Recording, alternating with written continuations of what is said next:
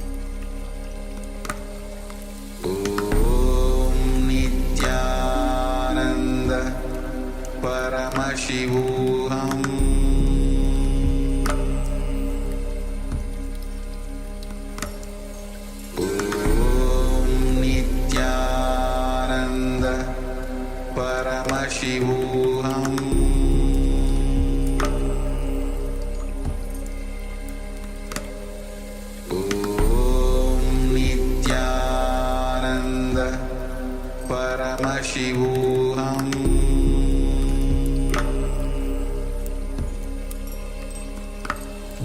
Om Nityananda Paramashivoham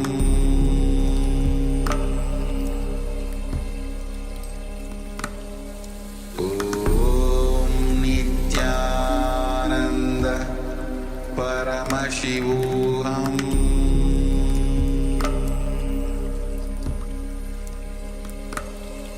Om Nityananda Paramashivoham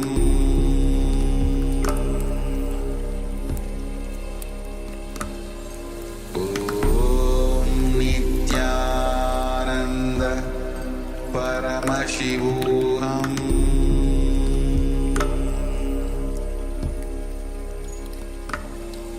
Om Nityananda Paramashivoham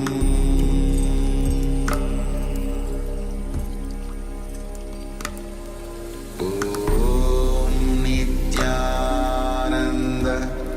Paramashivoham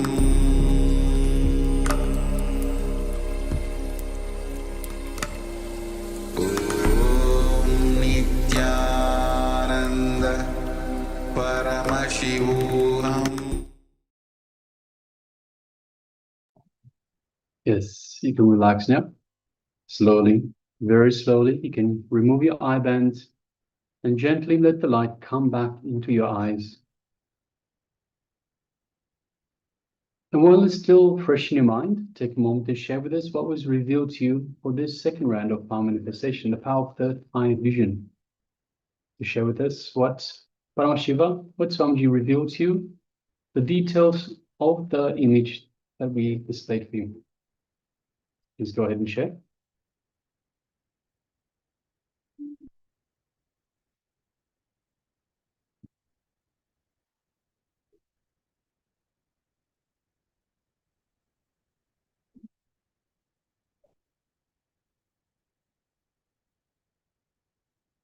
Yes, let's have a quick moment of sharing powerful experiences when we sit in that space of oneness with Paramashiva, manifesting Paramashiva.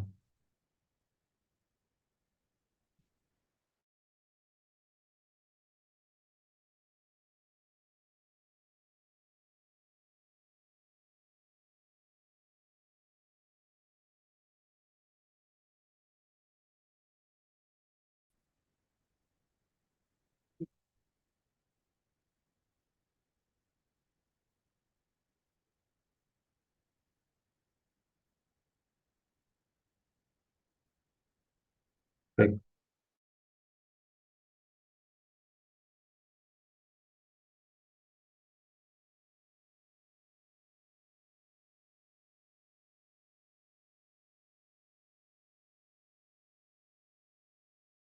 Really karma is, and the technique to drop all the cravings that we have, the craving for objects, the craving for even our thoughts, some thoughts that we are always attached to, and how to overcome that also.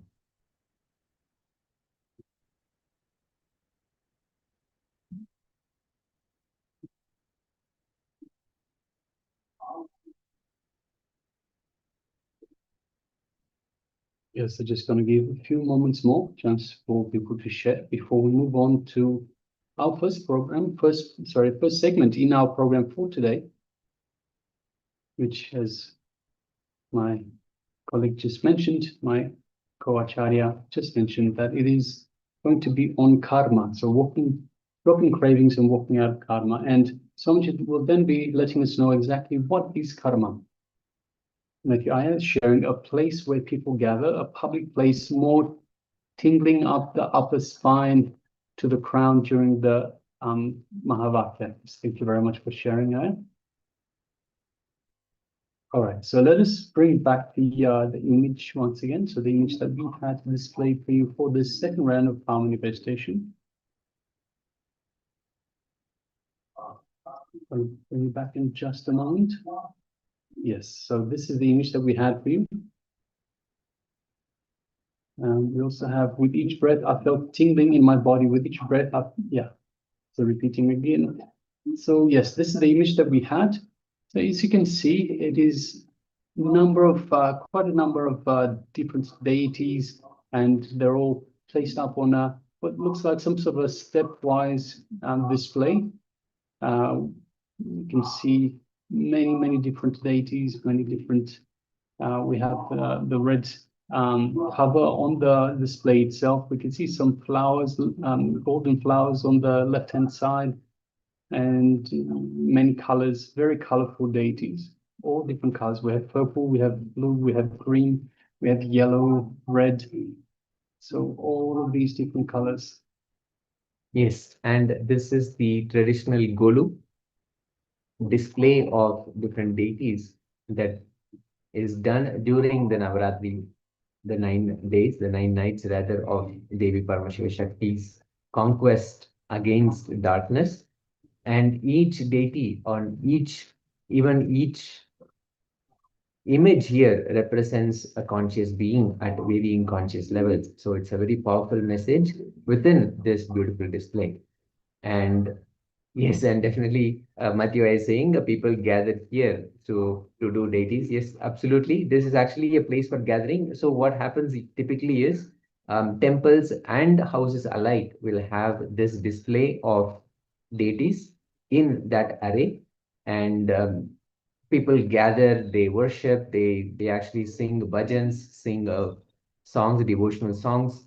So it's a beautiful place of gathering, absolutely. It will be a public place, and you had a personal experience of tingling up the upper spine as well. So it's a powerful message. That's so beautiful, Aya. Thank you so much for sharing. And as we can see that Paramashiva is again and again manifesting through you and giving you the experience. He's just opening up in so many ways and manifesting through you, showing you and giving you different experiences. That's beautiful. That's wonderful. So happy to see your journey as well. Thank you, Aya. Thank you so much for sharing.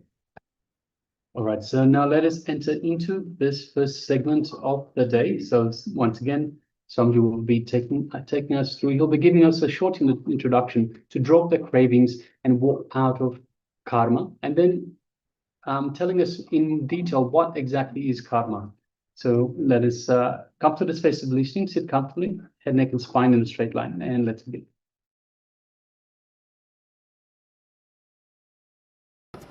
What is karma? But whenever an action has been started but not completed, there is a force that pulls you to complete it, to fulfill the experience. That is karma. Any unfulfilled desire can act as that force. Even if you drink a glass of water without entering the experience fully, it will leave you with a sense of dissatisfaction. This dissatisfaction draws you to enter into another body and repeat the very same actions again and again till you get fulfillment. The tension or pull which you experience is karma. See, any desire, if you have not enjoyed totally a music, you want to listen, but you have not listened totally, half of the song, you are listening by the time some other work has come. Then you go to attend that work, again you come back, you will be pulled to listen the same song after your work is over. Even at the time of work, even at the time when you are working, your mind will be on that song. Only when you come back and listen to that song properly, totally, when you have completed listening, when you have totally enjoyed, only then you forget about that song. The pull which brings you back to enjoy or fulfill it, to complete that experience, is what is karma. You understand now? Now, most of the time, when you enjoy anything in the world, the restlessness, inner restlessness, will not let you enjoy anything. Either guilt or inner restlessness. Inner restlessness will express in so many ways, even the shaking leg. It proves the inner restlessness. We are inside restless. Wherever you go, the shaking of the head or the way in which our mind works, the way in which you enjoy the thing. You see, before you start enjoying the thing itself, you will start getting the guilt. What you are doing is something wrong. what you are undergoing is something wrong. If you have the guilt before enjoying, if you have or the restlessness before enjoying itself, you want to reach the end of it. Before having the first food, first taste itself, you want to go to the end of it. So if you have the restlessness to reach the end or the guilt to start, if you have the guilt, the starting itself will be trouble. If you have the restlessness, you will be trying to reach the end. Over greed or the fear to start, both will not allow you to enjoy anything. So when these two are there, no desire will be fulfilled. You will be pulled back again to fulfill the same desire. So as long as you are not fulfilling your desires, not fulfilling your life, you will see again and again, you will be pulled back, you will be brought back to the earth to enjoy it.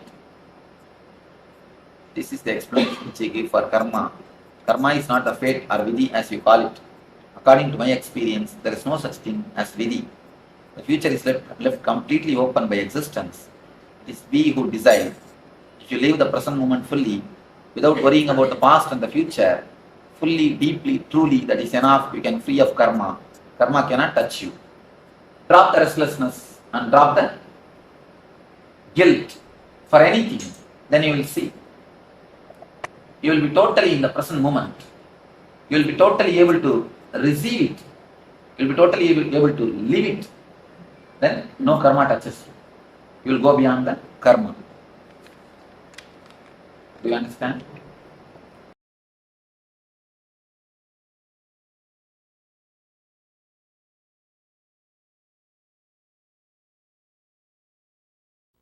The blueprint which we carry inside us is responsible for our whole life. That is what I call engraved memories. Very loosely we call karma. But I don't want to use that word because that word is loaded with too many meanings. Especially in the West also now that word has become popular. Everybody started using the word, let me make little good karma.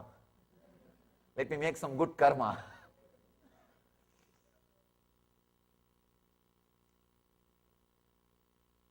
Engraved memory, samskara is the right word I wanted to use. That is the reason for our uniqueness. If you understand you are unique and look into your samskaras, please understand, as long as you think you are same, all are equal, we will be continuously fighting with others. You will be continuously fighting with others. Naturally you will ask, when you see any person, we are all equal. Why should you have this? Why not me? Why should you have this? Why not me? Why should I have this? Why not you? Either health or wealth or relationship, name and fame, in everything you will start comparing and the fight will be going on. But if you understand you are unique, suddenly you start looking inside. You start looking your samskaras, your engrams. Person who thinks everybody is equal starts looking outer world to make everything equal, which never happens. Which never happens. Even after death, it will never be equal. Maybe even after death, things will never be equal because the cremation is going to be in different places, different way. This country you have insurance also for that. Different casket, different way of cremation. And even I heard that there are premium plats available. The mountain view plats where you can rest forever. Anyhow, even after death, things are not going to become equal. So we will be constantly looking in the outer world and fighting. But if you understand we are unique, then you start looking inside. Why I am unique? Why I am the way in which I am? Why I am who I am? Why I am what I am? You start looking inside. Then naturally, the looking inside gives you the knowledge about the blueprint you are carrying. The blueprint you are carrying, the knowledge about the blueprint you are carrying is what I call ultimate knowledge.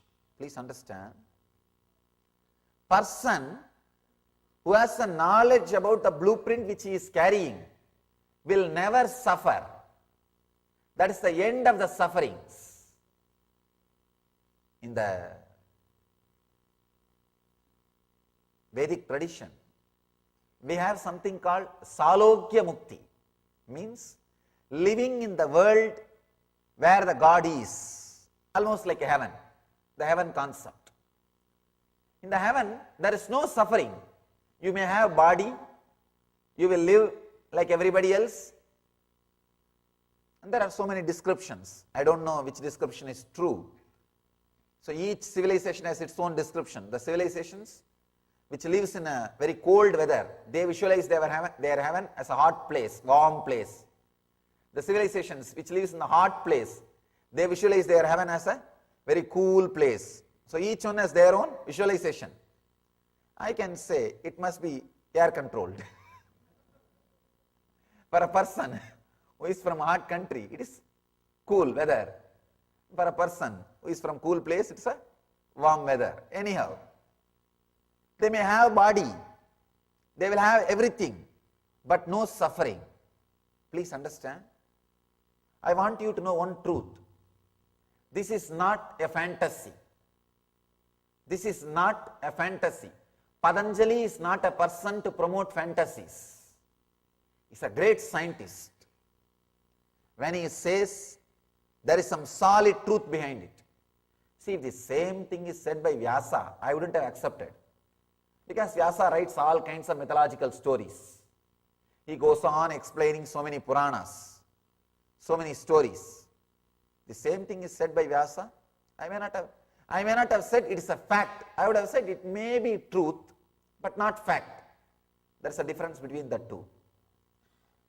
Truth is told to raise your consciousness. It may not be reality now, but if you connect with it, you will be raised. But fact is fact, factual.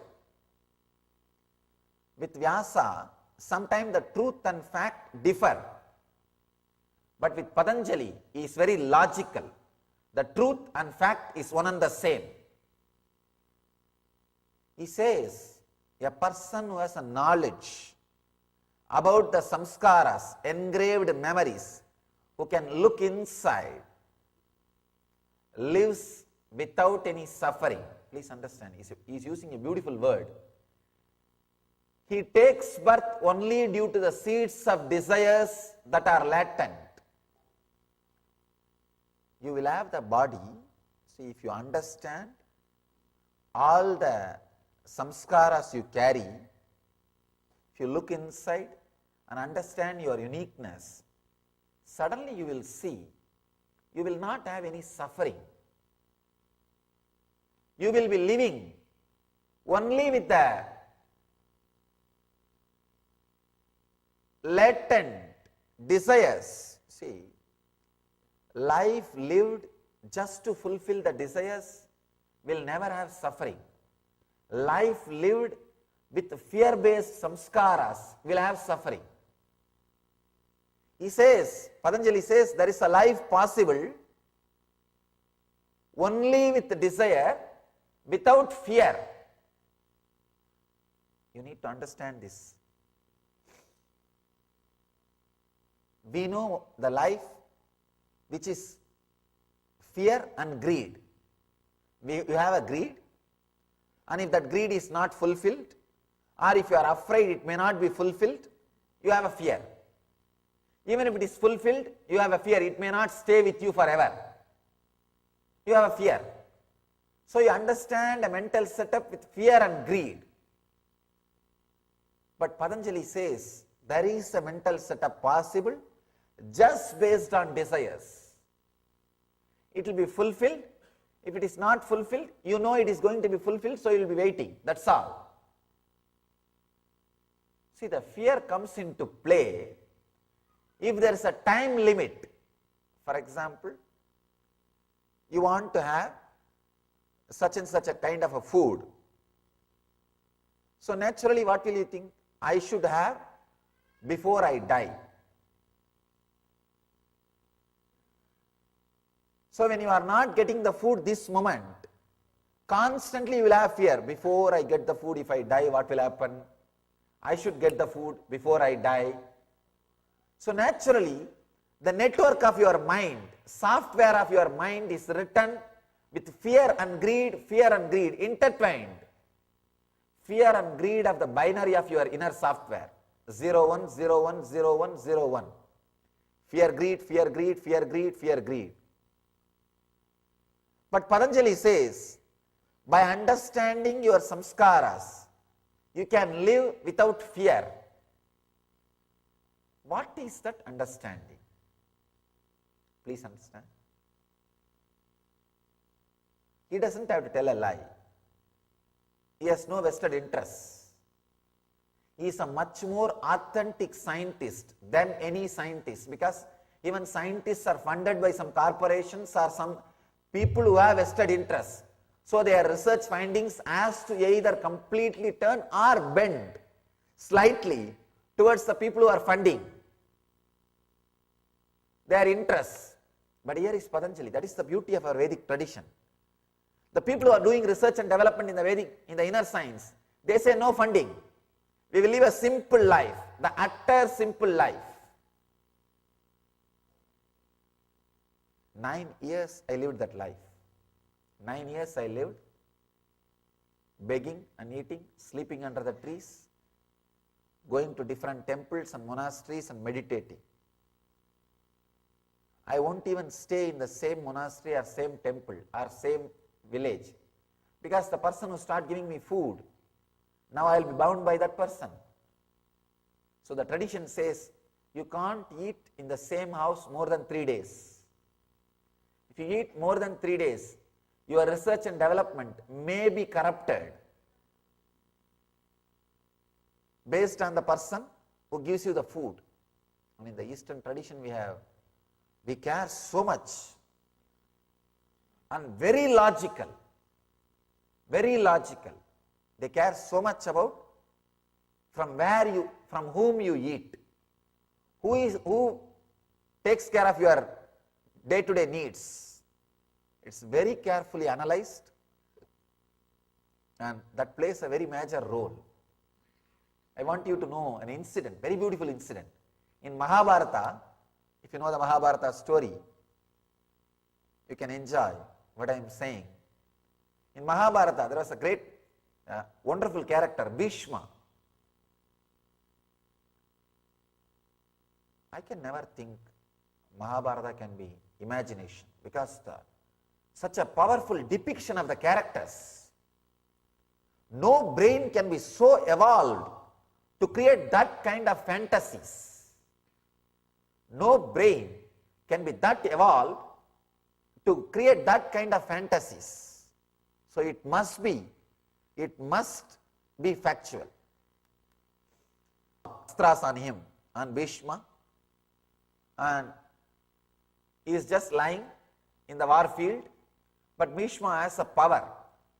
He has one kind of a power. He has a boon. He will leave the body when he wants. Ichcha mrityu. His body can be diseased. He can have disease. He can be inflicted with pain, but he cannot be killed unless he himself wants. He can hang on to the body. So, even though he is almost dead, he was not even able to move his hands, he was keeping his body, he was keeping his life to die at the right time. In the Vedic tradition, we believe the last moment of your death, last moment, the time and the thought, the consciousness, the mood with which you are leaving the body, both play a major role in your next birth or enlightenment. It plays a major role. So Bhishma is just waiting for the right time. He is waiting for the Uttarayana, when the sun moves towards the north. He is waiting for that period to leave the body.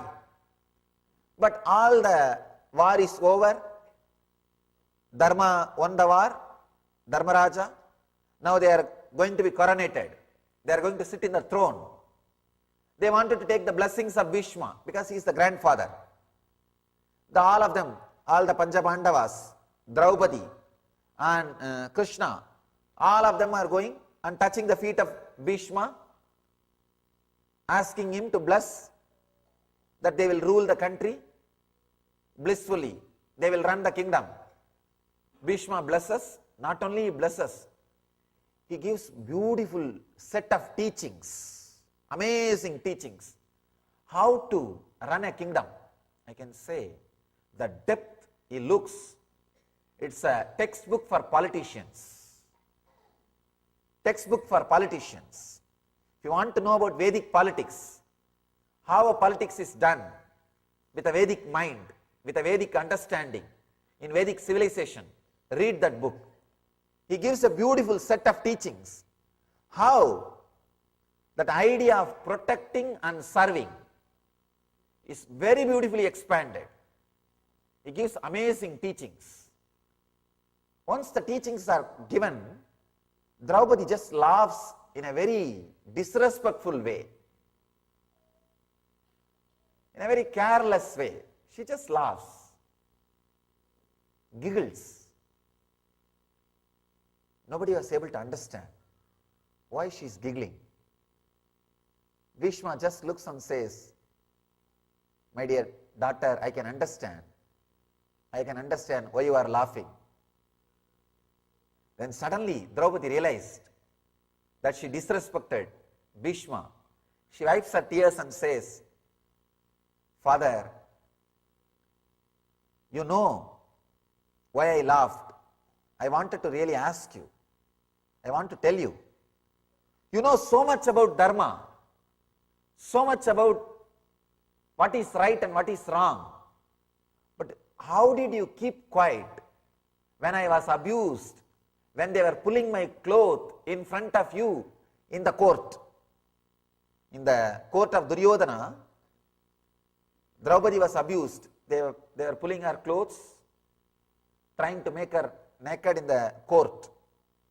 The villain, Duschadana, was trying to pull her clothes. So she asks, "How you are able to keep quiet? What happened to all your dharma which you are talking now? Why you did not speak all these things at that moment? Why you kept quiet?" Beautifully Bhishma answers, "It's a truth. Please understand, even though my bone structure is made out of dharma, my flesh and blood was given by the food which was given by Duryodhana. So his food, I became dull. I forgot the dharma. My brain did not recover the memories of dharma because of his food. Maybe my body is made out of dharma, but the food he gave, I ate his food for many years, number of years. So because of that food, my thinking also became like him." Actually, if you look inside, sometime you can see in your own life.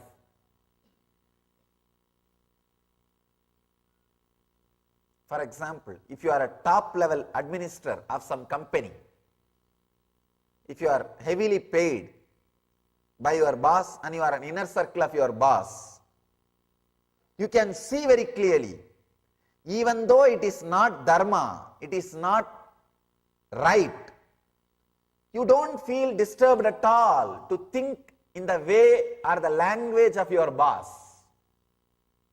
You suddenly know, you know very clearly it is not right, but you just beautifully think. You don't feel guilt at all. You can see in your own life. The person who plays so much in your consciousness, on your consciousness, many times you forget the logic. You forget the logic. Many times you don't even remember what you did, what what you are doing. Please understand. Look inside. Look inside. What Bhishma says, you can see as your own experience. If you are top circle of your boss, you can see very clearly because he pays. And the problem is you don't even think it is wrong. Even though you know it is wrong, you don't even take time to create guilt, analyze it, and create at least your own justification. Even that much you don't wait. Even that much we will not be aware. Many times it happens. So, Bhishma says, the food which he gave was running in my system. So, my consciousness was not even that much clear or aware to create a clear understanding which is right, which is wrong. But now, because of Arjuna's arrows, all that blood has left my system. Now I am drained of the blood given by Duryodhana, the food which went inside my system and became my flesh. Everything has left my system.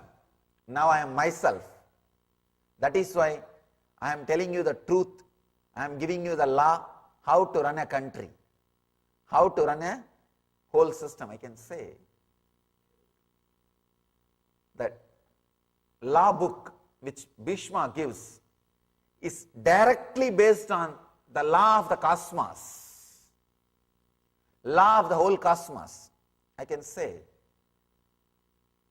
Bhishma gave his constitution to run a country based on the constitution of the cosmos.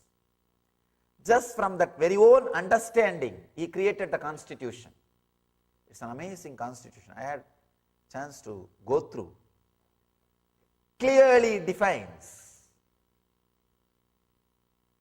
not only do's and don'ts, the mental thinking, the setup, thinking setup from which the do's and don'ts arise. See, if you are just taught do's and don'ts, vidhi nisheda, in Sanskrit we call vidhi nisheda, do's and don'ts, naturally what will you do? Oh, it's a law enforced on me. When I don't see the cop, I can press the gas. That's all. When I see the cop, I have to press the brake. That's what we understand. You see, by law, we are taught how to technically escape from the law. Most of the time, any word, it only takes us little time, that's all. A person who takes little time and thinks technically and finds a way to this side and that side, some holes, is called citizen. Person who doesn't take that much of time or intelligence, straight away lives as he wants, is a criminal. That's all. Otherwise, usually, when it is told just as a law, we always have a problem in following. But Bhishma, amazing intelligence, he gives you the mental setup from which the do's and don'ts arise. We call it sutra. He gives the sutra. So anybody who internalizes, he knows the do's and don'ts, and he will not have any problem living it. He doesn't need law enforcement department. Maybe with minimum law enforcement department, that system can be run just with a supervising, not enforcing, just supervising. Maybe I can call the Bhishma system is law supervising department. Creates such a strong system.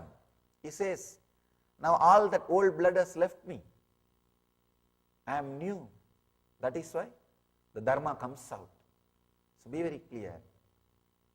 Be aware from whom you are getting your food, with whom you are sharing your life, under whom you are living. If you look inside and understand the samskara, the mental setup Patanjali says you can live just with desire without fear. What can be that mental setup? What can be that secret?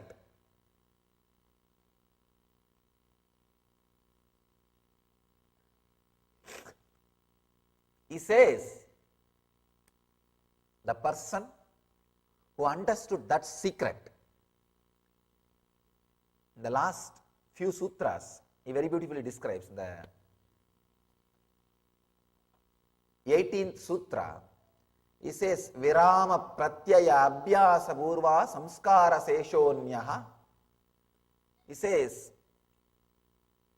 in this samadhi, which is attained by the constant practice of cessation of all mental activity, the chitta, mind, retains only the engrams which does not create any disturbance in your inner space. See, Patanjali says, you can live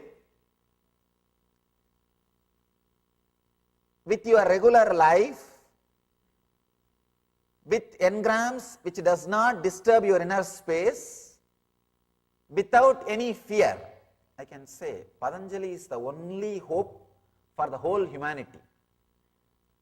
Buddha cannot be hope for the whole humanity, because as far as his teaching goes, the only sannyas is possible.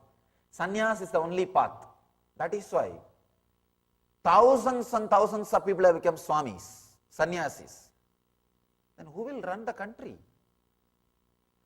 I can say at least 100 kings of Buddha's time, they became swamis. And all those countries were left. Maybe some minister would have become king and whatever it is, but brain drain has happened. Such an intelligent people, all have left their positions of running the system. Brain drain has happened. So Buddha may not be suitable for all the civilizations, for the whole humanity, because he says, renounce, that is the only path. But here is Patanjali, he is not saying renounce, no.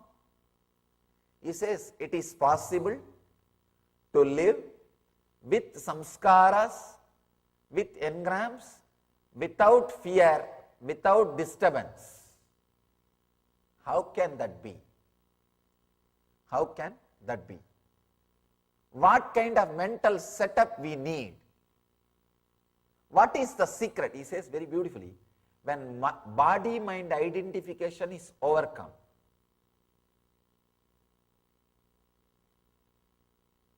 it's a kind of a unique logic. Please understand.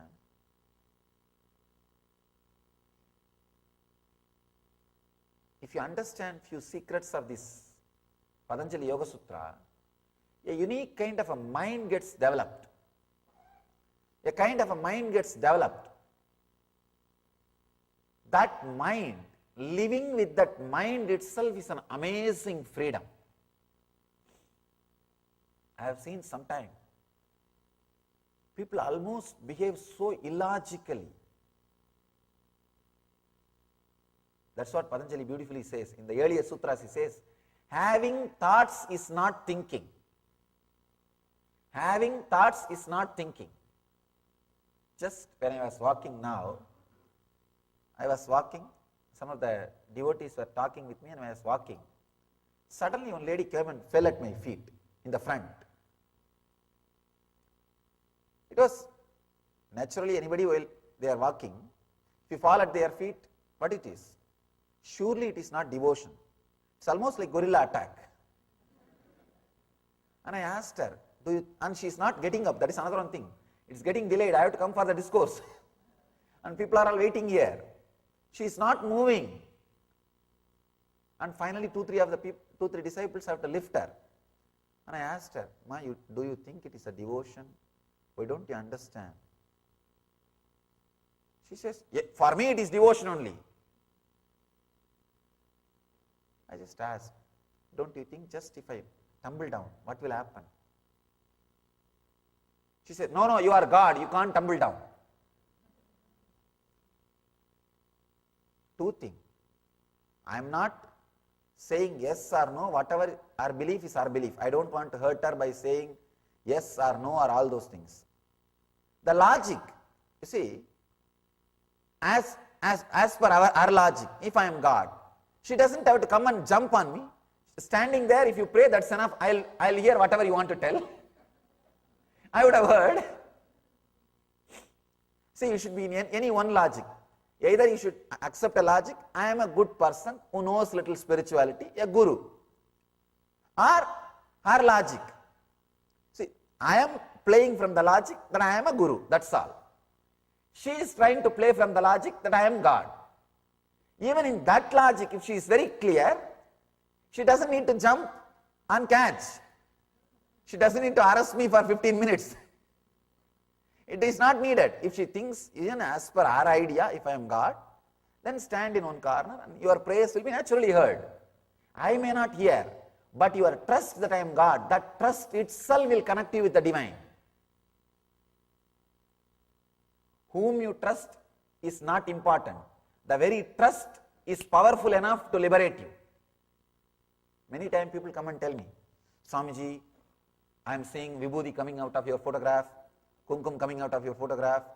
I tell them, oh, that's nice. I think I can also have one photograph in my room. I can get Vibhuti from that. Because I don't get from my photograph, I get it only from my cup. And I tell them, surely I am not involved. Your trust with the Master is intelligent enough to connect you with the cosmos. And that expresses different miracles. I am not involved. I am not going to every house and putting little vibhuti out of photograph, giving little kumkum out of photograph. No. I neither have will nor have ego to do all that job. That is different. I am not involved. You are trust. But at least be clear in that logic. She is neither clear in that logic, and not only that, she became very, I could see very clearly. She became so arrogant, and her whole behavior and the whole thing, it's almost like she is fighting. You are God, you can't fall. I said, I am not hurting your sentiment or devotion. Understand, after all, I have a human body. And I am walking. And I am walking on the ground. On the ground. When I am walking on the ground, the logics of the ground applies to me. Logics of the ground applies to me. See, just because you believe, the logics of the ground is not going to change. Sometimes people have their own logic and very funny things. Another one guy in South India, when I was giving darshan, he has bitten my feet. I asked him, why did you do that? No, Swamiji, I read in a book, if an enlightened master remembers you, it is good for you.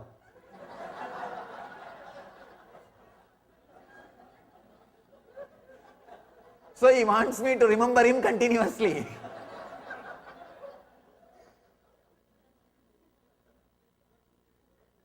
Now what all funny things goes on? People have their own logic. Having a straight logic, the honest logic, which connects you with the cosmos. Finally, I can neither shout at that person nor advise that person, because finally I just walked away and I said, all right, be blissful, and I came out. I couldn't tell her anything. What to do? Because I have to, it's a what to say that, very difficult game. I have to accept what she calls as devotion, and I have to be polite because she calls me as God. Actually, they will create their own throne and they will put me there, and they will try their best to fix me there, and they will have their own ideas. If that does not match, they themselves will dethrone. It's a big fun. It is a big fun, big responsibility. So I can neither tell her nor, see, if I keep quiet, if I don't tell, they will not stop doing the same thing, and she will not even get up. So it's a very big problem. When you don't have the clear logic, constantly you create trouble for you and for others. Again and again. That is a big problem. Because when the mental setup does not change, you don't understand what you do is wrong. I don't think even now that person understood what she did is wrong. She did not understand. And finally I said, all right, I didn't have time because people are waiting here and all the devotees are waiting with their lamp. So I said, all right, let me go to the class session. Their own logic. When the mental setup does not change, same thing will happen again and again and again. When you look inside the samskaras, suddenly the mental setup changes. When you look into your blueprint, looking in is powerful melting mechanism. It just melts all the samskaras. You will not do the same thing again and again. I have a story. A guy went into a barber shop and said, I want my haircut so that it is all different lengths, round from front and back.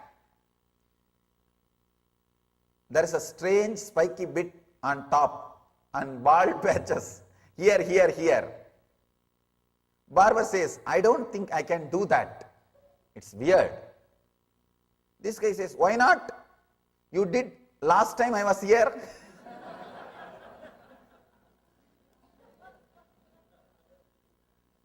Sometime you do the same thing again and again.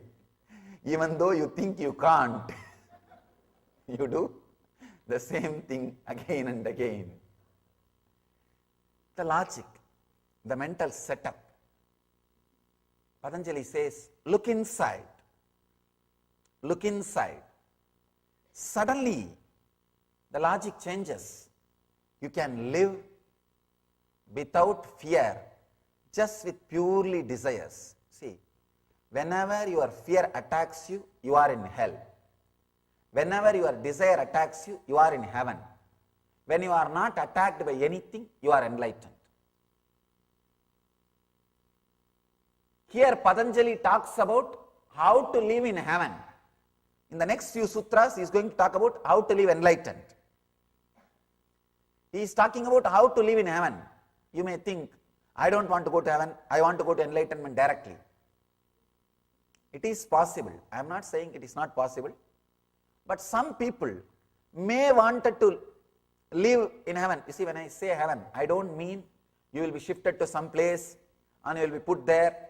All those Ramba, Urvasi, Menaka and all will be there. And you will have your court. Not that heaven. You will be living with heavenly pleasures. Heaven is not geographical, it is psychological. Heaven and hell are not geographical, it is psychological. If you are constantly attacked by fears, you are living in hell. If you are constantly overflowing with desires, it means you are in heaven. You are living in heaven. Understand?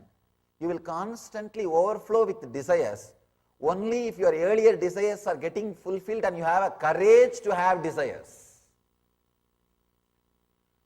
Courage to have desires only can create more and more desires. Here, Patanjali gives you the technique. Courage to have desires and courage to live with desires. He is teaching us the technique to live happy life, not blissful life, happy life. Understand? Sometimes people want to have happy life. Patanjali attends the problems of all human beings. Some people want ultimate happiness. Some people think even this normal happiness, nothing wrong. It is okay. He is here to give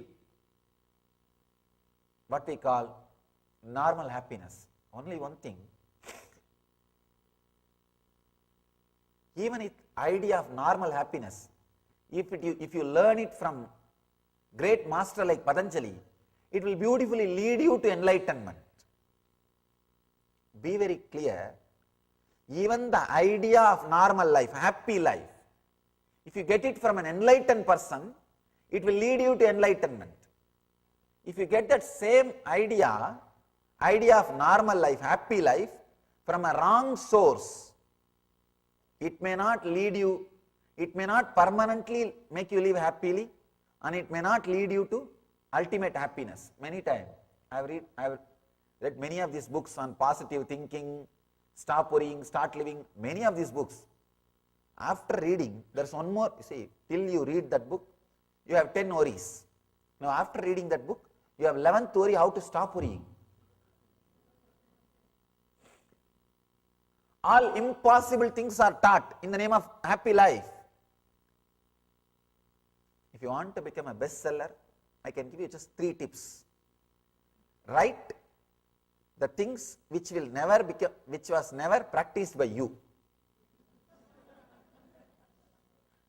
Second, talk about the problem in a very big way. People should feel.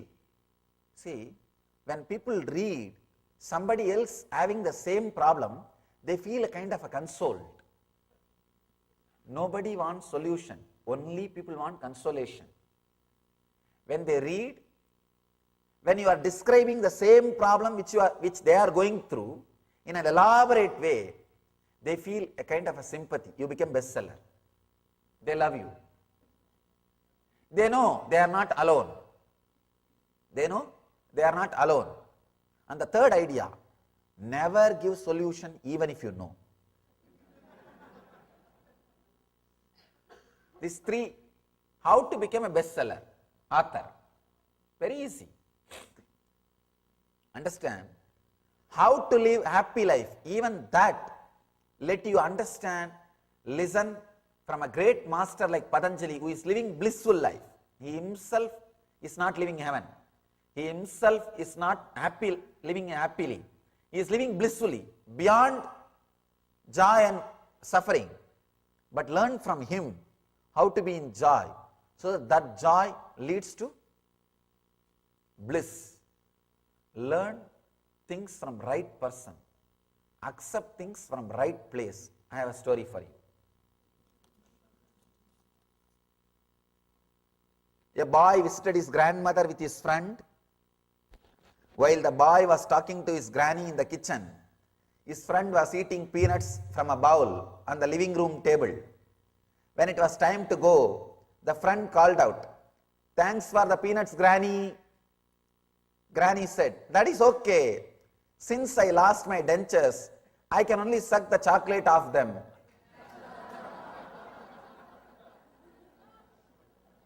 Don't take peanuts from wrong cup.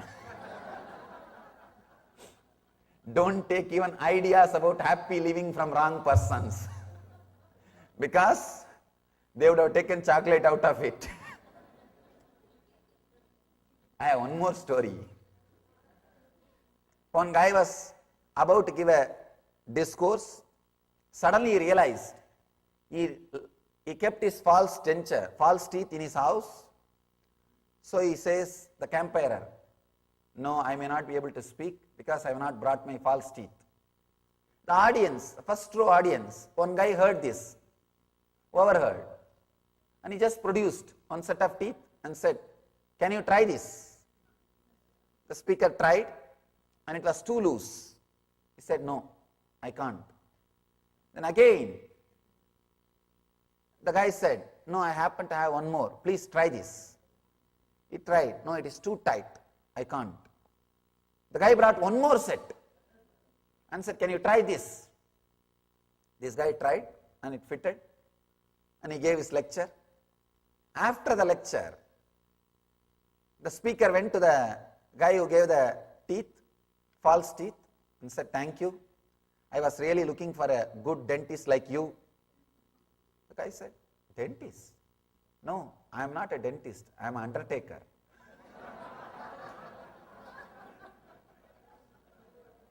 Don't take false teeth from a person. Even if it fits, don't take from the wrong source.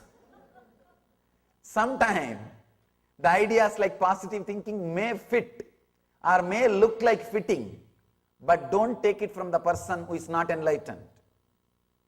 If you take it, then you will realize he is not a dentist, he is an undertaker.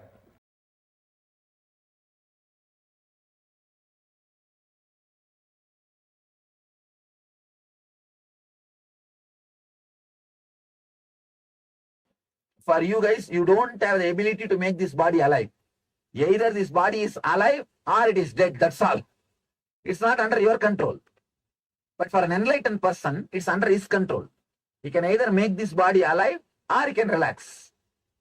Because of that ability, he can make some other body also alive. When he chooses to make a stone or a metal alive, it becomes a representative of his very self. All the deities, the major temple deities, or traditional temples, are all deities energized by enlightened masters.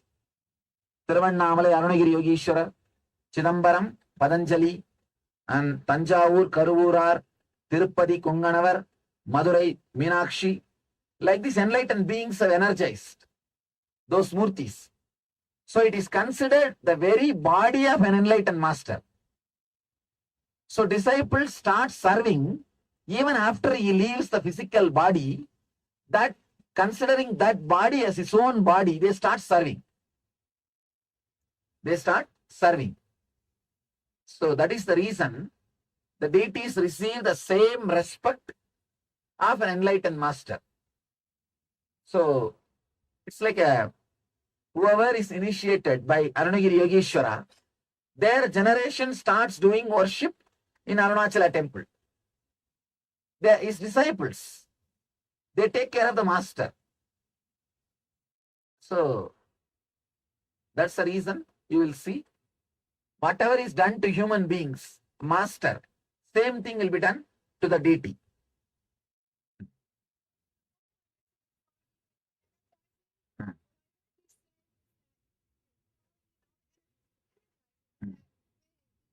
Can you give a mic for her?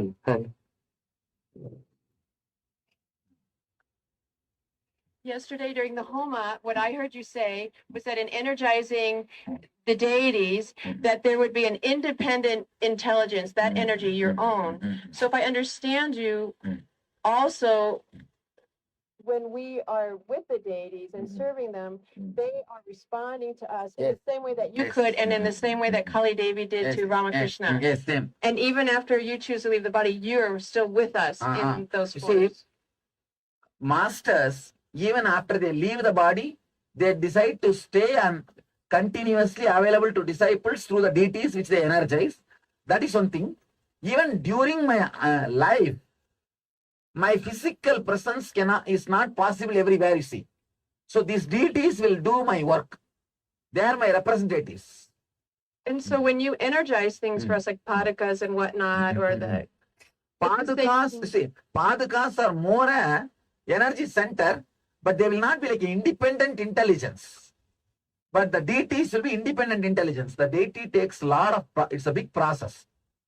Energizing a deity is more like a giving birth. Padakas is more like a blessing. It will be energy center, like whatever information you give, it will reach me. That's all. But the deities directly will respond. It will just answer. Yeah. It's much more stronger center than Padakas.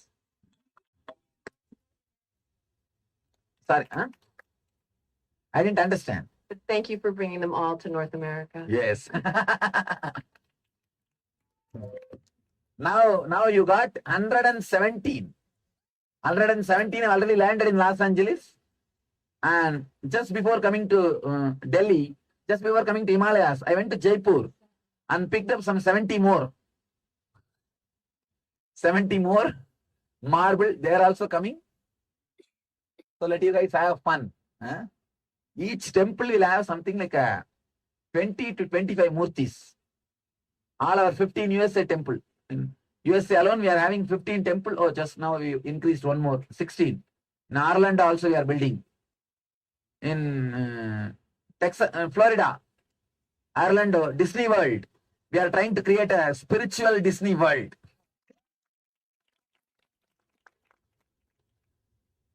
Working on getting some murtis there. They're going to have a temple there.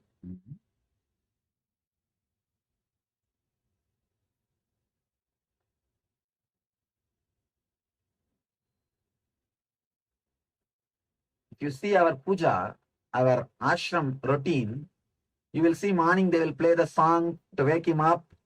They will give a oil and tooth powder, a small cup of oil for hair and a small cup of tooth powder for brushing. And then after that, they will give him a bath and give a fresh cloth, ironed cloth, just like how I wear. Same way. Whether Bididi or Ohio or Hyderabad, all our temples, you will see the same routine. Or Los Angeles, same routine. Then they will give puja, food, evening aarti. The 5-time puja will go on. Night they will again put them in bed and fan for 10 minutes.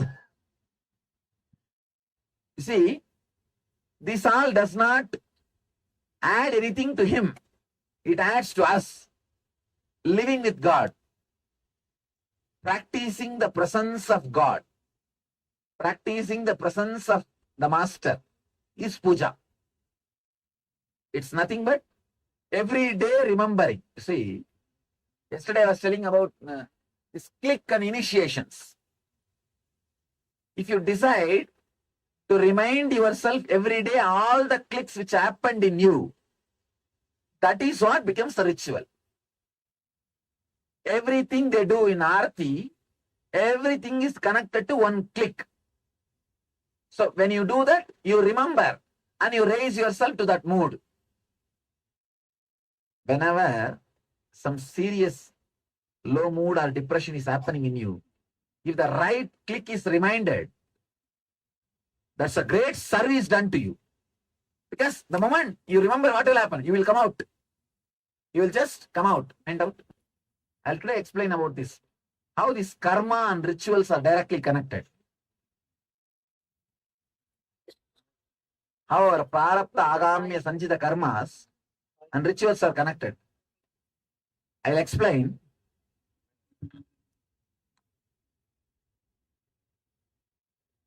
Then we can go and see. I told them today prepare for Aarti. Today morning somebody asked to explain about Aarti and all. I did not see those questions. It means attention need question only. Not truth seeking question. Attention seeking question. I hate these fellows who come and talk to me for attention need.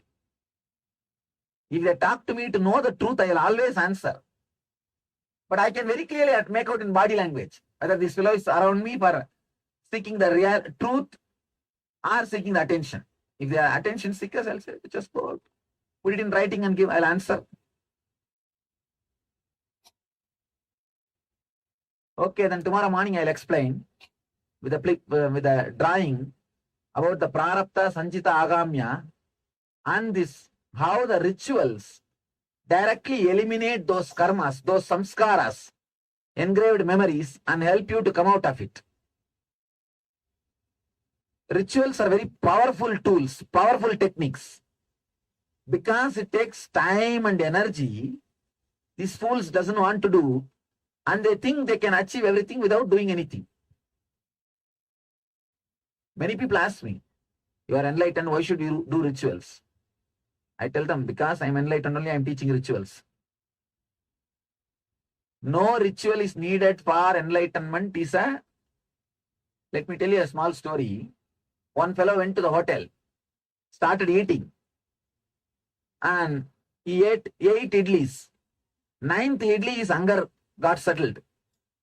Then server came and gave the bill for 9 idlis. This fellow said, no, I will pay only for 1 idli, 9th idli, which put my hunger off, with which I got my hunger settled. And first 8 idlis did not do that job. Only 9th idli did the job of quenching my hunger. So I will pay only for that idli. How it will be? Same way only people who reject rituals are rejecting the first 8 idlis. The 9th idli worked because of first 8 idlis.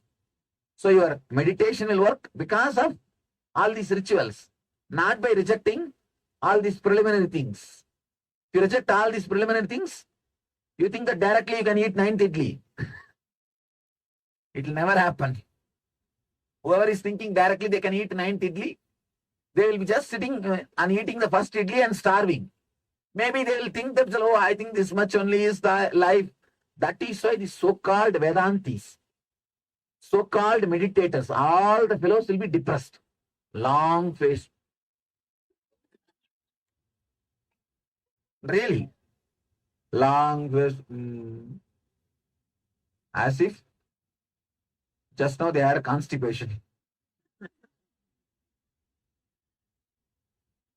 Ramakrishna says beautifully, as long as you think you have a body, you will be able to relate only with some body through to the cosmic energy.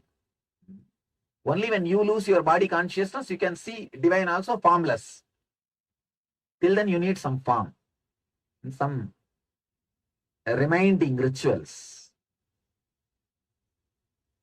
See, earlier, first, my 3 years of mission, from 2003 to 2006, I never gave in ritual along with our meditation. Till 2006, only meditation. Only in 2006, I added the Guru Puja into Nitya Dhyan. Now, see, 2003, 4, 5, 3 years, if I have taught meditation to 500,000 people, only 20 to 30% people continue doing after 3 months also. Within 3 months, other 70% all, that's all. Forget about it. Now, after I added the Guru Puja into Nitya Dhyan, now it became a ritual. More than 80% who take initiation follow now. I did a statistics study, did a survey. Now, anybody who gets initiated, more than 80% of the people follow the Nitya Dhyan. Because it became a ritual. You have to do. You have to do. So I think it is good to have a little ritual, even along with meditation, so that the regular habit of sitting and doing, the sadhana, regular sadhana, will be there. Otherwise, these fellows don't do regularly. Today my mother-in-law is here. Tomorrow my father-in-law is here. My sister-in-law is here. Too much work. And after 2 days, they all have gone. I am just enjoying having my vacation. I don't want to do today. If I am happy today, I am happy. Why meditation? If I am depressed, today I am depressed. How can I meditate? These guys find some logic. But if it is ritual, you can't find any logic. It has to be done.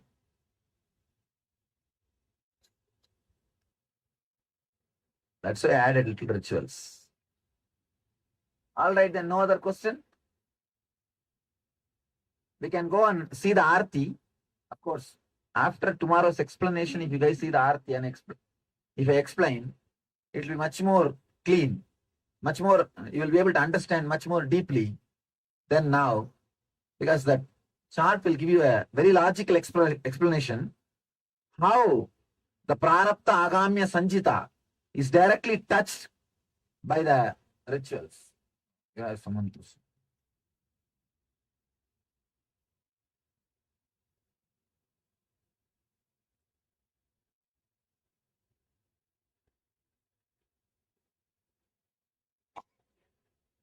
சுவாமி, இன்று நான் யமுனோத்திரிக்கு கால்நடையாக நடக்க முடியாத காரணத்தால் பல்லக்கில் சென்றேன். இது என் மனதை மிகவும் வேதனையாக்கியது. சுவாமி, பலர் இப்படி செல்வது புண்ணியமில்லை என்றார்கள். இது எந்த அளவுக்கு உண்மை? தயவு செய்து இதற்கான விளக்கத்தை எனக்கு விளக்குமாறு தாழ்மையுடன் கேட்டுக்கொள்கிறேன். A Tamil question, she is telling, I went in Palki, people are telling it is not punya, what to do? All right, it's not punya. If you have gone by walk, you wouldn't have come back, what to do? You got little punya, that's all. At least you had darshan. What else can be done? But this trip is not done for punya's sake. It is done just to enjoy the Himalayas. Being in the energy field. See how we assume body and how we go through the Janna Marana Chakra, and how these initiations and rituals can liberate us, take us out of that cycle which we are doing. All of you are able to see now? Understand? Basically, you have 3 layers of karma. Agamya, Prarabdha, Sanjita. Sanjita is the karma which is like a bank, reserve bank. Whatever you did in your life, you see, not only in this body, you have taken millions of bodies. In millions of bodies, whatever you learned, you did, all those engrams put together is called Sanjita. They use the word even Samuchita. That's also one more Sanskrit word they use, Sanjita. All of you are able to see? A little big I should write. Okay? Then, next, Prarabdha.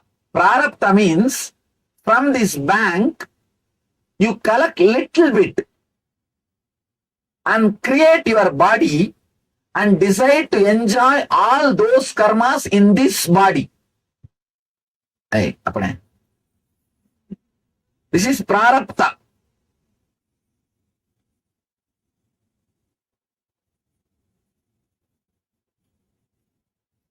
Understand? This is bank. Like all your past collection. That's huge account. You don't know when that will disappear or anything. And bank means don't think some collection saving. It's a debt actually, credit. Credit only. You have to finish them out. This is the Prarabdha. Prarabdha is the little bit which you brought to enjoy or exhaust through this body. And the third karma, this is the worst thing. Agamya, after coming down, you start collecting. That is the worst thing. Agamya.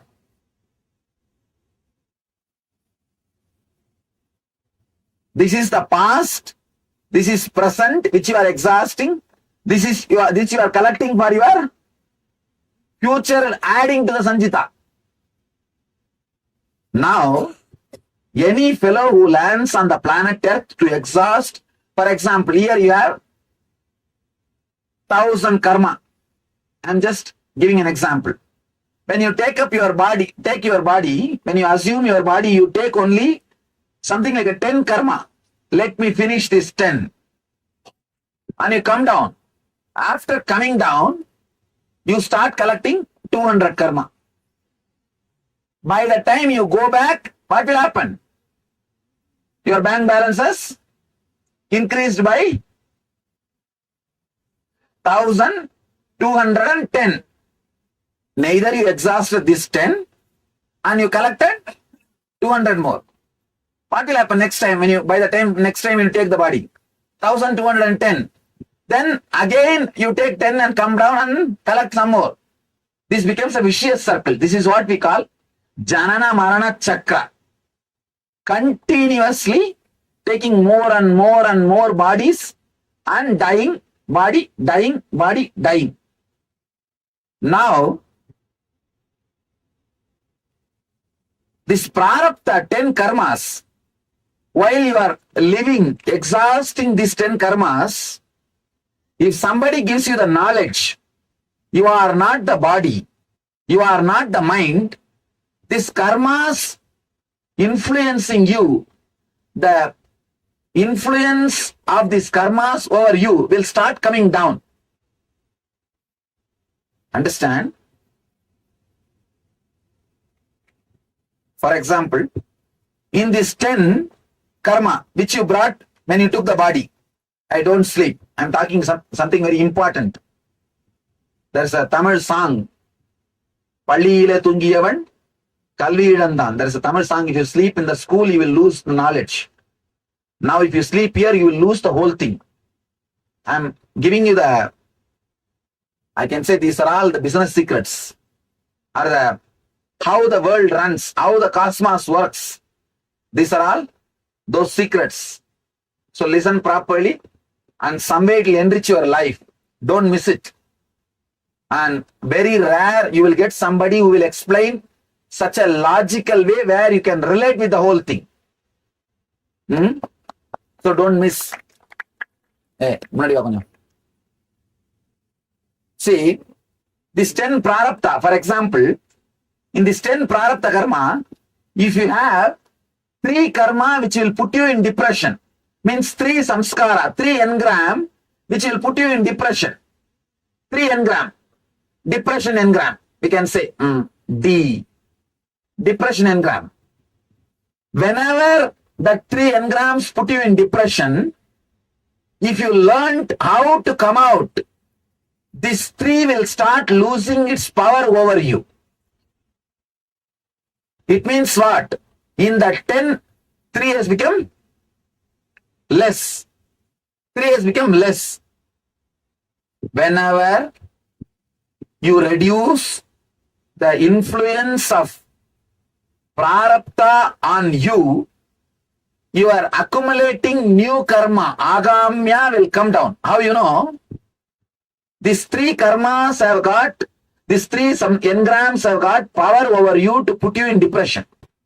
See, these 3 engram, if they have the power to put you in depression, if you continue, if you obey those engrams and fall in depression, these 3 will not be just 3, they will become 10. That 7 only is called agamya. You understand? So whenever you cooperate with prarabdha, you collect agamya. Whenever the prarabdha loses its influence over you, you stop collecting agamya. So when this influence, this 10 engram influence over you stops, means the agamya collection will stop. Bringing you back to the joy or the pure inner space, the unwavering, undisturbed inner space, not only reduces prarabdha's influence over you, stops the number of engrams getting collected as agamya. Is there any doubt? If you have any doubt, put it as a question. I'll answer. Today we will just grind this idea, this one idea. This one idea will churn in your head or drill in your head. This one idea. Initiation means the ideas, knowledge which brings you out of these depressive thoughts. Which brings you out of the depressive thoughts, means the knowledge which brings you out of the influence of these 10 thoughts. Prarabdha is what we call initiation. Click. Puja is nothing but remembering all the clicks which happen to you every day at least once, so that it will come up whenever you have a problem. See, for example, 20 or 30 clicks would have happened to you in NSV. In that 4 days, maybe some 20, 30 clicks or even 100 click would have happened. For next 3 months, you will remember 80 of them. After 6 months, 60. After 1 year, it's okay, this Bangalore Swami has no other work. Leave it. After NSB Energy Darshan, they will tell you, you are God. You landed on the planet Earth to save us. All these big, big statements they will give. After 1 year, everything will disappear. The reason, because those clicks have been forgotten. The teachings which is given, see, when a master teaches, it is not even a teaching. It is a powerful experience. When you don't use them, when you don't again and again use those shastras, not only the shastras loses its power, you will not be able to even remember them again. That is the important thing. See, for example, you have this cart. If you don't use this cart for 2 years, it's not that this cart will disappear. After 2 years, you can get this cart and you can use it. But the knowledge given to you, the initiations given to you, if you don't use them for 2 years, don't think it will be sitting in your bedroom. No, it will disappear. So how to every day remind? All the click happened.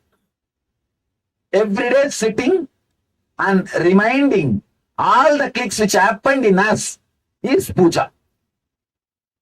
Because in puja, just the Manasa Puja mantra, how many of you know that Manasa Puja mantra? Just the Manasa Puja mantra will remind you all the clicks.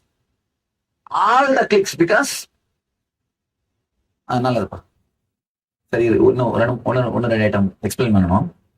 All the Manasa Puja mantra, Hridbadmamasanam dadyat, my heart is the seat for you, means it has to be clean. Otherwise you think I will come and sit. No. Sahasrar achyutamritaihi bhadyam saranayor dadyat, means Sahasrar amrita means what? Out of gratitude, when you overflow, you will have a deep sweet taste in your tongue, in your throat. How many of you have felt? In energy darshan you can feel that. In energy darshans you can see suddenly the whole space will become so sweet. That is what is Sahasrara Amrita. The Amrita comes down from a Sahasrara when you are feeling fulfilled, so joyful, your whole throat will be filled with a Sahasrara Amrita. That Amrita, that nectar is the Bhadya, means the water to wash the feet. Means when you sit in the puja, every day you remember the energy darshan experience and you bring yourself back to that experience. You don't have that sweet taste in the throat, you can't do puja. Means you are telling a lie sitting in front of my statue. If you only have a real that feeling again, then only then you are authorized to use the word Sahasrar achyutamritaihi bhadyam saranayor dadyat manastu argyam nivedayet, means the end of the NSP, you throw all the samskaras into the fire. That's what is your manas, mind. You throw everything.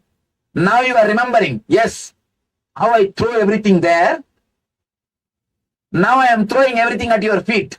Manastu argyam nivedayet. Argyam means offering. I am offering. Tena amritena achamaniyam. With that same ecstatic nectar, I do the abhisheka for you. Means now you have to come back to that energization experience, that joy, that ecstasy. You have to come back. So this every step of this mantra reminds you and brings you back to that click, that initiation experience which happened in you. Every day, whether you want or not, you remember the initiation experience, the click which happened with the master. So ritual brings you back to the pure consciousness. So this 10 engrams loses its power over you. When this 10 loses its power over you, this 200 collection stops. When the collection stops and when the 10 loses its power over you, naturally the person who brings you back to the superconscious again and again, master, he appears when you leave the body and burns this Sanjita. He appears and burns this Sanjita. Understand? You can't do anything directly with Sanjita. For Sanjita, only Guru Kripa can do. Only Master's grace can do. For example, if your child sits and tries very hard to build a small home, what will you do? You'll say, all right, don't bother, I myself will build and give you. When a disciple sincerely works to remove the prarabdha and agamya, the Guru's grace happens. You see, Guru's grace is not just dependent on me. Understand? Anybody who does sincerely sadhana or meditation, in spite of me, the grace has to land on you. It is not even dependent on me. Let me be very clear. It is just dependent on your receptivity, not on me. I am like a ocean, constantly available. Whoever comes with whatever size vessel, you carry. If you come with a small coconut shell, you will carry that much, like your head. Or if you come with a little bigger vessel, you will carry in that. If you come with a little big container, you will carry in that. If you are intelligent, you will build a canal. You will build a canal. That's all is the whole thing. Okay.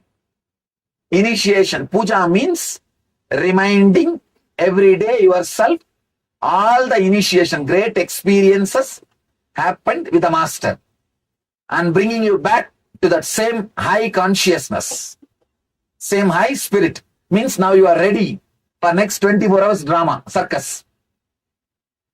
Next 24 hours, now you have energy.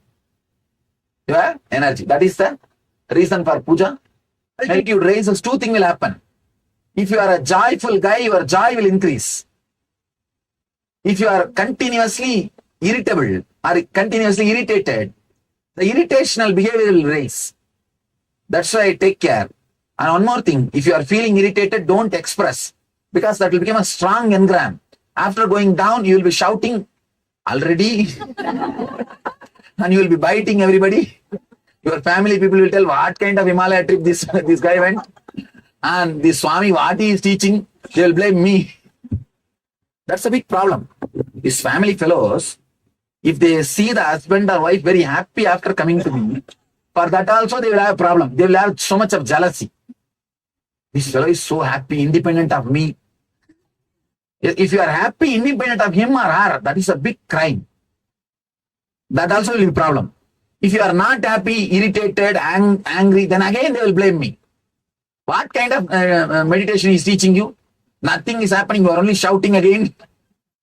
So both the case, I will be what to do. All right. At least you don't get irritated. Don't create samskaras. So you'll have more peace and bliss. Okay. In the heart of St. Kitts and Nevis, where the ocean meets the sky, a historic gathering is unfolding.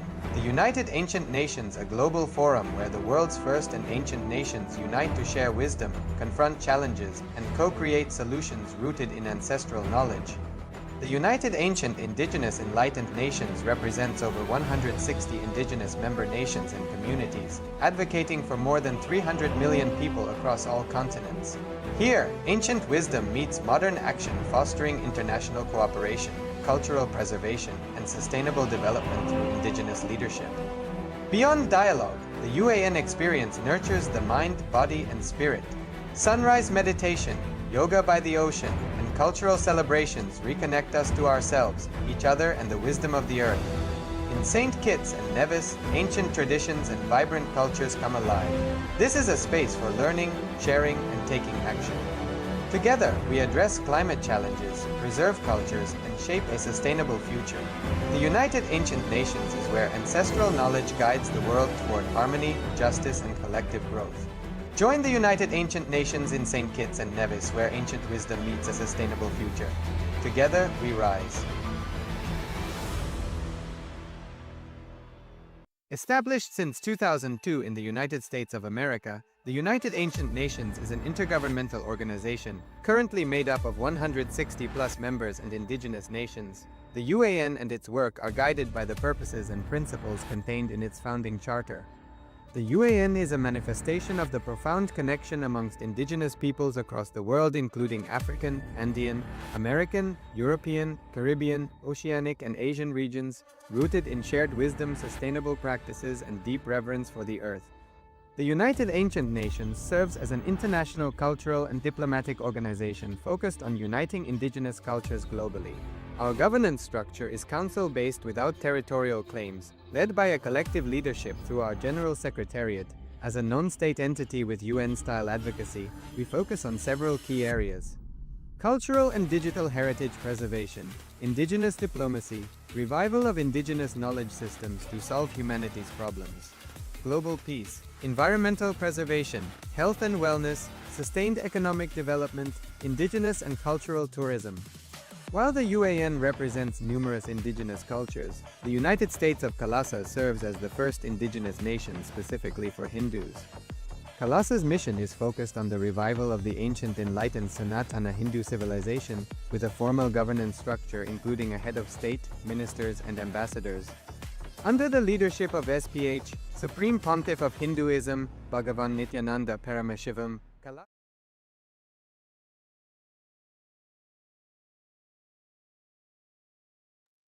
Yes, welcome back. The wonderful revelations from the Supreme Pontiff of Hinduism was taking us through what is karma and what are the different types of karma. So now we'll enter into internalization exercise. So we're going back to what exactly is karma. Let's see, by flooding more awareness, more intelligence into our thinking system, flooding more awareness, more consciousness into our decision-making system, we'll enter into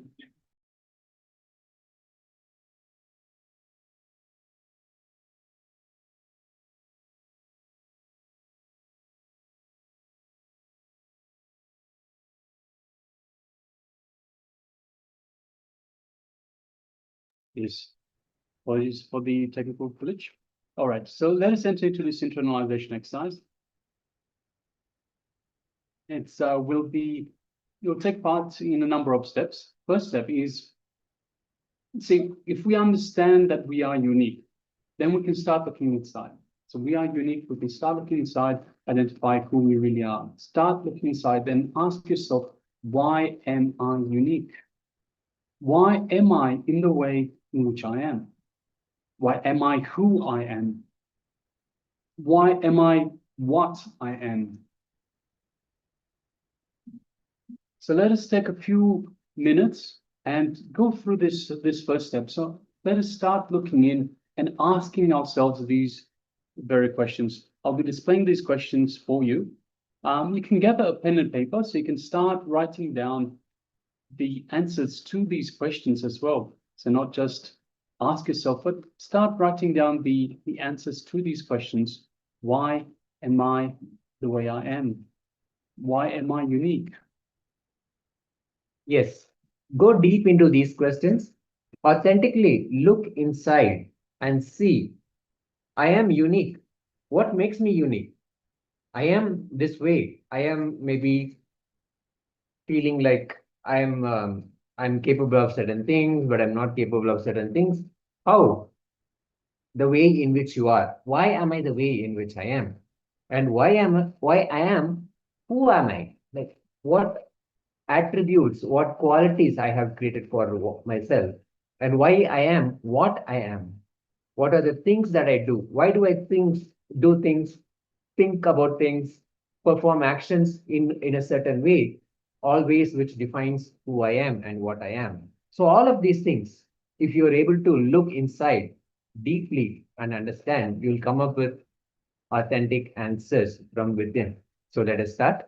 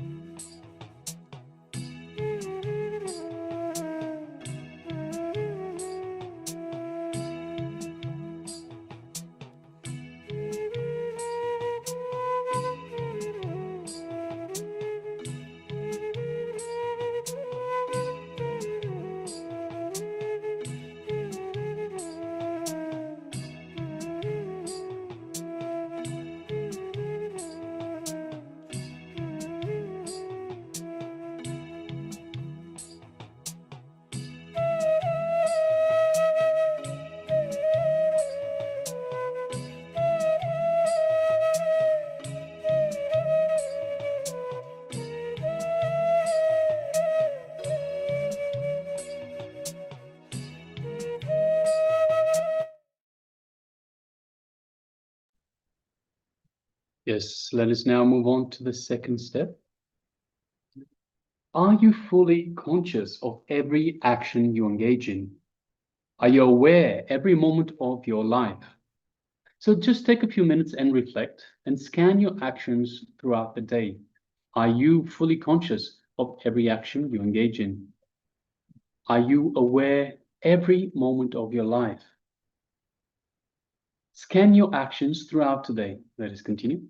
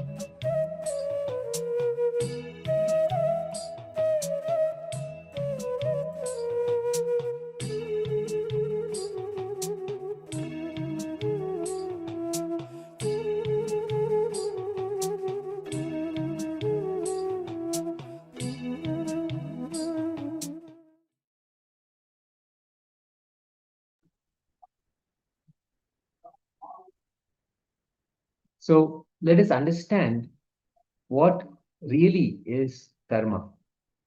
Karma is the blueprint which we carry inside us and is responsible for our whole life. This is what Swamiji calls engraved memories. In a very loose way, we actually call it karma.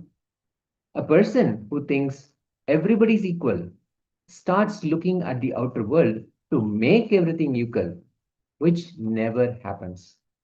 If we understand we are unique, suddenly we'll start looking inside.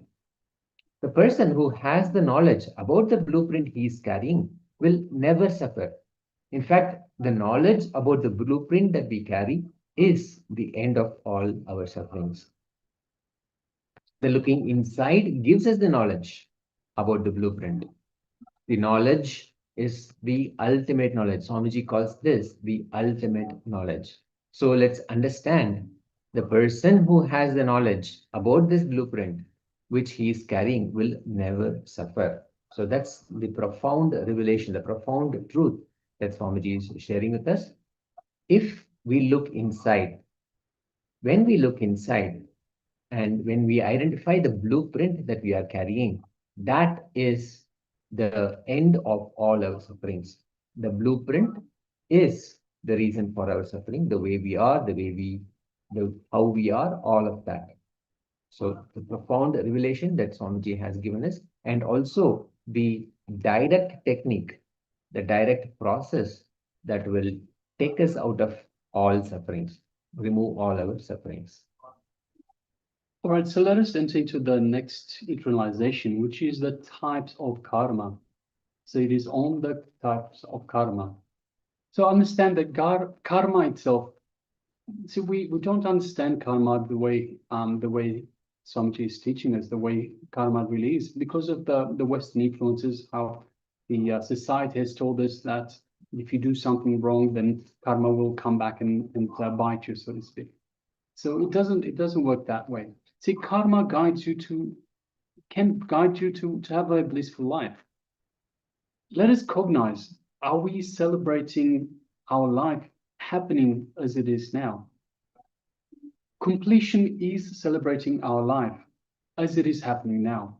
So being in completion with everything. From the context that we aspired for our life. So whatever we aspire for, when our aspirations are getting fulfilled, when our aspirations are getting further matured, are we still celebrating the life that we are having, the life that is happening now? To give an example, a worker always aspires to be a businessman so that he feels that his life will be in his own hands, will be his freedom. So he can work whenever he wants, he can relax whenever he wants. So from that context, he aspires to be a businessman. He works hard towards that goal to become a businessman. But from the moment he sits as a businessman, so he has achieved that goal. He has achieved the goal of being a businessman. He is a businessman in his own right. The moment he sits as a businessman, he forgets the context why he wanted to be a businessman. So once again, he wanted to be a businessman to have more freedom, to have everything in his own hands, so he can relax whenever he wants and he can work whenever he wants. But he forgets the context why he wanted to be a businessman in the first place. And his greed makes him forget he can take time off for holidays whenever he wants. So he keeps on going and going and going. He's not celebrating the life that he has achieved, what for he has worked, what for he has achieved being a businessman. So remembering the context, why you wanted what you are having now leads to completion. Yes, now let us internalize these truths. Let us understand, in every situation, whenever we perceive life is denying what we want, not giving up, just wait and looking. What is being denied? Look into the perception. It will become reality. Cognize. Are you celebrating life happening as it is now? And recollect, what was the context from which you aspired for what you're having now, whether it is good or bad. So let us first understand this ultimate truth. Whatever we are going through right now, whatever we are facing, whatever we are experiencing is something that we have aspired for, whether it is good, whether it is bad, whatever that may be. It was something that we did aspire for earlier on, and that's why it is manifesting now. So if we strive and recollect the context from which we aspired for what is happening right now, then we will see how beautifully the whole thing has happened. Then we'll understand what is being denied, what is not being denied, all of that. The perception changes everything. Many times, actually, we aspire suffering because it makes us feel so much is happening to us. It makes us feel important. It makes us feel like we are busy, we are somebody important, only when we go through some kind of suffering. So even suffering right now, if you're thinking, why will I want suffering? Why will I create suffering on my own? Look inside the context that you hold. Why suffering? What suffering is to you? If you associate suffering with being important or feeling like there's so much more happening in our lives, then you will see that you have actually aspired for it. You actually have wanted the suffering to happen to you. So just look in, you'll be able to identify the context under which you wanted what is happening right now. Let us start.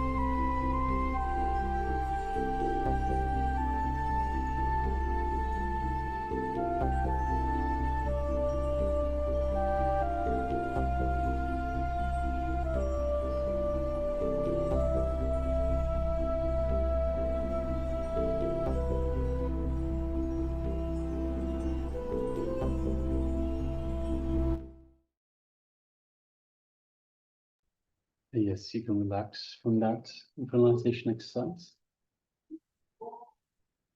So, once again, are you celebrating life as it is now? Are you celebrating life for getting to where you wanted to, for the reasons that you wanted to?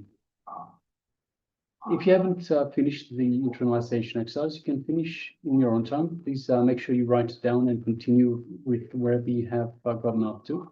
It's an important exercise for you to understand whether you are celebrating or how are you celebrating life happening the way it is happening now, for what reason you wanted to manifest the life you are having now. So now let us move on to the next segment, which is the power manifestation. And today's power is the power of Lahima. So let's have a look at we'll be starting with the Shastra Pramana.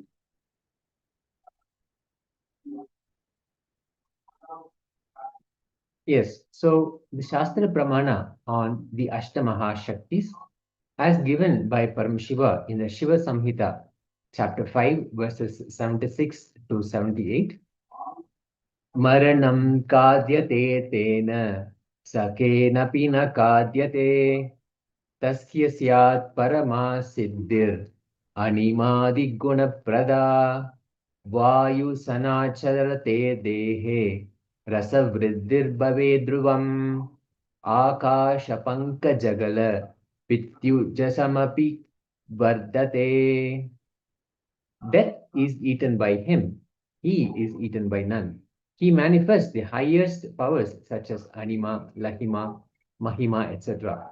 The Vayu, wind energy, moves equally throughout his body. The juices of his body are also increased. The nectar exuding from the ethereal lotus also increases in him. All these are manifestations of Paramashiva. When we are sitting in oneness with Paramashiva, the Mahashaktis manifesting through us, ultimate powers manifest through us. So let us now sit comfortably with our head, neck, and spine in a straight line. So what we'll be doing in this exercise is reducing the weight of a small object which is close to you. You can pick any small object that is near you, the power of Lagima.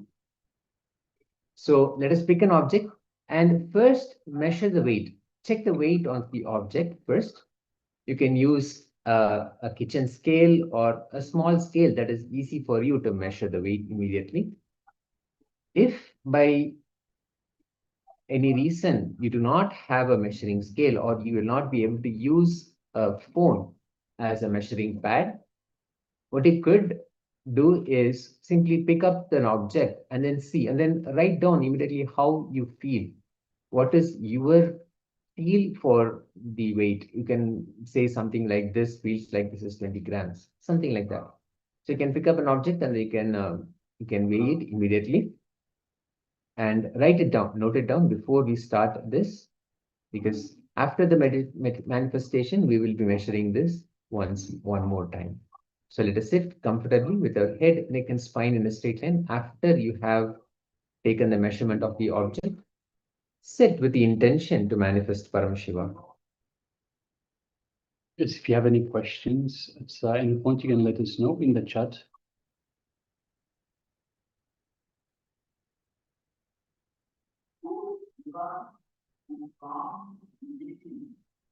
Meanwhile, let us gather the small object and let us take the initial measurement of the weight of that object in whichever method we decide to use. If the object is small enough, you can also use a a phone application. There are phone applications that approximate the weight of the object. If you place it on the screen, just the screen sensors approximate the weight of the object. The important thing is whichever method you are using, use the same method again after you affect the weight of the object itself.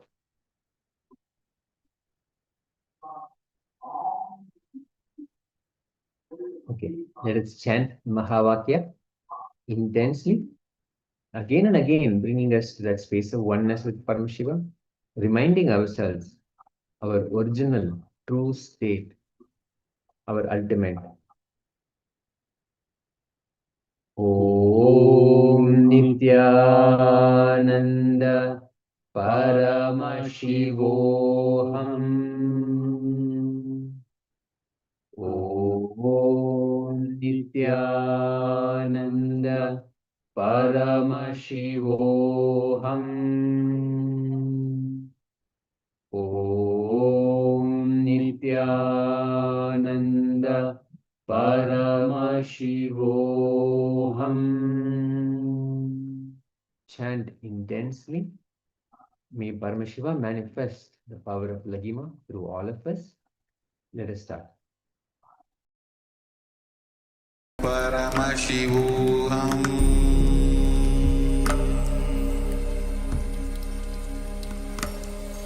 Om Nityananda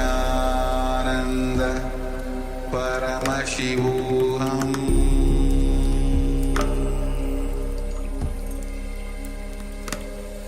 Om Nityananda Paramashivoham. Paramashivoham.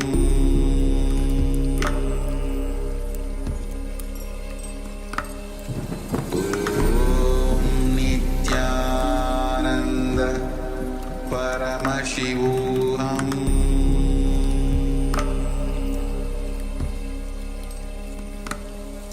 Om Nityananda Paramashivoham.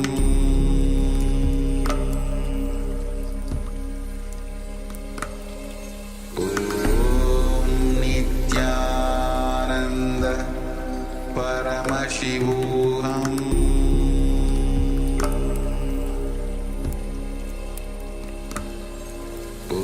Om Nityananda Paramashivoham. Om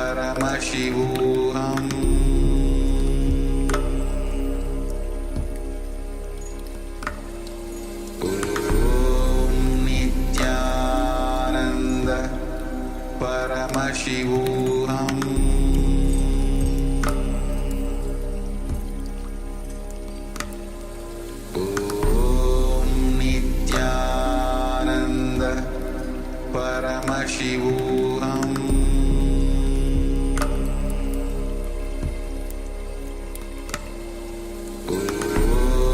Nityananda Paramashivoham.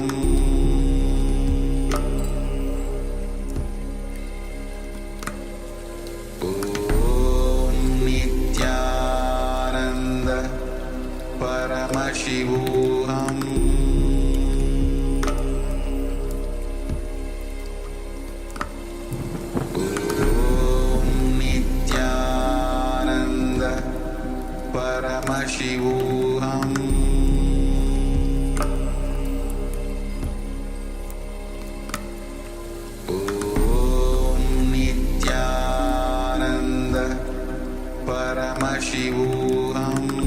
Om Nityananda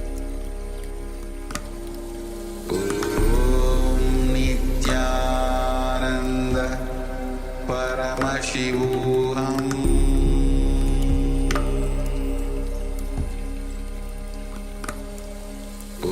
Om Nityananda Paramashivoham.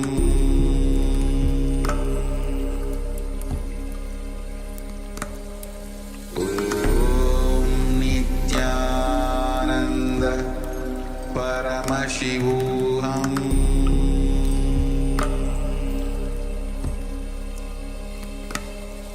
Om Nityananda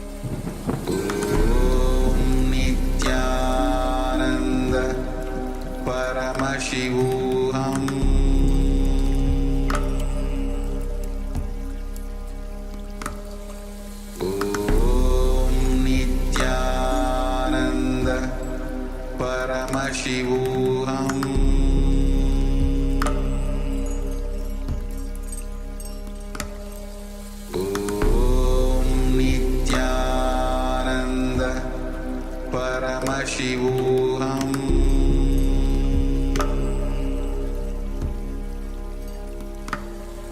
Om Nityananda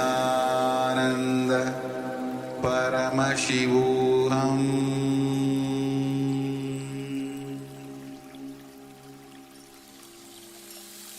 I bless you all. Let you all open all your three eyes.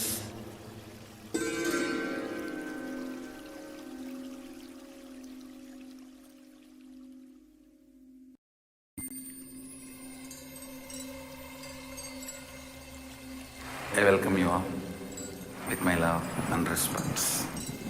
Let you all open all your three eyes. Om Nityananda Paramashivoham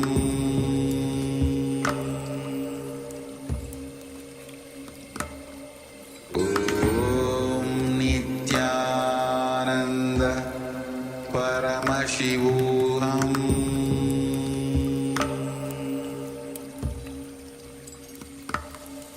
Om Nityananda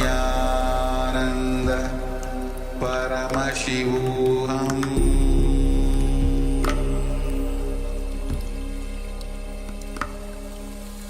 Om Nityananda Paramashivoham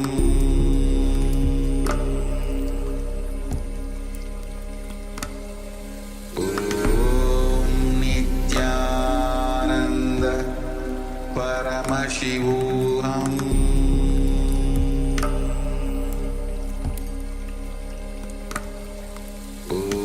Om Nityananda Paramashivoham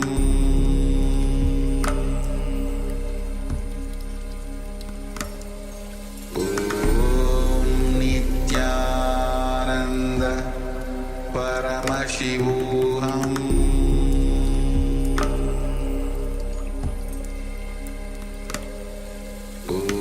Om Nityananda Paramashivoham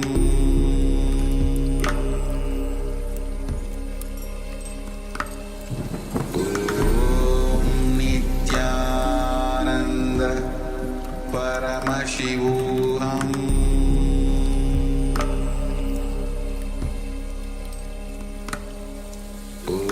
Om Nityananda Paramashivoham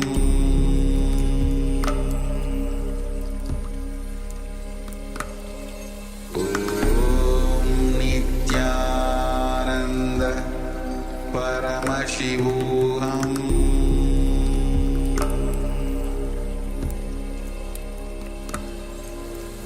Om Nityananda Paramashivoham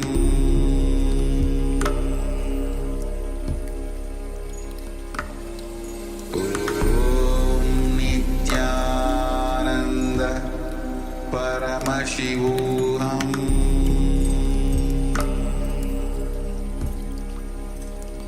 Om Nityananda Paramashivoham Om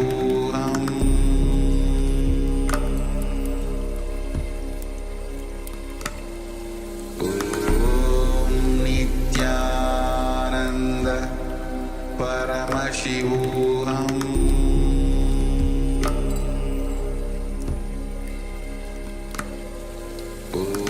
Om Nityananda Paramashivoham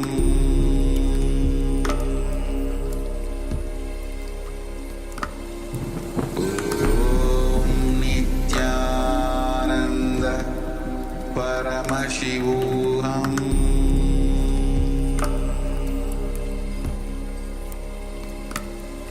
Om Nityananda Paramashivoham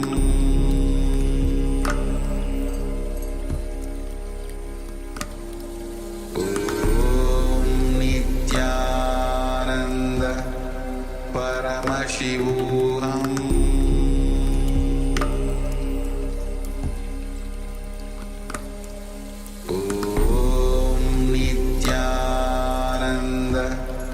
Paramashivoham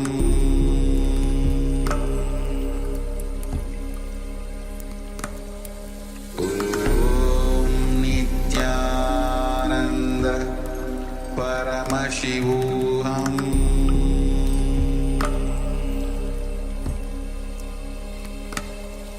Om Nityananda Paramashivoham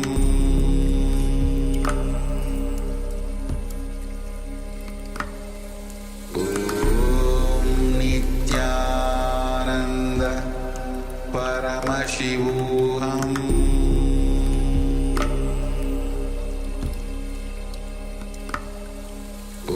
Om Nityananda Paramashivoham Om Nityananda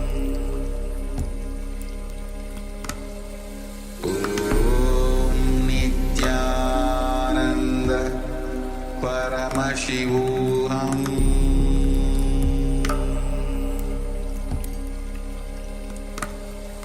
Om Nityananda Paramashivoham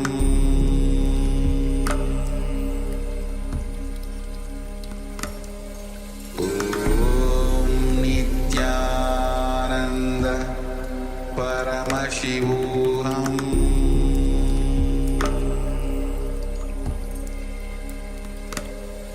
Om Nityananda Paramashivoham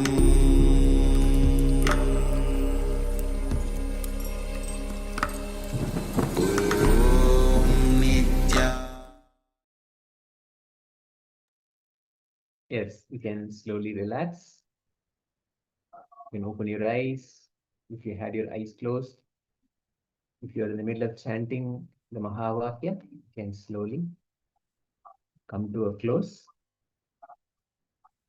Great. So now let's use the same method, the same way that you measured the object before manifestation. In the same way, if you use the scale, use the same scale. If you used an app on your device, use the same app. If you didn't have any of those options and just simply measured it with your hand and wrote down what the weight would be based on your senses, you can do the same thing again. And now measure the object. Just measure the object now and note down the weight of the object as it is right now. Let's quickly do this. And if you're joining us on YouTube, you can also respond to us in the comment section in YouTube.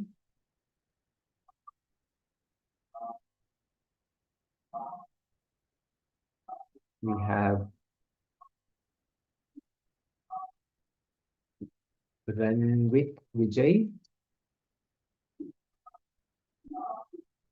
We got your message and so glad you are part of the program and you want to join KAILASA. Excellent. We'll tell you, we'll share with you how to do this as well. Thank you so much for sharing.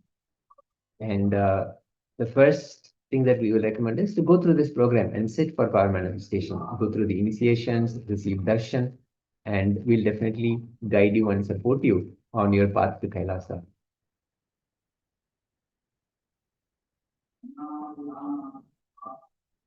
Great. Now let's quickly have a sharing of how the weight was before and how it is right now after the manifestation. Let's have a quick moment of sharing.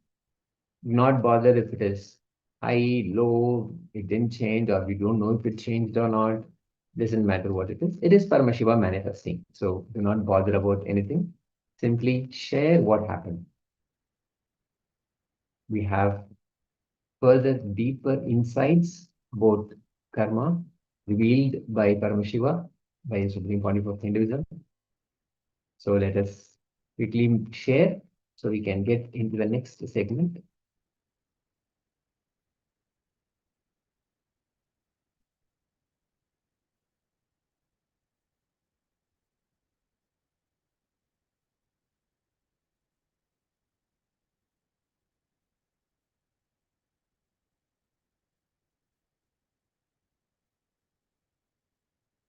So if you're still sharing, please continue to do so. Meanwhile, let us get ready for this next segment, which is my co-chair just mentioned. It is about karma, how karma is created. So requesting everyone, let us come to the space of listening. Let's sit comfortably with the head, neck, and spine. Let us hear from the Supreme Pontiff of Hinduism as he reveals these great secrets. How is karma created? Let's begin.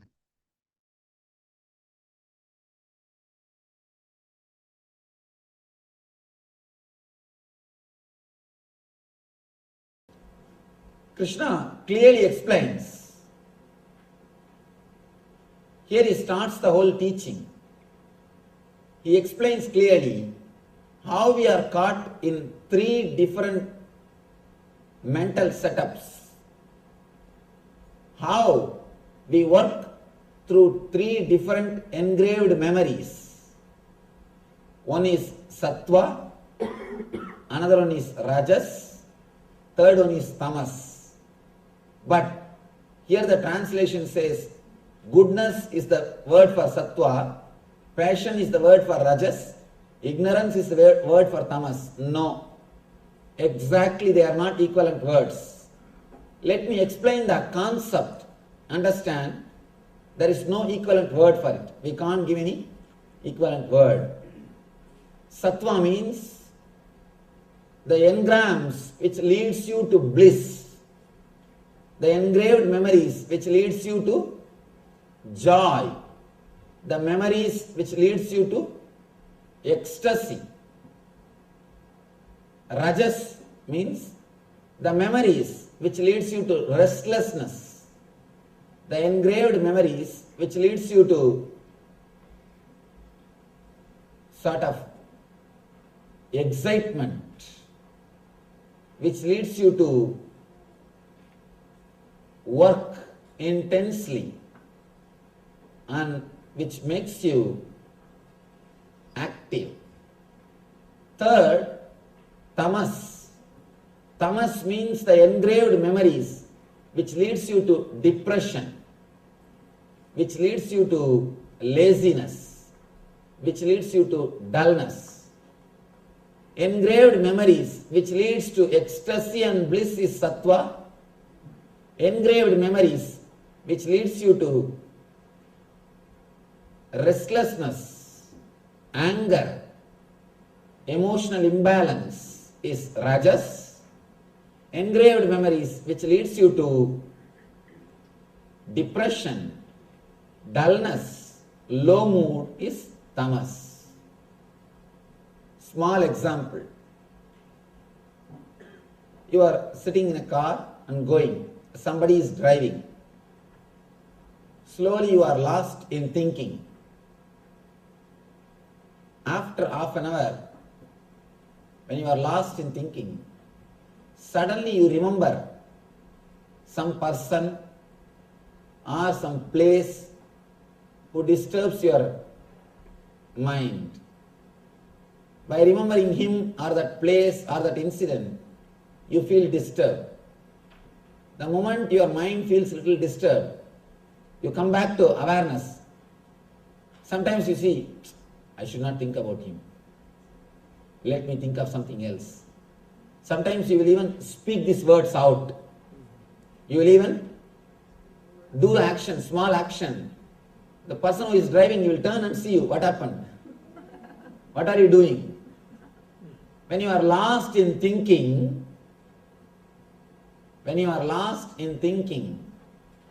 some memories comes up which makes you feel depressed or dull, disturbed, and suddenly you come back to awareness and you say, what am I thinking? And sometimes you even loudly say this, I should not think this.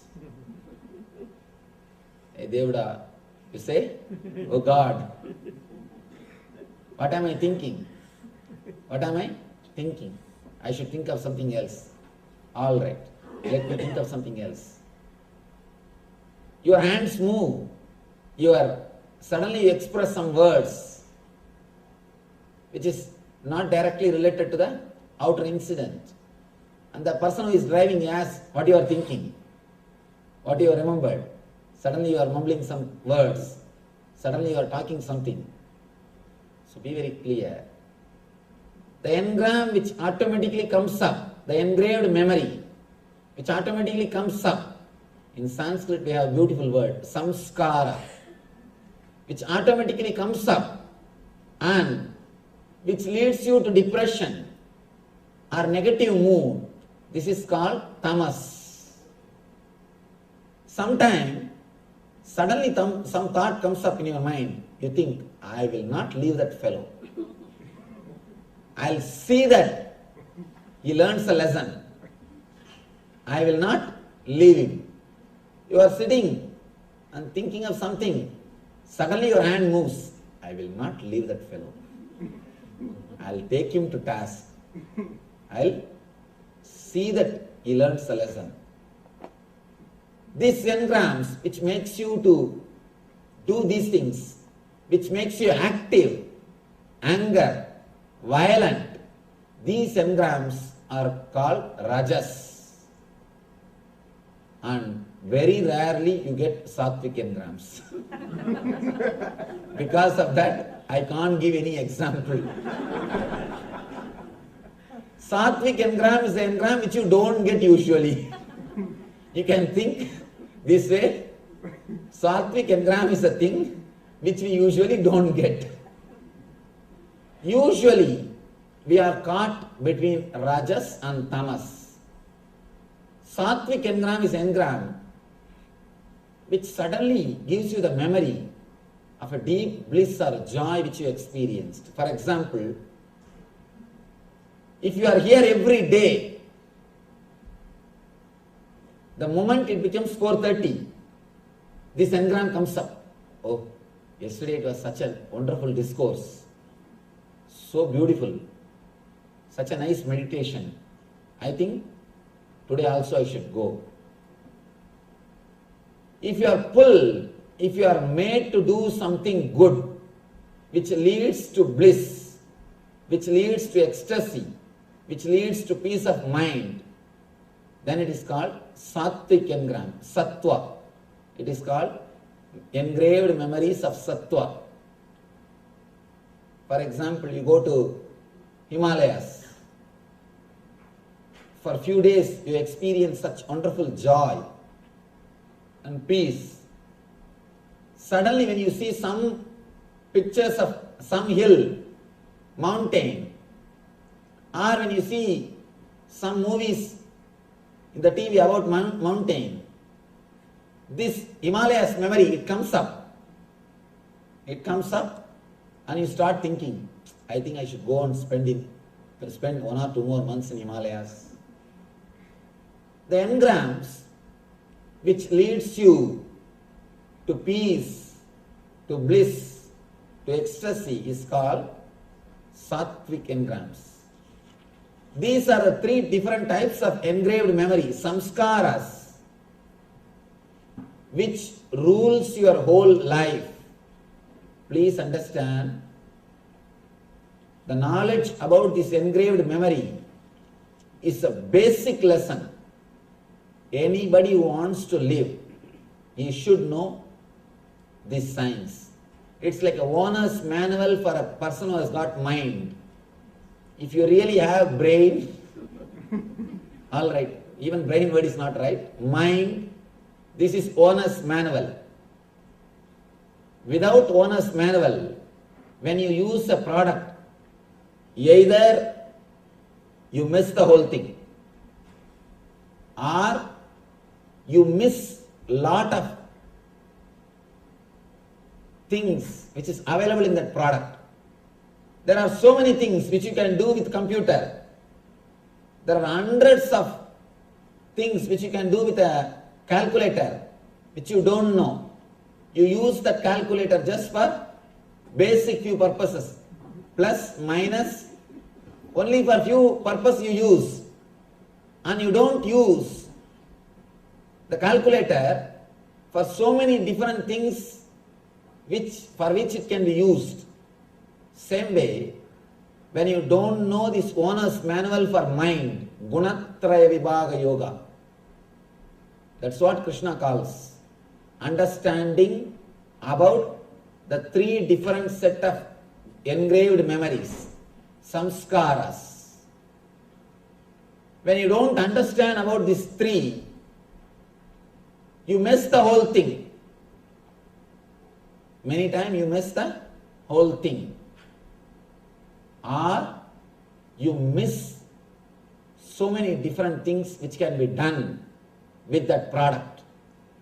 So many different things which can be done with that product. You can do so much with your mind.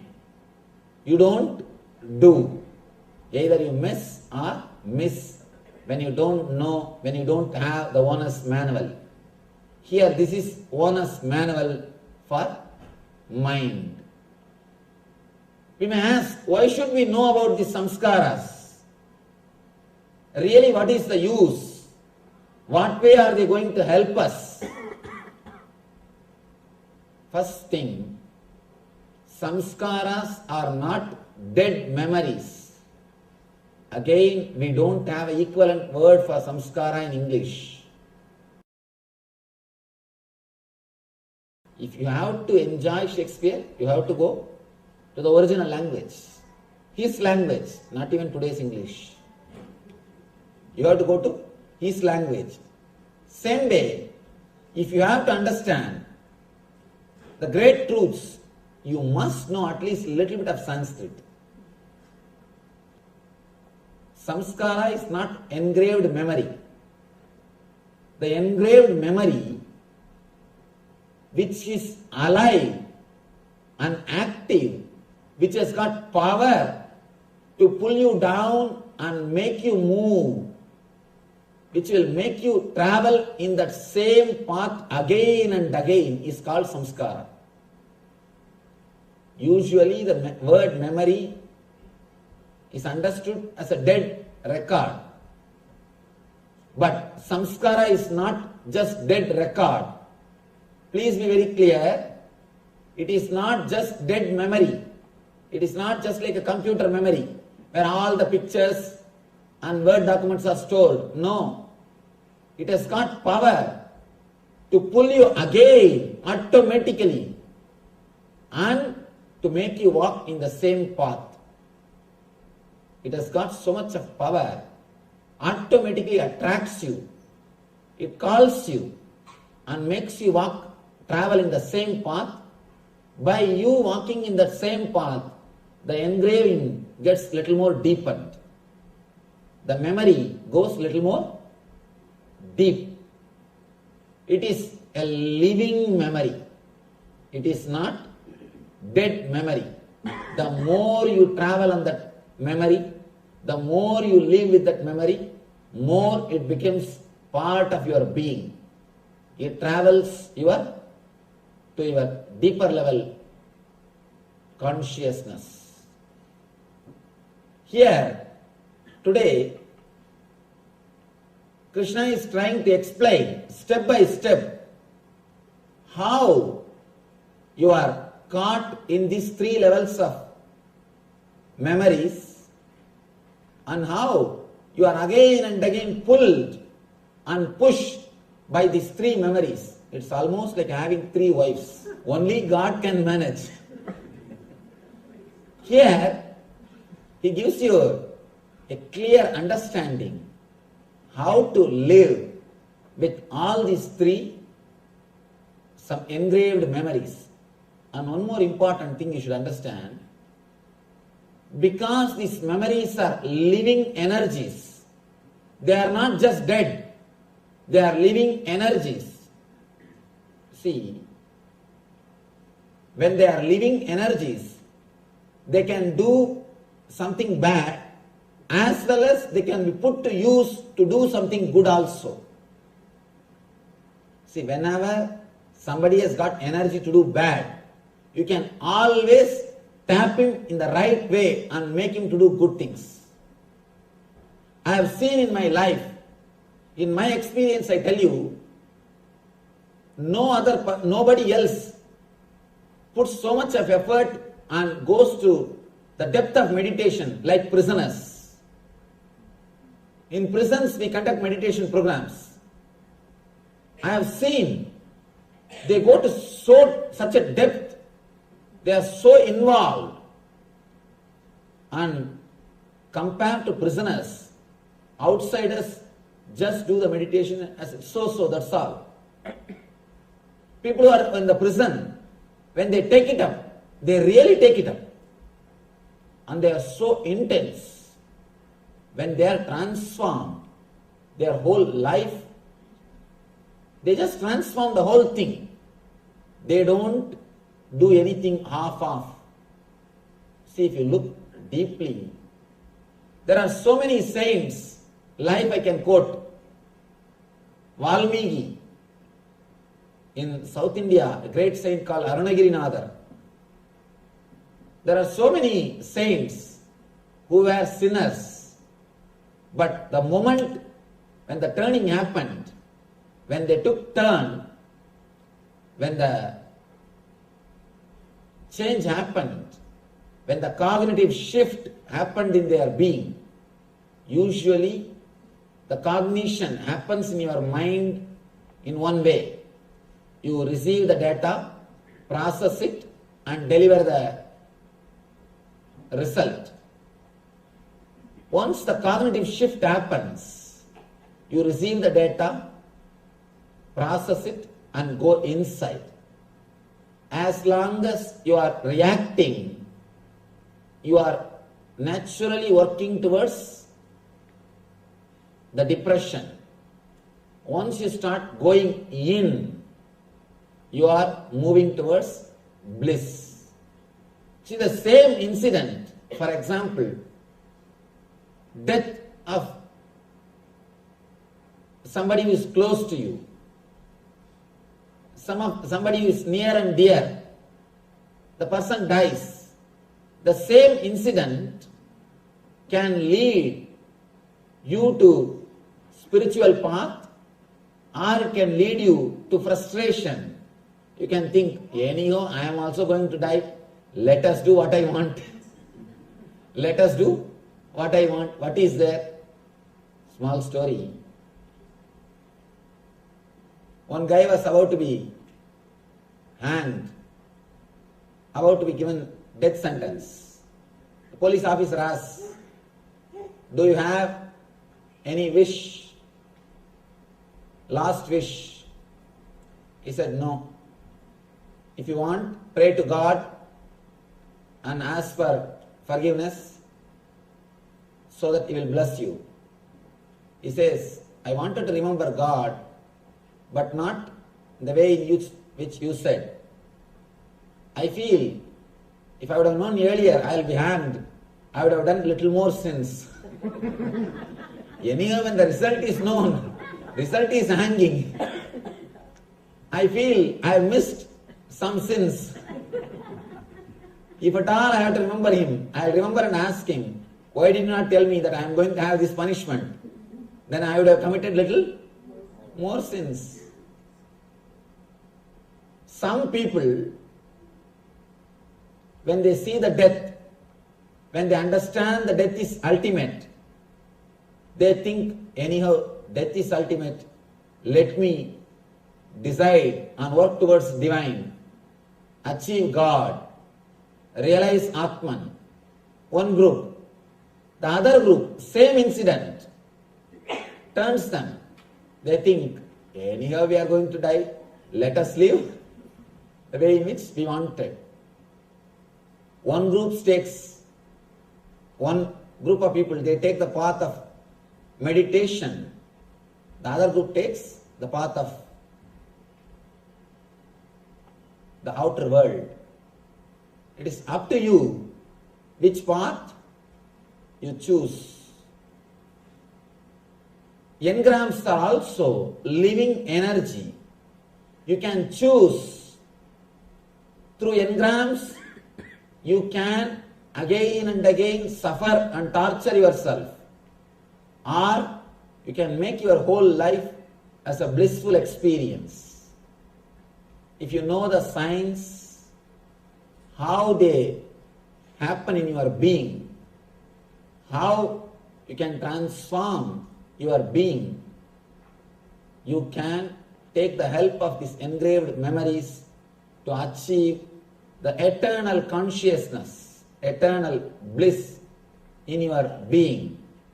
In your being.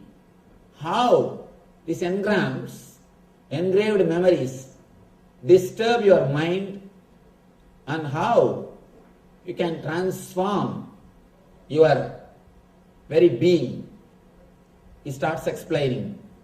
Tatra sattvam nirmalatvat prakasakamanāmayam suga sangena batnādi jnana sangena chanaka.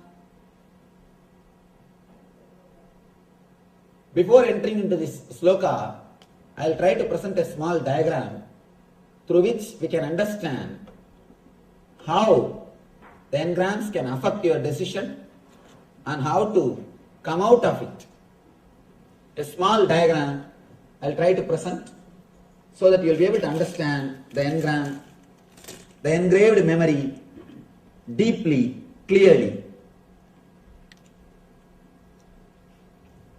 I already gave the basic understanding about this diagram, but let me repeat it so that you will be able to connect with this samskara.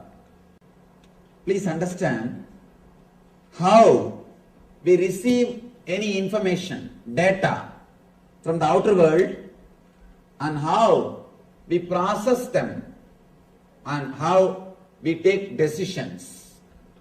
We come to conclusions. First thing, you see something through the eye.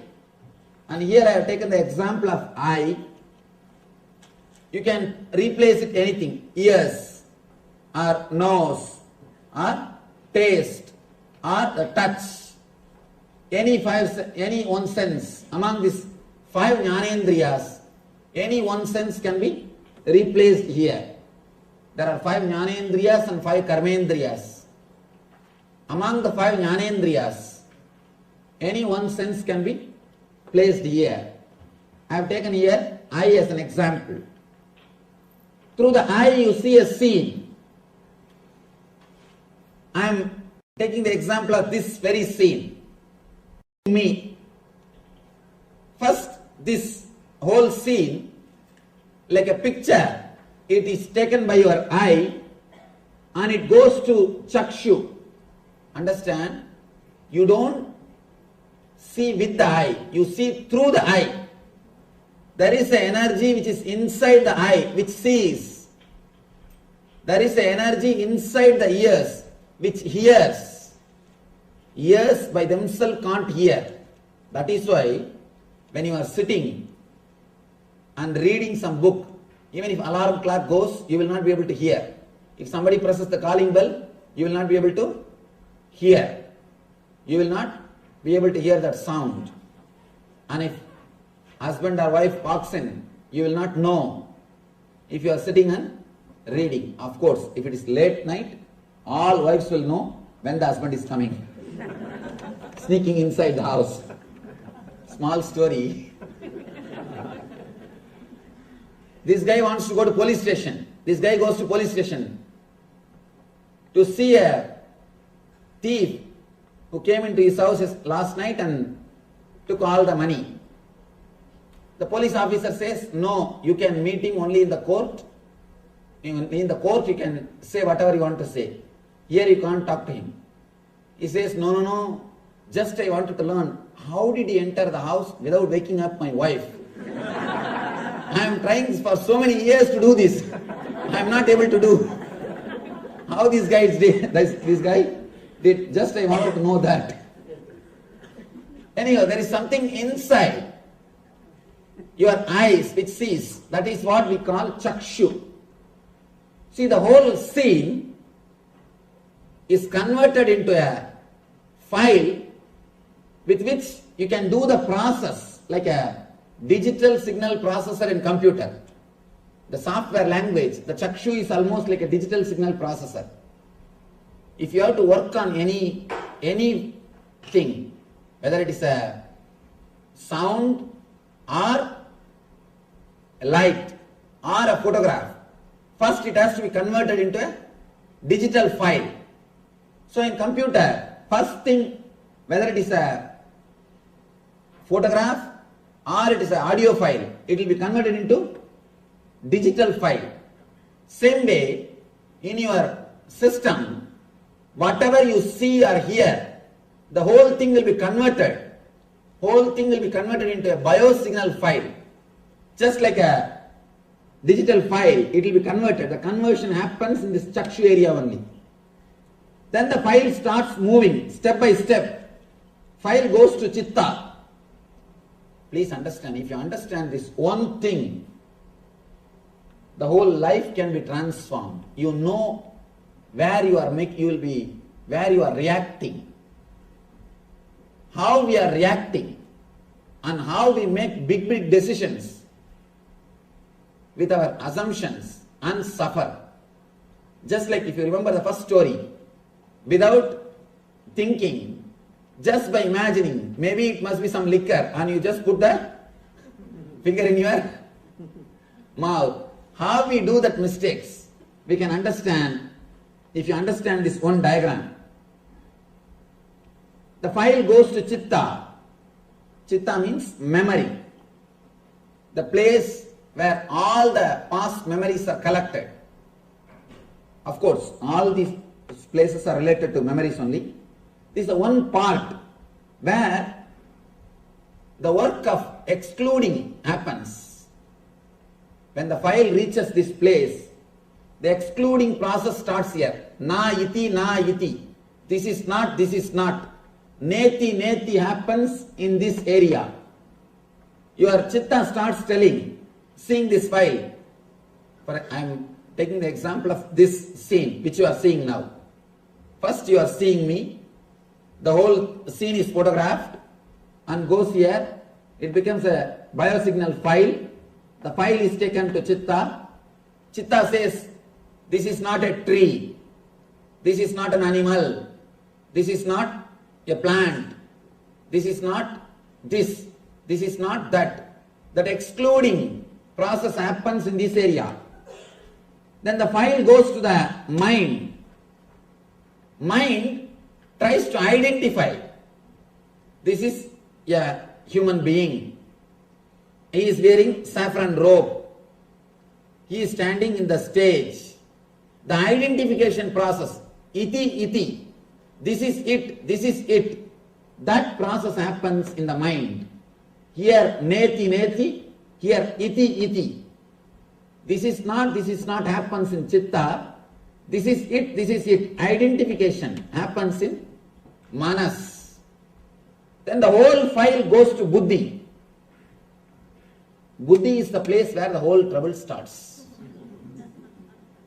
And here the analysis starts. What way I am related to this file? What way I am related to this scene? What way I should respond to this scene? According to the buddhi, if your past memories with me, if they are good, immediately you refer. What happened with yesterday lecture? What happened with earlier when I met this type of situations? You see, if your buddhi refers with the past memory, and it will decide if the past experiences with me, if it was pleasant, then you decide, let me stay and listen. If the past experiences are not pleasant, if you felt boring, then you say, this is not the place for me, let me go. If you take like a straight decision, then it's okay. But the problem is, if you had some problem with some other person who was wearing the saffron robe, that engram will be there. You will not even bother who is this person. You will just bring that to your memory. No, with that Swami I suffered like this. With this Swami I suffered like that. You will just bring a generalized memory and you will decide based on your past collected samskaras. That is where you start making the trouble. You start creating trouble. When decisions are taken with a straight understanding, no problem. But most of the time, you collect and connect the engrams which are not directly related to each other. Which are not directly related to each other. For example, if you see somebody wearing white dress, if you are hurt by somebody who was wearing white dress, the moment you see that white dress, even if you don't want, that memory will come back. That memory will come back. For example, if you are abused or disrespected in a house or in a place, next time when you cross that place, when you go to that house, even if that person is not there, automatically the memory will come up and you will have that same feeling. You will have that same depressed mood. You will have that same low mood. The reason is you connect, you associate things with the place, with figures, with memories and put it in file. Man as such cannot work spontaneously. So he has to take some system, some method, some way to reduce his processing work. Naturally, he opts for some way of arrangement of his memories. So when you take some way of arranging memories, you miss the real life. See, first few months you live with your husband or wife. After 3-4 months, you make a clear idea about her or about him. After that, please be very clear, you don't live with husband or wife. You just live with your imagination, with your understanding about her. After that, whatever she does is wrong. Whatever he does is wrong. You come to a conclusion. If at all there is something right, you say, by mistake I think you did these things. By mistake you did this right. By few months you come to a conclusion about the other person. You create an engram. And after that, whatever he or she does, you look through that engram, through that engraved memory. Only first few days you are ready to respond spontaneously.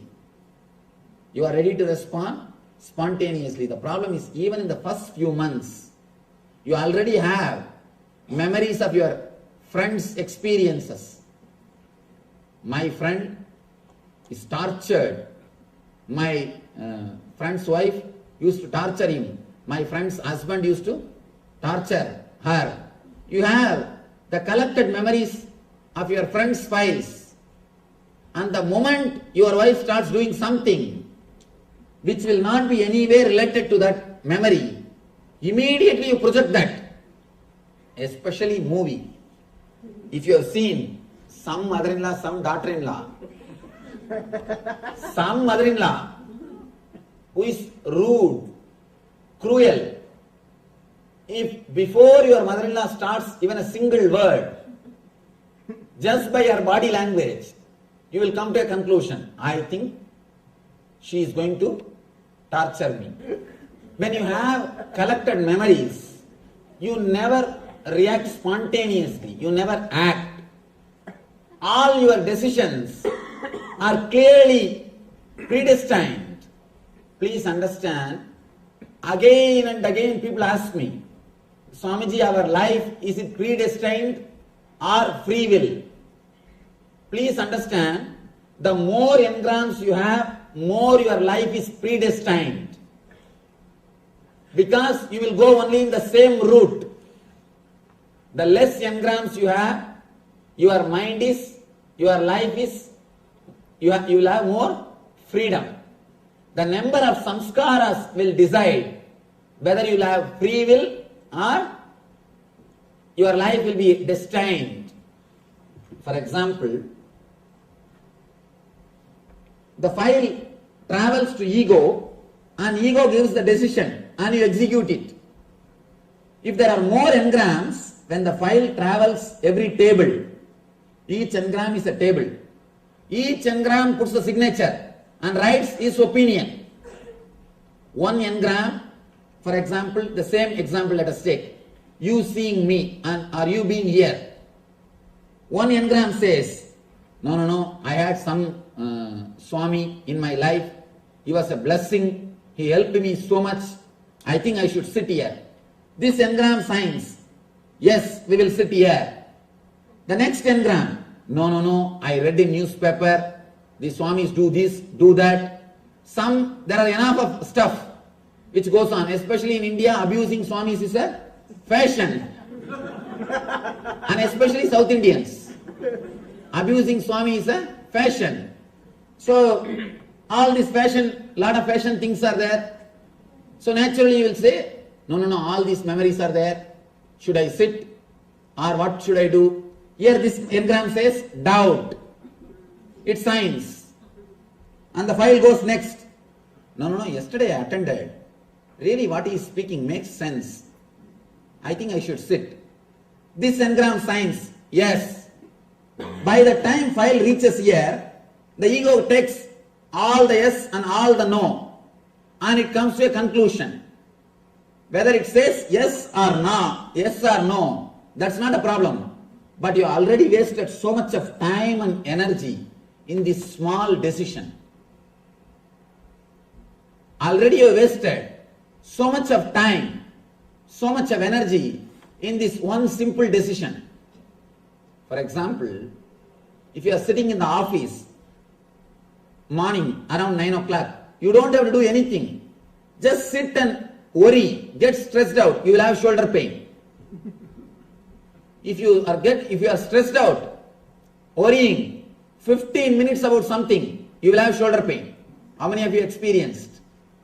Just 10-15 minutes, you will have shoulder pain. Nothing else needs to be done. Just simple worrying, simple decision making, you will have shoulder pain. Restlessness. The more the engrams, more you will be restless. The people with engrams can never sit in a relaxed way. Have you seen people continuously, they will be shaking the legs. Continuously they will be shaking the legs. The initial level they have to shake. After some time they will have Parkinson's, automatically it will shake, that's all. In the initial you have to shake with effort. After that, automatically it will shake. The stress, people with stress cannot sit quietly. So much of physical movement, so much of physical restlessness, because too many decisions are happening inside their unconscious. This space between the buddhi and ego is called unconscious.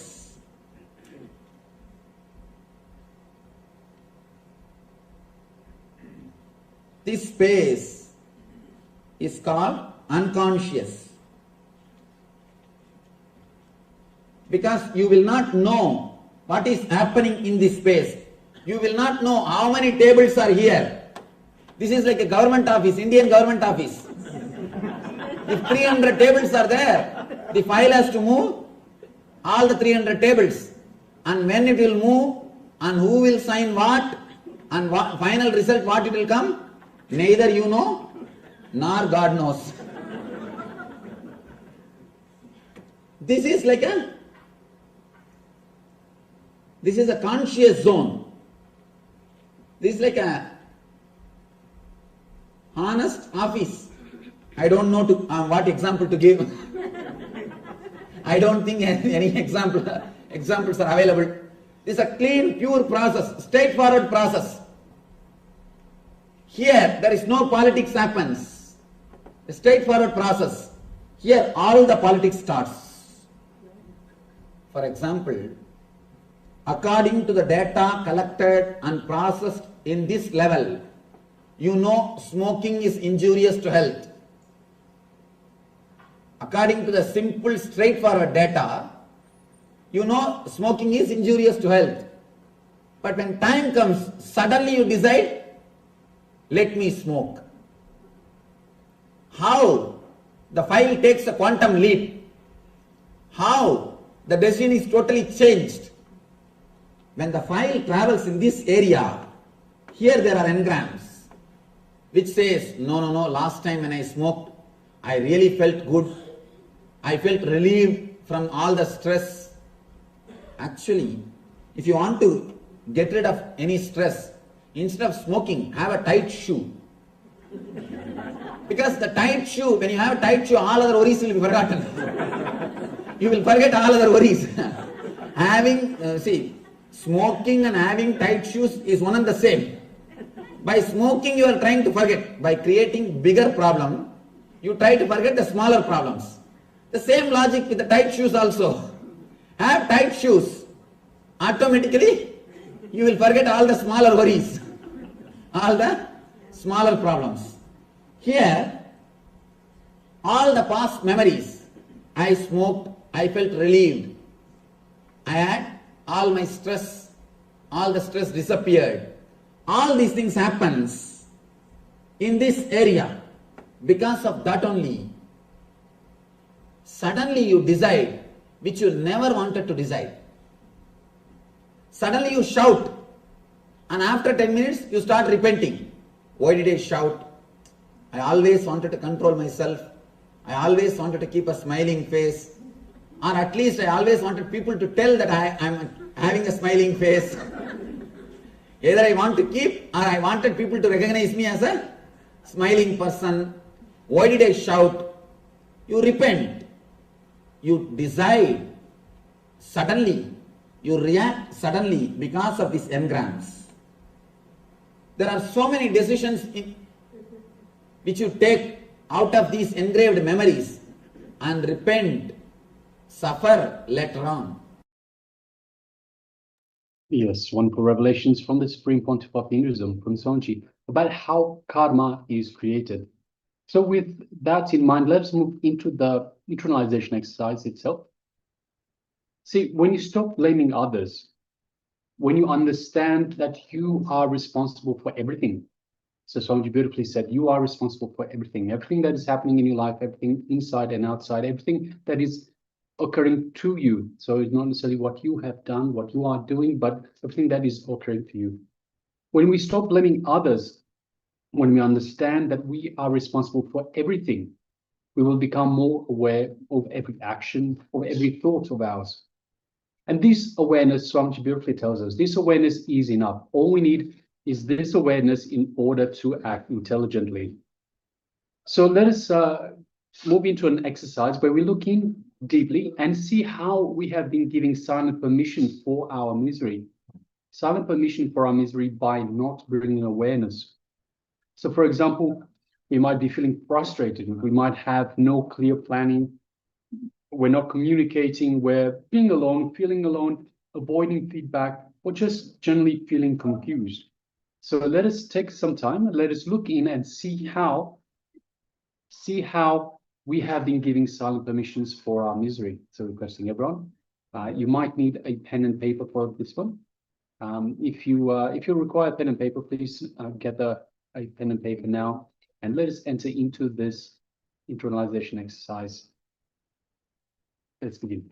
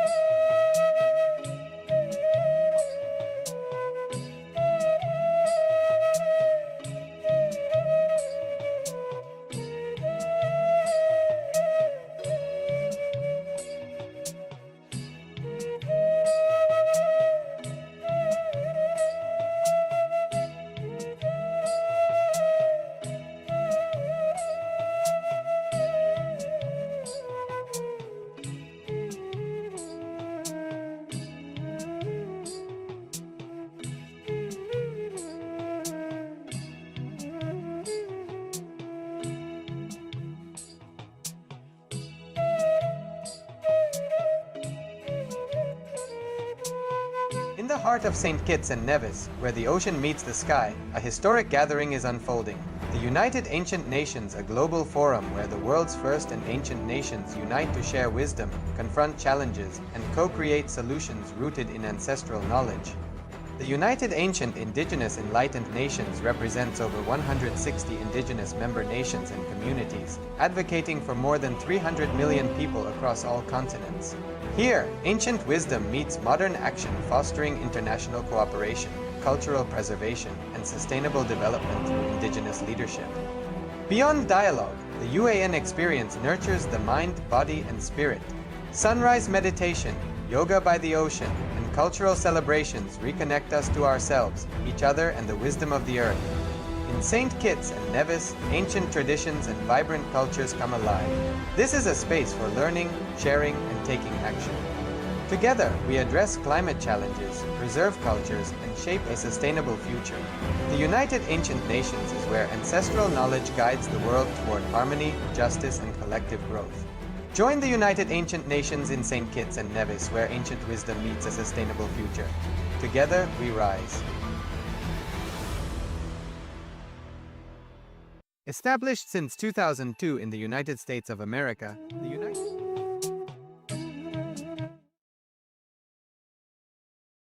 Yes, welcome back. So after that wonderful exercise, we are now moving into the power manifestation segment. So today's power manifestation is the power of Lakima. So let us get ready. In the first round, we looked at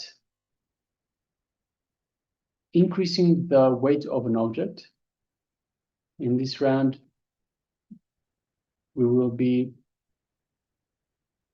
reducing the weight of an object. So requesting everyone to gather an object. So everyone that is here with us, requesting everyone to please switch on your cameras. And let's get ready for this power manifestation. So we'll be reducing the weight of an object. We'll have an object in front of us, and we will be, through the power of Lakima, reducing the weight of the object.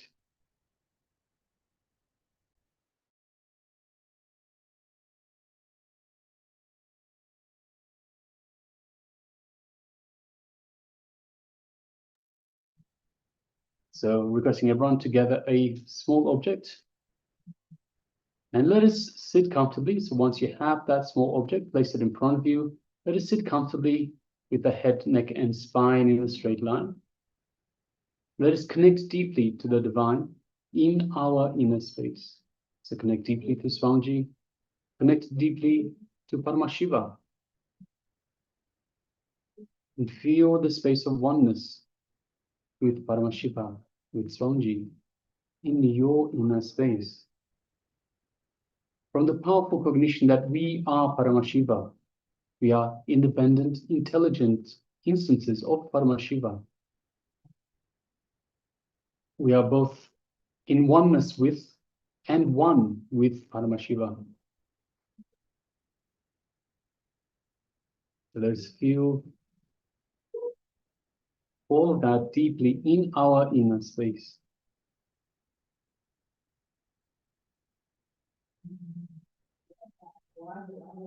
Let us take a quick measurement of the weight of the object. So if you have perhaps a kitchen scale, if you don't have a kitchen scale handy, you can either just feel the weight of the object and approximate the weight of the object with the hand. Or otherwise, you can also use an app, a phone app that approximates the weight of objects through the phone sensors. Just remember to use the same method after we affect the weight of the object. So just take a moment and take a quick measurement of the object.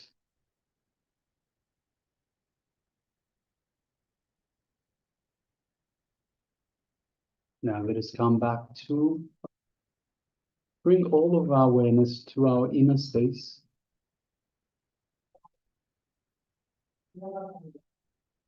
Feeling the space of oneness with Paramashiva. Let us start chanting Mahavakya. Om Nityananda Paramashivoham. Om Nityananda Paramashivoham. Om Nityananda Paramashivoham. Yes, continue chanting the Mahavakya throughout the power manifestation.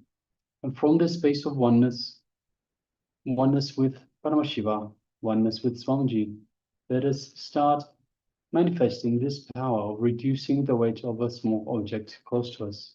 Let us begin.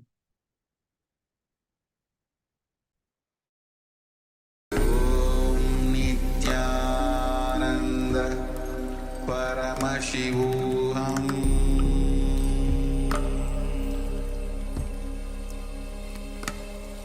Om Nityananda Paramashivoham.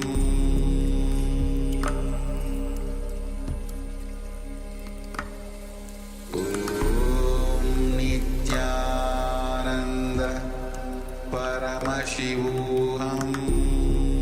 Paramashivoham.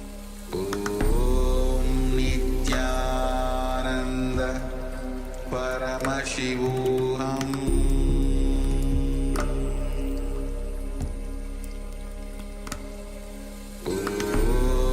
Nityananda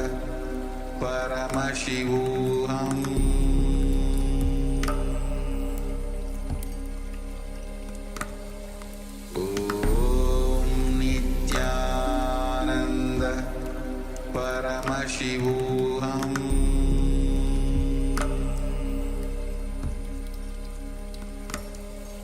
Om Nityananda Paramashivoham.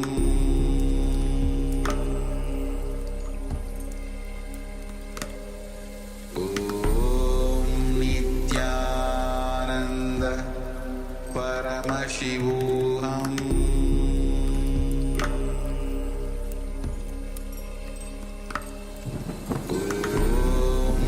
Nityananda Paramashivoham.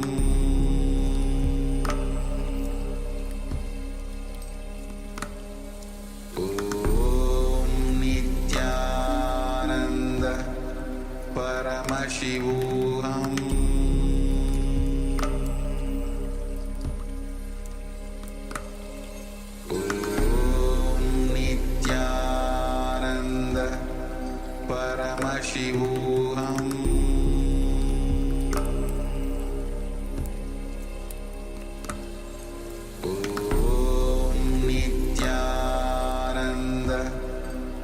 Paramashivoham.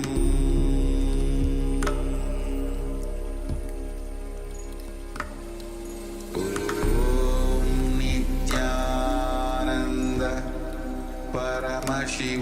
Om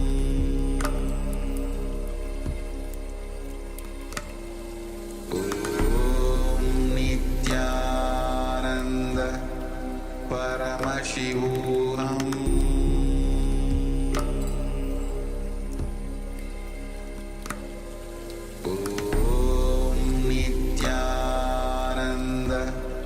Paramashivoham.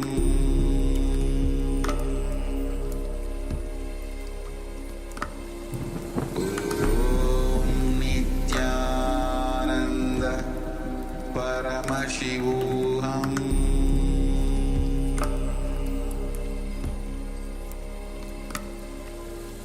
Om Nityananda Paramashivoham.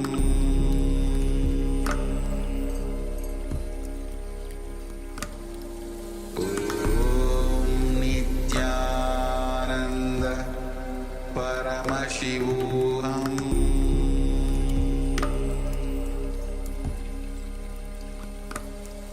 Om Nityananda Paramashivoham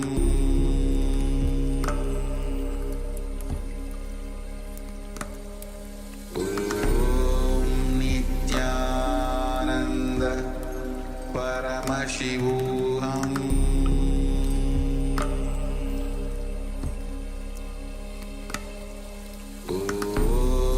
Nityananda Paramashivoham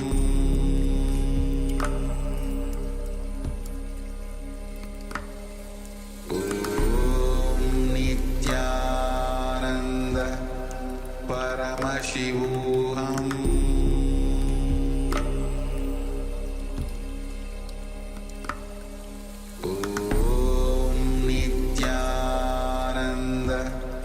Paramashivoham Om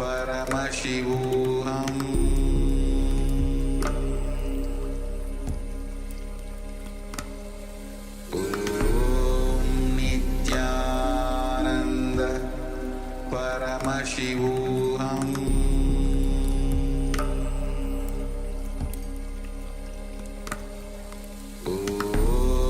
Nityananda Paramashivoham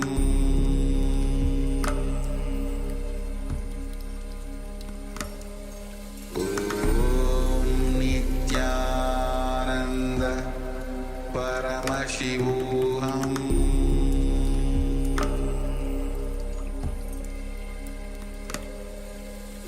Om Nityananda Paramashivoham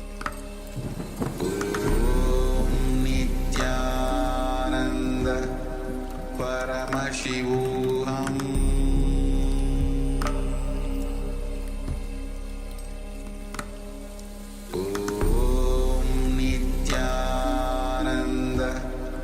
Paramashivoham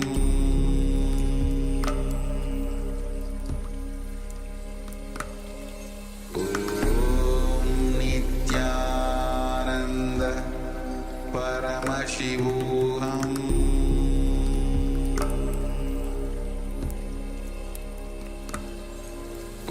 Om Nityananda Paramashivoham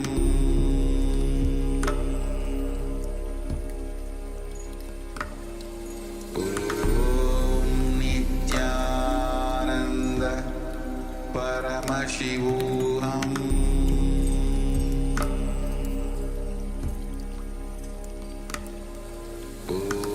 Om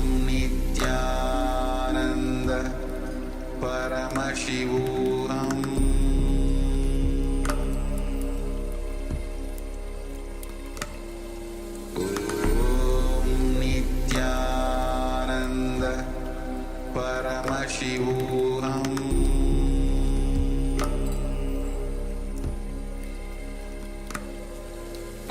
Om Nityananda Paramashivoham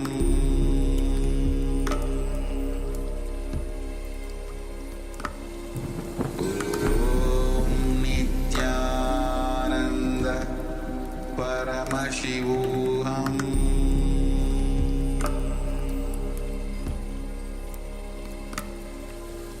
Om Nityananda Paramashivoham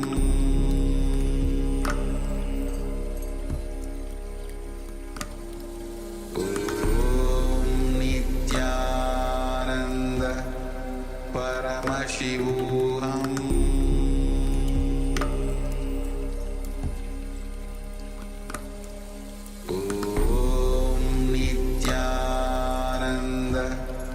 Paramashivoham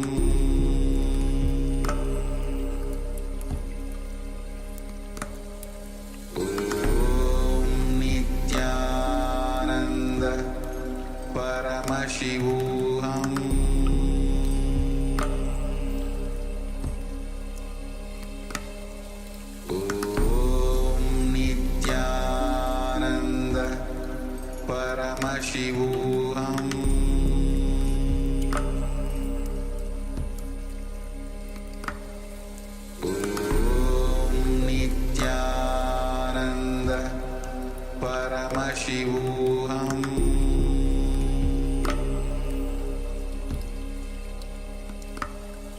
Om Nityananda Paramashivoham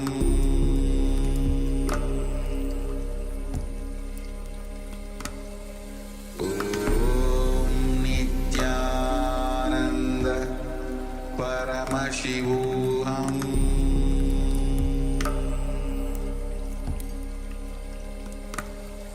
Om Nityananda Paramashivoham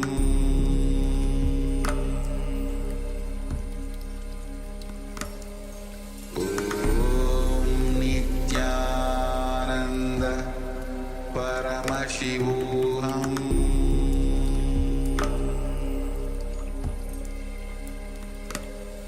Om Nityananda Paramashivoham Om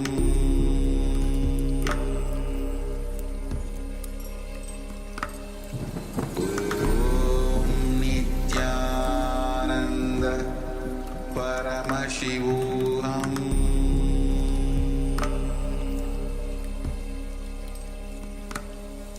Om Nityananda Paramashivoham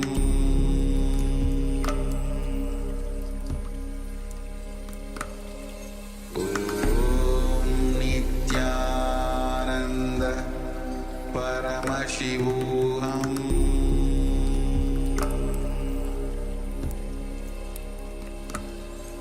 Om Nityananda Paramashivoham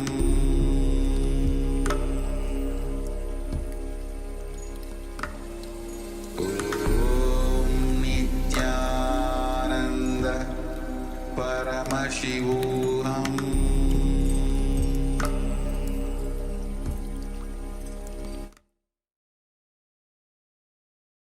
All right, you can relax now.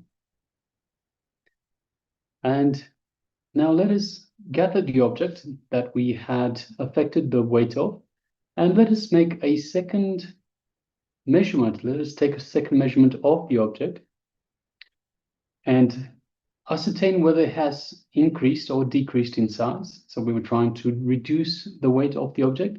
So let us ascertain whether it has reduced in weight, and if so, by how much. So requesting everyone, if you've taken part in this power manifestation, please go ahead and share with us.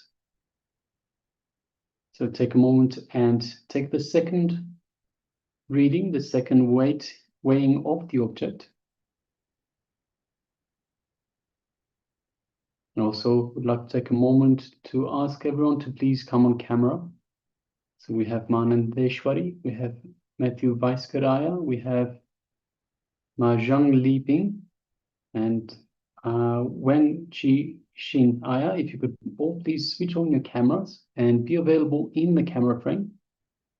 Be available for this program itself and available for yourself.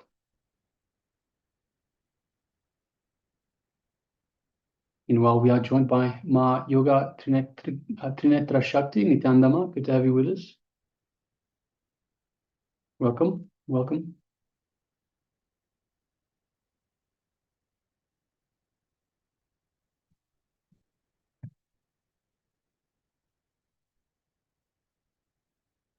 Yes, so once again, requesting everyone to take a second measurement of the object, of the weight of the object, and let us know how you went.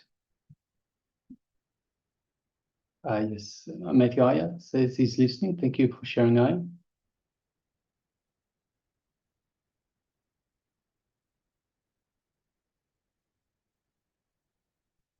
All right.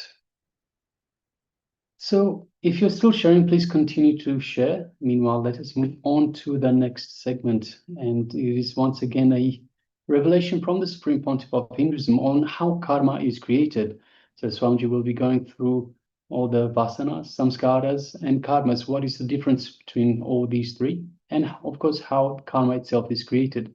So requesting everyone, let us sit comfortably with the head, neck, and spine in a straight line. Let us hear from the Supreme Pontiff of Hinduism on these subjects. Let's begin.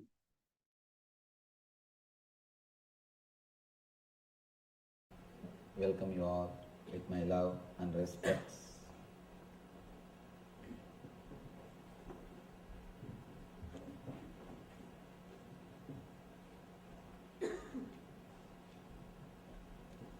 No questions, only doubts.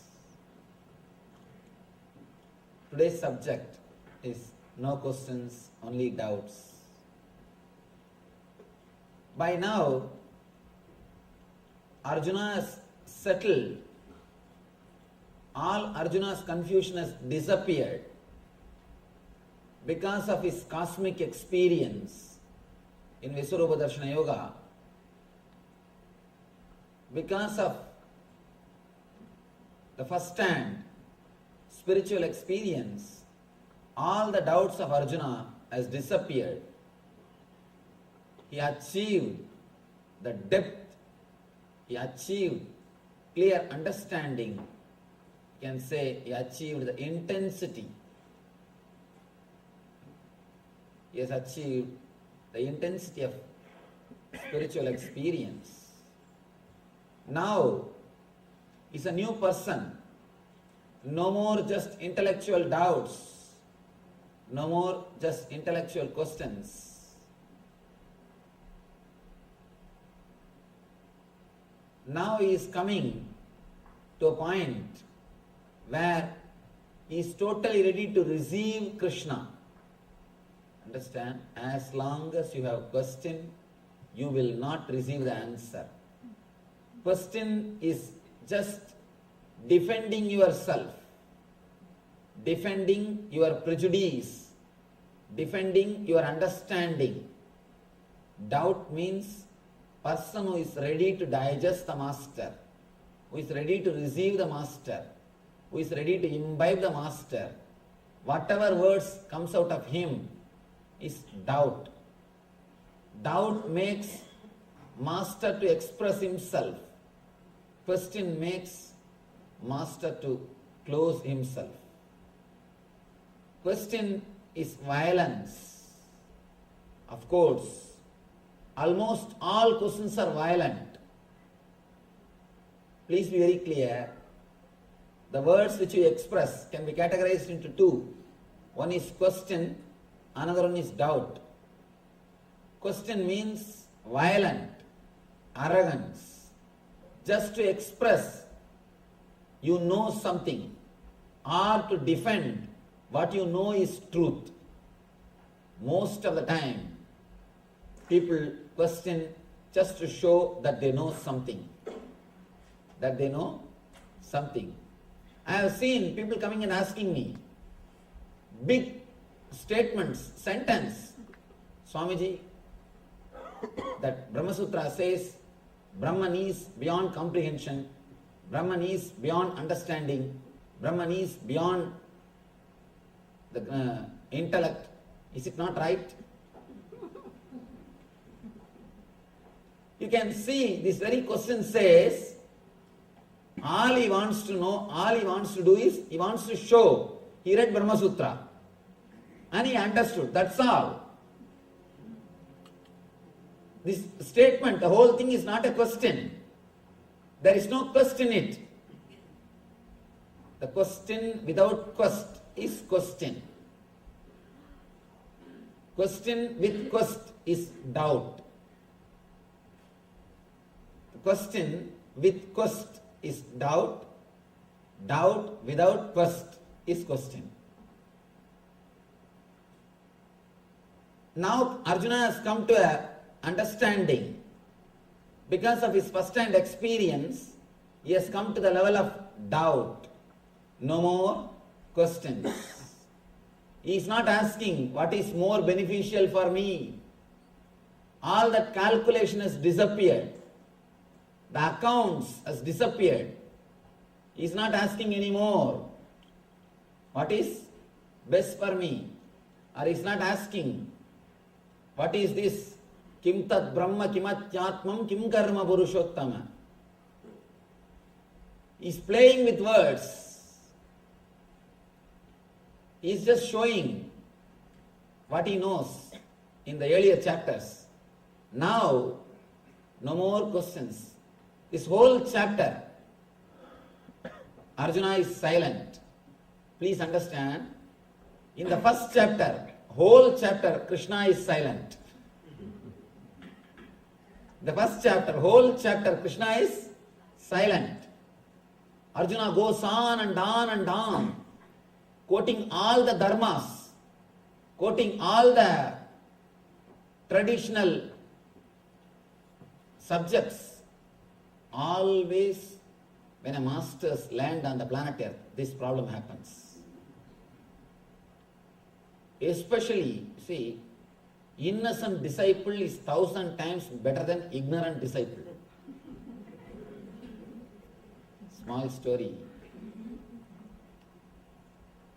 One guy goes to a music teacher and says, Master, I learnt music 4 years. Now I want to learn from you. How many years it will take? He says, it will take 6 years. Next guy comes, Master, I learnt music for 2 years. How many years it will take for me? He says, maybe 2 years. Third guy comes, Master, I have not learnt anything. I am fresh. How many years it will take for me?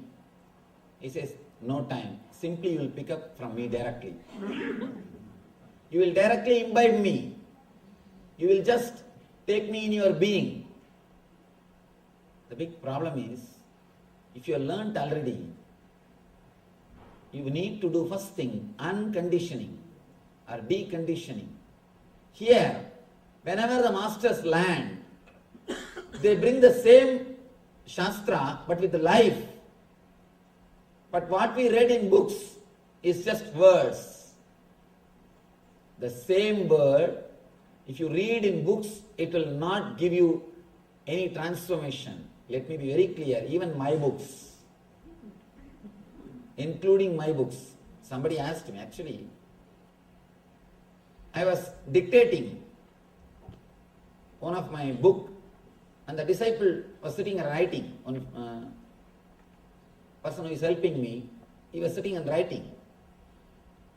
Suddenly on one spot he stopped me. Swamiji, please tell that statement clearly, I am not able to understand. I gave that statement clearly. Then he said, Swamiji, what is this? Just 3 chapters ago you made another one statement, now it is contradicting. It will confuse people. I told him, write what I say. Don't talk more. Then he asked me, if I myself get confused, naturally people will get confused. Then I have to tell the truth. What for you think I am writing books? To tell you honestly, let me be very clear. Books are just to create little confusion so that you will start searching. You will start seeking the truth in reality. No book can give you the truth. Books are created just to create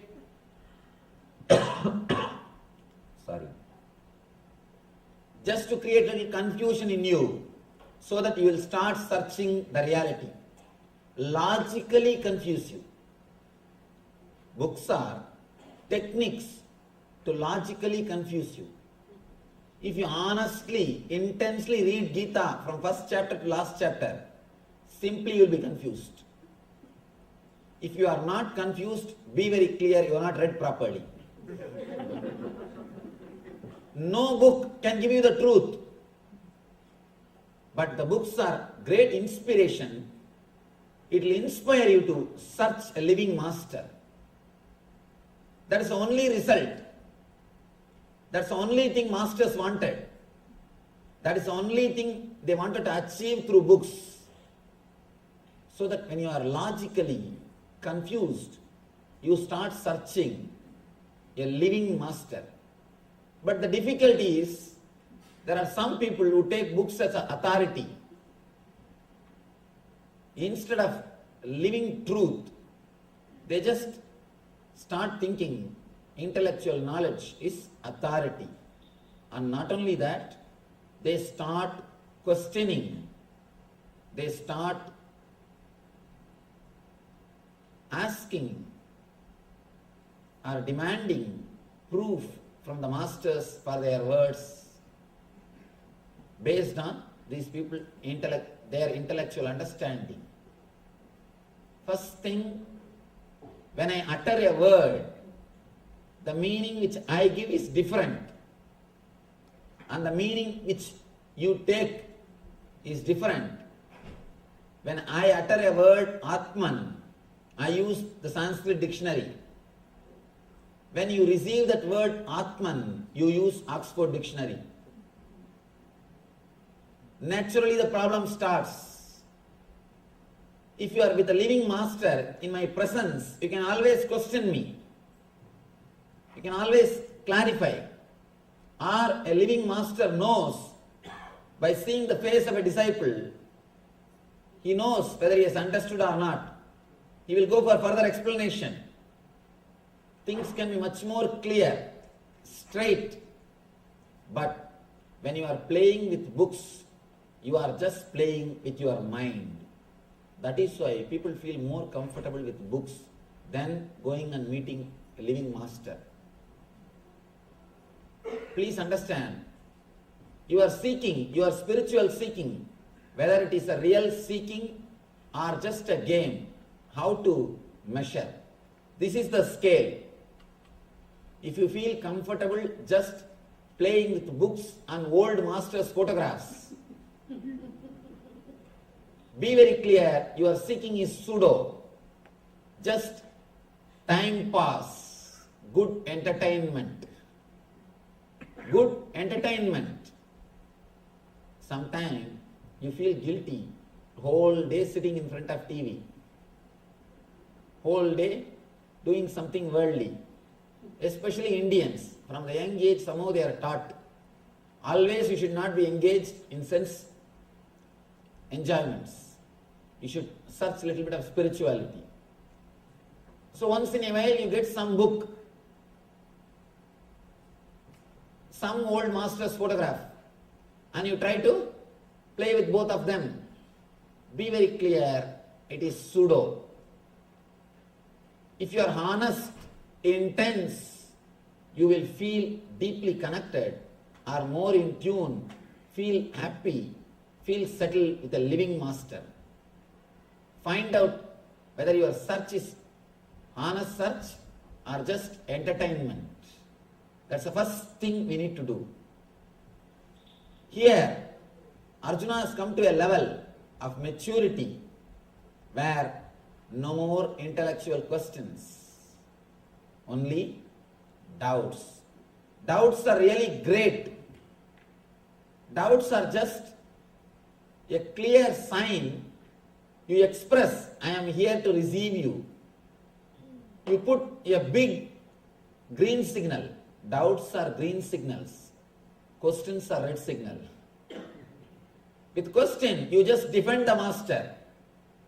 You tell him, stop. Enough what you are speaking. First, reply for this. You try to bring the old intellectual words to defend the living energy.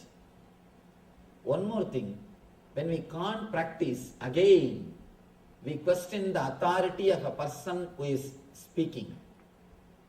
Here, Arjuna did everything. First, in the second chapter itself, the moment Krishna started speaking about the Atman, Nainam Chindanti Sastran, Nainam Dagati Pavakaha, immediately Arjuna is asking, Sthita Prajnasya Kavasha. How an enlightened man will speak? Tell me the truth. What for he is asking? He wants to measure. With that scale, he wants to measure the Krishna, whether he is enlightened or not. It starts with violence, with questions. Slowly, slowly, slowly. In the 9th chapter, when Krishna revealed the Rajavidya, Rajaguhyam, the ultimate secret that existence is intelligence, cosmic universe is intelligence, the doubts are cleared. The questions slowly started settling. Next, when he heard the glory of Krishna, slowly the love started happening. When Krishna showed the cosmic form, he experienced the truth. He experienced the truth. In the 9th chapter, intelligence started. In the 10th chapter, the devotion started. In the 11th chapter, being, the energy, experience happened. Now, almost all the questions have disappeared. Ramakrishna says beautifully, in a marriage ceremony, before the food is served, people all will be sitting in a row and talking. What is going on? What is happening? How much dowry was given? What all the puja, what all the vessels they made? What all the jewelries they made? What is happening? All the talks will go on. Once the food is served, slowly the sound will reduce. Once the curd rice is served, only you will hear the sound chup, chup, chup, that's all. Nothing else. Only the sound of eating will be heard. Ramakrishna says, till you receive the experience, as long as you are reading the menu card, means only books, the talking, noise, sound will continuously go on. Once you started the experience, all the sounds will disappear. You will have only small, small sounds which expresses your experience. Nothing else. Here, first thing, Arjuna has questioned the authority of Krishna and got cleared. Then he is questioning, what is beneficial for me? The accounts mind. First resistance, then indifference, now acceptance. All that accounts mind has disappeared. You should understand one thing. Person who is creative, person who is Brahma, the energy of Brahma, the energy of creator is different. The person who is accounting, continuously doing calculation is totally different. Architects are creators, engineers are accountants. Architects are creators, engineers are accountants. Engineers may have money, but architects will have a tremendous satisfaction that they have created. When you create something, you become God. That is why the creativity gives you such a deep satisfaction. Nobody can create except God. Only God can create. If you are creating something, at that moment you are experiencing godliness in you. Please be very clear. Nobody except God can create. If you are creating something, at that moment you are experiencing godliness in you. That is why in the Vedic system, when a woman is pregnant, she is worshipped, respected. She is respected. Of course, in those days, not only they are respected, people believe at the time of pregnancy, if they touch somebody's head and bless, they will be healed. Because she is creating. When she is creating, she is radiating the divine energy. She is God. She is experiencing godliness. She is experiencing the divinity in her. Only godliness can create. Architects will have tremendous satisfaction. Engineers may have money, but not the satisfaction that they created. A small story. Two architects and two engineers. Both of them are traveling from Bangalore to Delhi.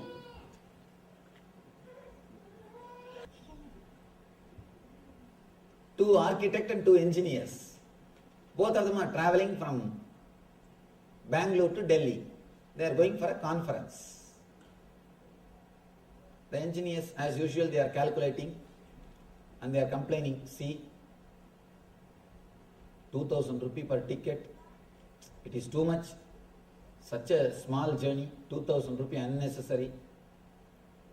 2,000, 4,000 rupees. What we will get from conference?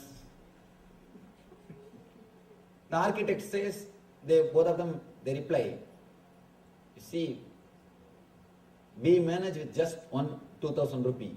We take only one ticket. We both of them manage. Engineers are surprised. How do you manage? When the ticket counter comes, how do you manage? Oh, that's just a simple job. When the ticket counter comes, we just go into the bathroom and see the drama what we do. TT came and these guys entered, both of them entered into the bathroom.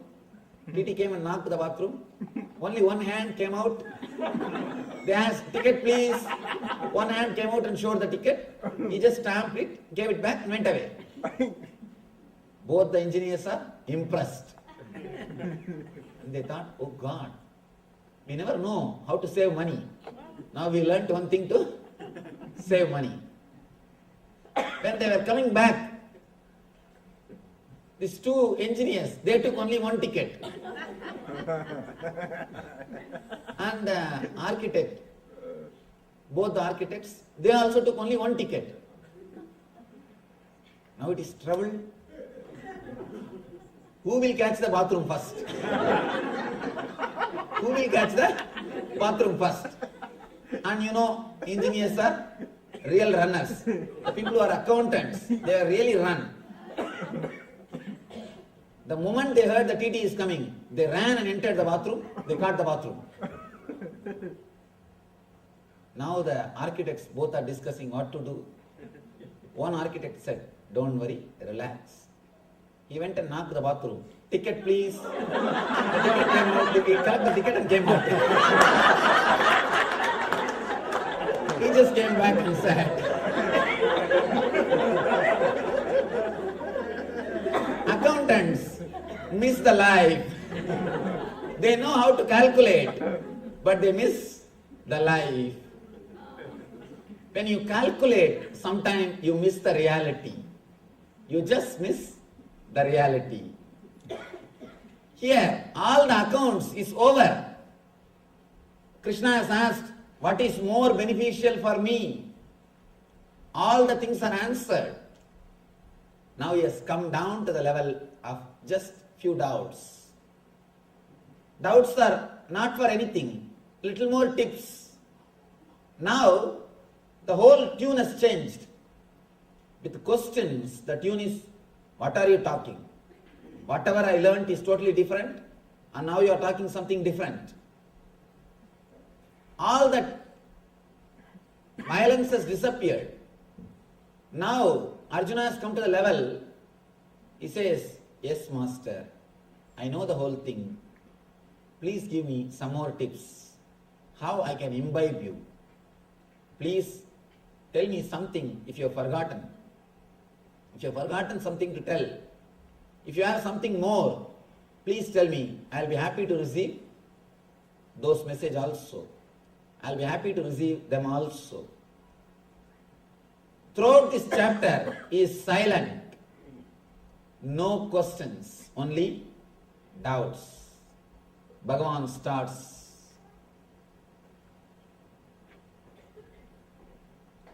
Sri Bhagavan Uvacha Urdvamulam Adaschaham Asvattam Brahuravyayam Chandam Siyasya Varnani Yastam Veda Savedavit.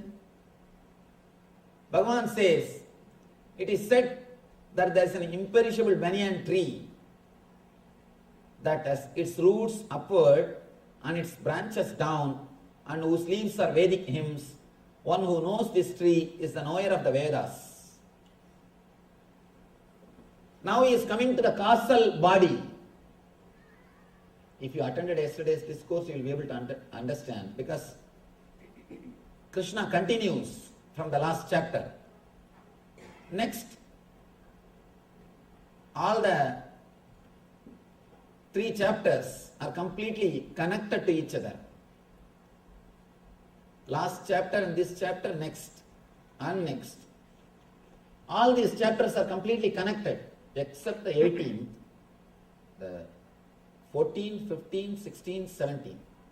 All the 4 chapters are continuous discourses. Now Krishna comes to causal layer. Yesterday he spoke about the first 4 layers. Now he is coming to causal layer. He is explaining about the deeper layers. Of course, physical body, you know, body which is made out of flesh and bones, which you are having now. The next layer, these are all components of your being. All these 7 layers put together only you. You as you are is totality of all these 7 layers. The second layer, pranic body, is filled with desires.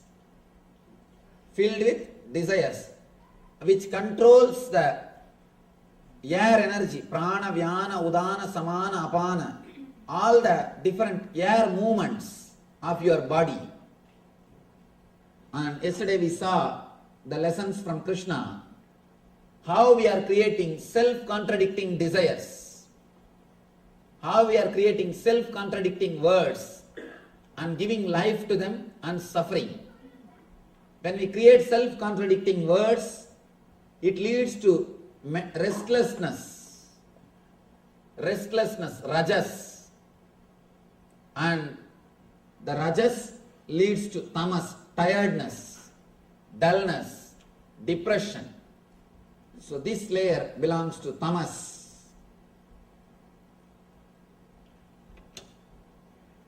The second level, this is sattva.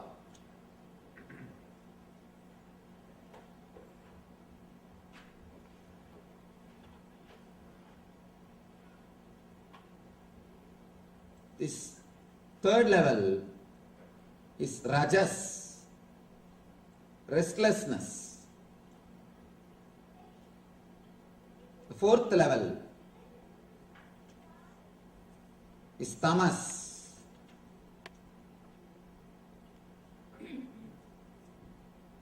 The fifth level, the causal body. This is called Karana Sarira. This causal body is what Krishna calls Urdhva Moola Mataschagam, where all our engrams are stored in seed form, in the form of seeds.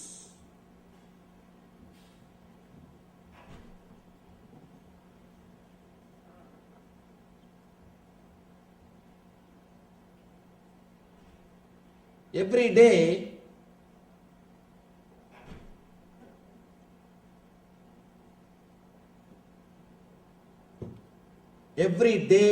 you enter into the causal body at the time of deep sleep. When you sleep, when you fall asleep beyond dreams, not when you dream, when you fall asleep beyond dreams, at that moment you fall into the causal body, the fifth layer of your being.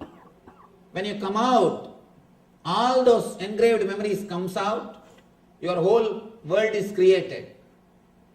Every day you merge in this layer and come out of that layer. Now, Krishna is explaining the secrets related to that layer. Yesterday he spoke about the secrets related to these 3 layers. How we are disturbing our desire energy. Understand? Desire is pure energy. You create troubles only by creating self-contradicting thoughts. If you don't have self-contradicting thoughts, all your desires will lead you to deep fulfillment. Desire is energy. Yesterday, Krishna spoke how the energy can be used properly, how we are abusing it, how it can be used. Next, how we fall into restlessness by abusing it. Third, even after the restlessness, if you are not correcting your mistakes, if you are not clearing the self-contradicting desires, you fall into tiredness.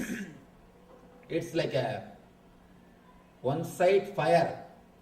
You are creating fire and the pressure cooker is there.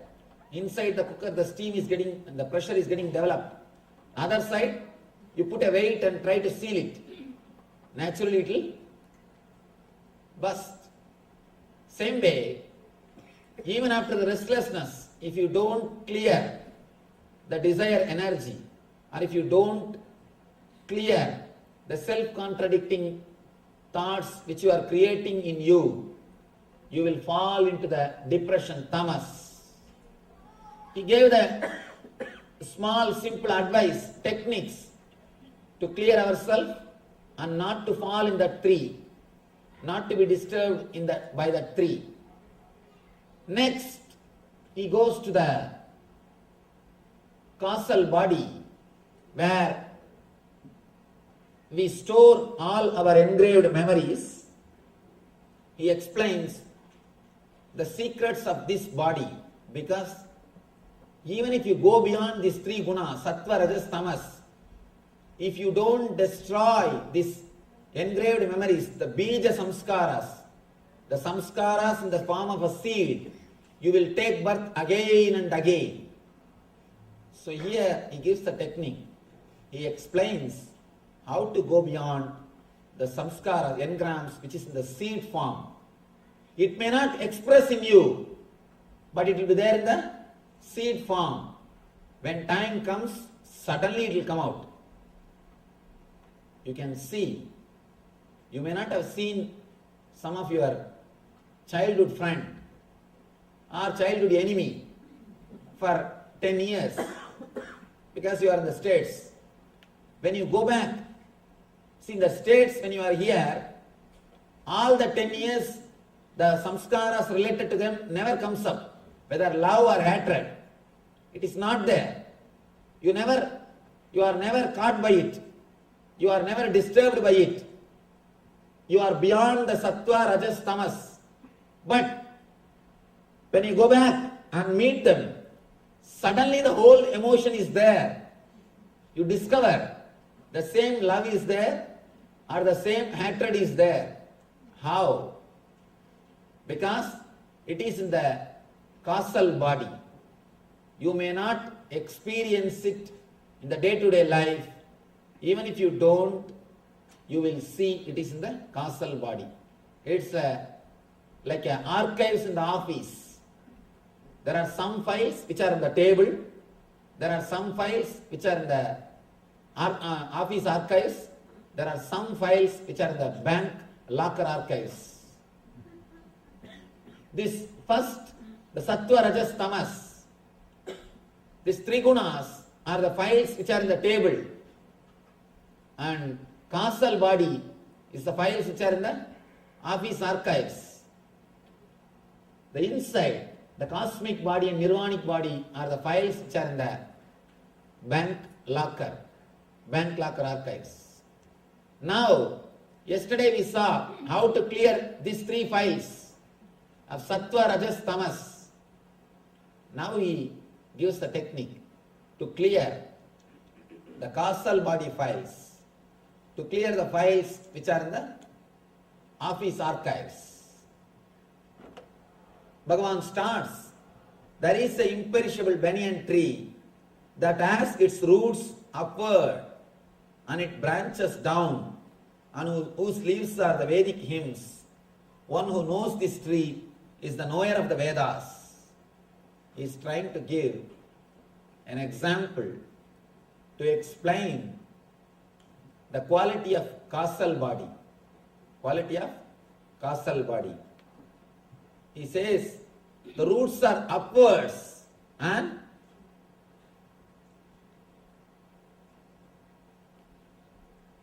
branches down. Why he says roots are upwards and branches down? Please understand. He says roots are here, branches are here. Because for any tree, if it has to grow, it will take water through roots. It needs support from roots. Roots only decide the strength of the tree. Roots are going to decide the way in which the tree is going to live. The physical body, whatever you are taking through physical body, that only is going to decide the depth of causal body. That is why he says roots are up, roots are in the outer world, and branch is in the inner world. Roots are out. Whatever you take through five senses, that is the water or strength for the causal body. Causal body is, here he says leaves, and here he says root. The tree is upward, tree is topsy-turvy. Whatever you take through the five senses from the outer world, that only is going to enrich the causal body. And an important next statement, the leaves of the tree is said to be the Vedic hymns, Veda mantras. Yesterday I was making an important statement. All the words which you continuously repeat inside your mind without your consciousness, whatever words you repeat in the unconsciousness, especially morning when you are alone in the bathroom, those words are the mantras which shows path for your life. What are the words you repeat with yourself? They are only going to decide the way of your life. Just try to analyze your mind. What are the words you repeat with yourself? When you are alone, when you are sitting with yourself, what are the words you repeat? Those words are only going to decide the path in which you are going to travel. Mantra means manasasya stiraha idi mantraha. What makes your mind strong is mantra. Mantrayate idi mantraha. Which shows the way for man is mantra. Tra means road, way. The words which shows way for you is mantra. The words which makes you strong is mantra. Now, he says, the roots are in the physical world, physical body, up, and the leaves are in the causal body, down. Roots are up and leaves are there. And he makes one more statement. Leaves are Vedic hymns, Veda mantras. Means the words which you are storing in the causal body. That only is going to decide your life.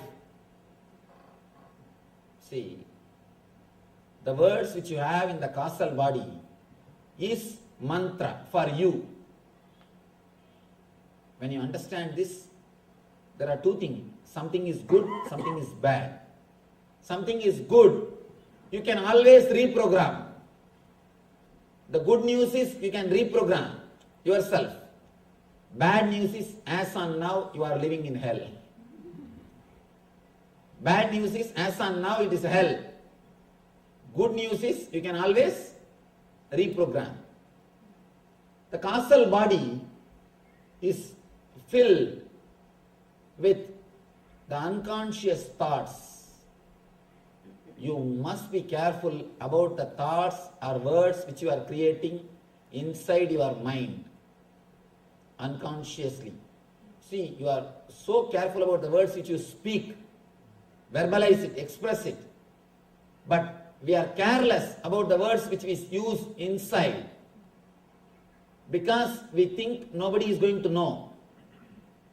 If you are not careful with the words which is expressed, you know what will be the result.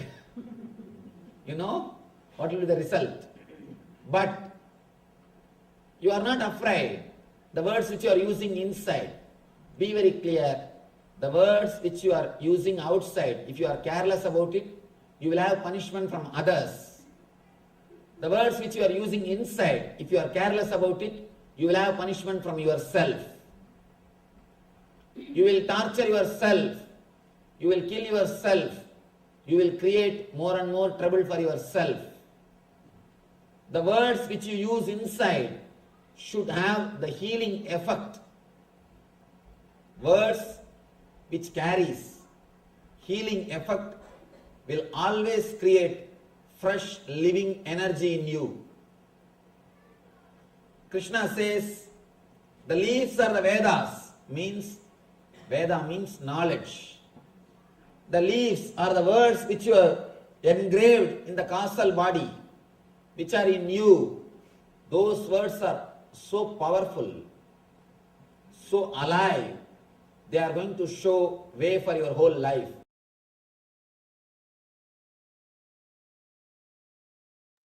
You can relax now. So with this, let's move on to the internalization exercise for this Swamiji as revealed the samskaras, the vasanas, the karmas. So any emotion, Swamiji said that any emotion, when you live intensely, it simply liberates you from that particular emotion, whether it is anger, whether it is fear, or even the desire to eat, or even any attachment to a person or object. When you live an emotion, it will simply liberate you from that emotion.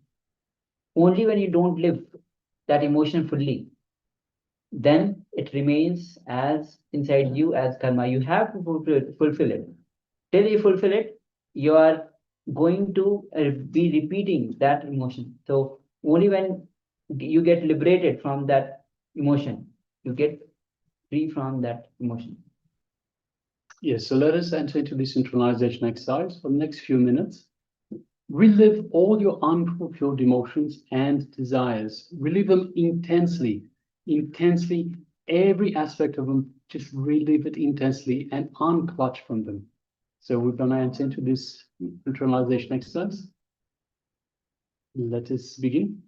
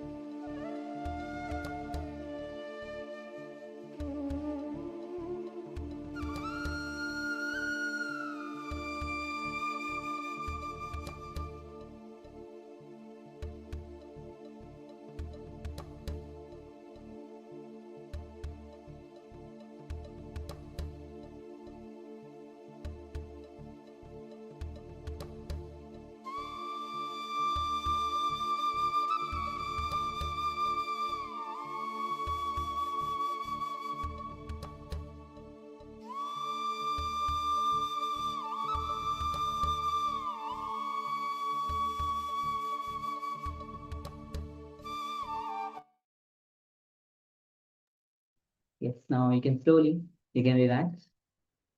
And with this, let's directly enter into the power manifestation, as next round is going to be reducing the weight of a small object which is close to you. So requesting all of you to have a small object with you, and we'll be reducing the weight of the object. So just take a small object which is just near to you. Measure the weight of the object. If you have a weighing scale, you can use that to measure the weight of the object. And then let's enter into the power manifestation. So just sit with your eyes closed. Cover your eyes. You don't need to cover your eyes. You can just close your eyes and visualize Swamiji in your inner space. Understand? Nothing else matters. As traditionally there's a saying, Brahma Satyam Jagat Mithya, means only Brahman is the truth. To cognize, to live the truth. Realize that you are Paramashiva. Brahmanaivasme, I am Brahman. That is the only truth. You are pure consciousness. Rest everything is just delusion. Realizing this, when you cognize this, understand, only when you start cognizing this, this truth, you start experiencing it.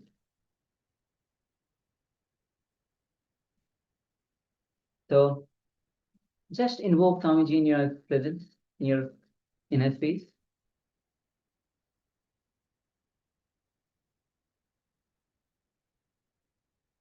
Have that intense declaration to be in oneness with Swamiji.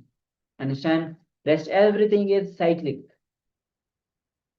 The moment you are born, you become teenage, you become young, you become middle-aged, you become old, you die. Again, the cycle repeats. Understand, everything is just cyclic. You are using the body, but everything, whether you have emotions, anger, fear, worries, these are just passing by. And anything which passes, anything which can die, is not you. You are eternal. So let's enter into the power manifestation. Changing the weight of the object which is close to you. Let's start chanting the Mahavakya. Om Nityananda Paramashivoham. Om Nityananda Paramashivoham. Om Nityananda Paramashivoham. Keep chanting the Mahavakya and let's enter into the sound of power manifestation. Let's begin.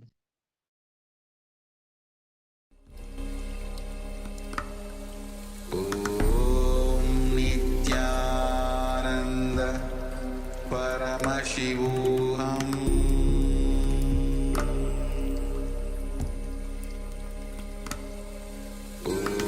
Om Nityananda Paramashivoham.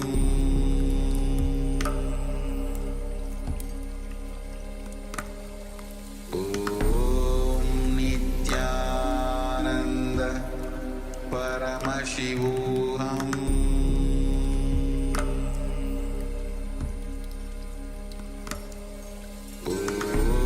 Om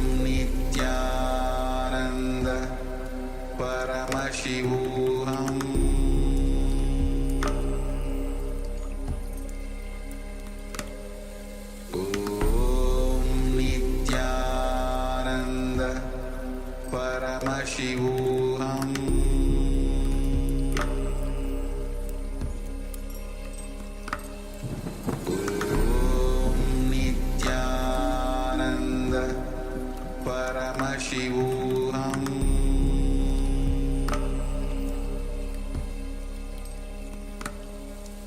Om Nityananda Paramashivoham. Paramashivoham.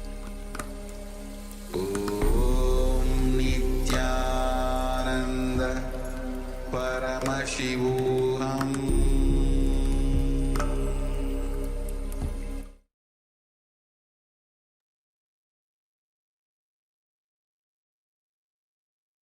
Now, please relax and let us move ahead with the verification process. So once again, take the weight of the object, which was, you had kept it close, and measure the weight of the object and compare it with the initial measurement that you had taken, and let us know whether it has increased, whether it has decreased, or even if there is no change, you can let us know. Because the moment you sit with the intention to manifest, you are manifesting. Because someone says that we are not some tiny solid balls that we are compressed and made with the tiny atoms, tiny solid atoms. We are actually quantum field, quantum energy fields. Even in the atom, 99.999% of the space is completely empty. The whole creation can be just packed up in a small sugar cube.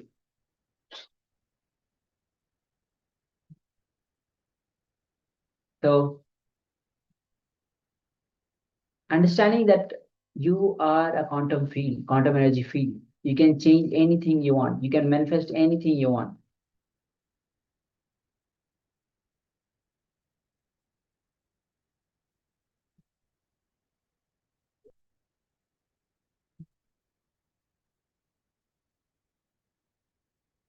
All right. So we are still sharing, continue to do so. Meanwhile, let's enter into the next revelation by Swamiji. Understand, anytime that Swamiji reveals the truth, apply that and realize that you are a quantum energy field. Simply, you are not a solid object, solid thing which are packed up with the solid items or atoms.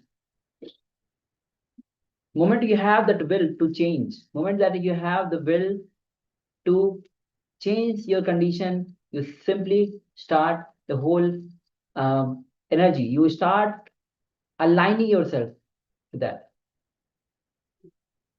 So with this, let's enter into the next revelation by Swamiji, which is going to be on intensity. With intensity, how you can exhaust your prarabdha. So let's come to the space of listening and let's begin.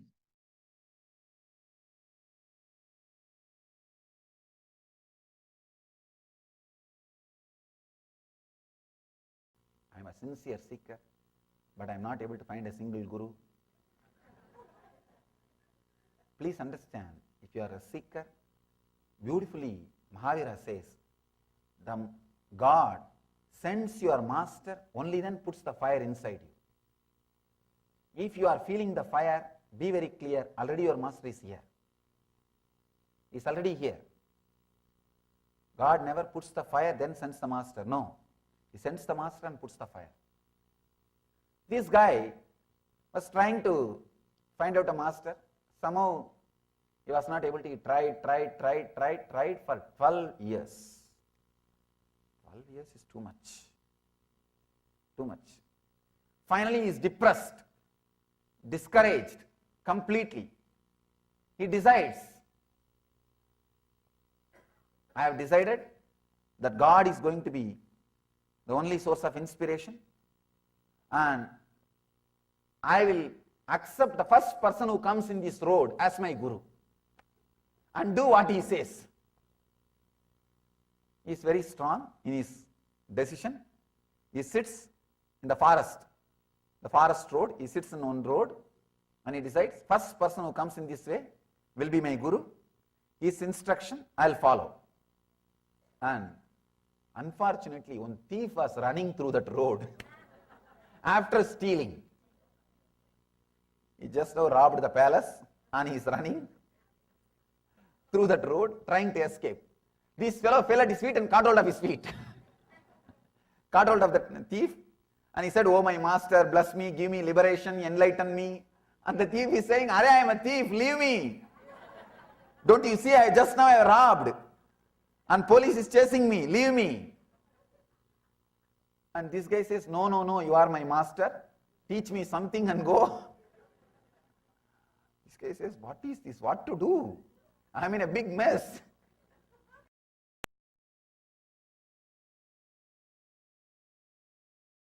See, you say, I am your guru. This guy says, yes, you are my master. All right, then do what I say. Just sit and close your eyes.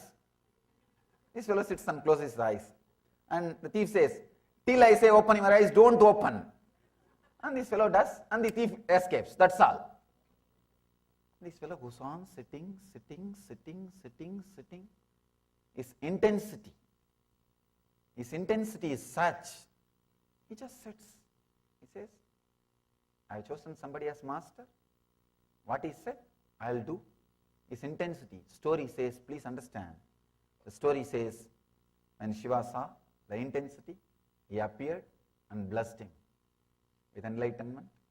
Please understand one thing, how the story ends or how the story goes, that is different. But I can say, intensity is independently intelligent. I can vouch for this story. Intelligence means which can guide you and lead you to ultimate. Intensity itself is independently intelligent to lead you to ultimate in spite of any techniques you practice, not because of any techniques you practice. In spite of any techniques you practice or don't practice. I am just liberating you from all different techniques. I am liberating you from all confusions related to techniques. It may be a little strong, but I tell you, this is the essence of all spiritual teachings. There's one more story, the power of intensity. This is not just a story, it is a history. It has happened. Very beautiful story. One guy was born and brought up in a so-called low caste. In India, those days they created community system for different purpose and it became a different purpose. See, any civilization will have some degradation. Anyhow. But the system itself was not created with any bad intention. But in course of time, any system in wrong hands, even if it is right system, when it is in wrong hands, it will be degraded, it will be disturbed. Sometimes the wrong hands take over the power and it gets disturbed. Somebody who is born and brought up in the low caste, he has become very intense seeker.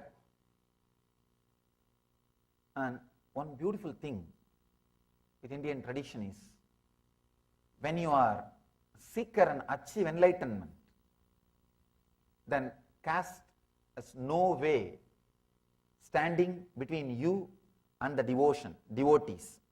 If you see the 63 Nayanma Smoothis, the Saiva saints who are there in our temple, more than 80% are the so-called low caste. More than 80%. They are all respected and worshipped by all high caste people all over the world. So when it comes to intensity, once you prove you are intense, the caste, community, nothing stands. You are worshipped and respected. This guy, he starts his seeking and he wants to take initiation from certain teacher. He is not an enlightened master, from a certain teacher. But the teacher was little arrogant and he is bothered about the community and he says he will not initiate him. And this guy goes on thinking how to take initiation from him. The teacher lived in Varanasi. One of his friend, the disciple's friend, this guy says, see, the teacher lives in Varanasi. Early morning, he will come for the Ganga Snan, taking bath in Ganga. So usually, if he misses a step or falls, he will shout Ram Ram. So you do one thing. You go and lie down in the steps.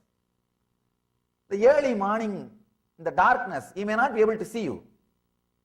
He will put his he will put his leg on you. He may be a little stumbled. He may be a little disturbed. Then he will naturally shout Ram Ram. So take his feet as an initiation and take the Ram Ram word as a mantra and start practicing. This guy says, right technique, yes. I found the method. And usually if you are continuously repeating the Divine Lord's name, even if you are stumbled, you will repeat the same name. You will repeat the same word. Even if you are disturbed, you will repeat that same word only. That is what is expected. So this disciple also thought, yes, this guy is a highly religious guy, highly spiritual guy, and he must be always repeating God's name. So when he puts his feet on my head and little imbalanced, little shaken, he will naturally say Ram Ram or some divine name only, whatever he is repeating. But he did not understand, this guy is not a master, he is just an ordinary Purohit who does all the rituals for little money and packs a banana and rice. Anyhow, as per the plan, this seeker, this guy, he goes and lies down in the Ganga steps. He's called Ramadas. His name was Ramadas. He lies down in the steps of Ganga. As expected, the teacher, he comes for morning Ganga Snan. He comes with all the pamper, walking with his disciples. The moment he puts the feet, he got shaken, little disturbed. Instead of saying Rama Rama, this fellow got so angry and annoyed, he shouted buffalo. Because that is what was going on constantly in his system. You will express only what is going on in your system. But this Ramdas is so sincere, intense. He decides, this word is my mantra, that's all. This word is my mantra. He takes that as an initiation, takes that word buffalo as the mantra, and constantly sits with so much of intensity. He repeats the word buffalo, buffalo, buffalo, buffalo. Please understand. I want you to understand this whole story. Whole story. He repeats the mantra. He takes that as a mantra and repeats it intensely and visualizes God in the form of a huge golden buffalo, the huge light, and he repeats, goes on repeating, and he achieves siddhi.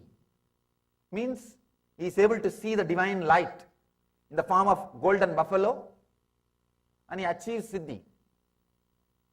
That year, the temple festival is supposed to happen. He goes for the temple festival. He is standing outside the temple. They are bringing the temple deity outside. This priest is bringing, who shouted buffalo. This priest is bringing the deity outside the temple. When they are bringing the deity outside the temple, suddenly the deity is stuck in the gate, in the door frame. See, deity is only 3 feet, door frame is 6 feet. It is not physically stuck anywhere, but the deity is not coming outside. They are trying this way, that way, the priest is trying in so many ways. And this guy, Ramadas, is standing outside the temple and shouting, hey, the deity's Tan is hitting the door frame, just lower it, he will come out, just lower it. Nobody was able to understand. He is seeing the deity in the form of a buffalo, and his horns, sorry, not Tan, horns are hitting the door frame. That is why the deity is not coming out. And he is saying, lower the deity, it will come out. And this priest is shouting, this fool, what are you talking? Keep quiet. You have been allowed inside temple, that is too much. Don't talk. But they tried. Practically whole day they tried, the deity is not coming out. Then this fellow is unable to withstand the whole thing. This Ramadas rushes towards the deity. He forces himself and says, see, I can see the horn hitting the door frame, and he is having the pain. He just pushes the deity down, the deity comes out.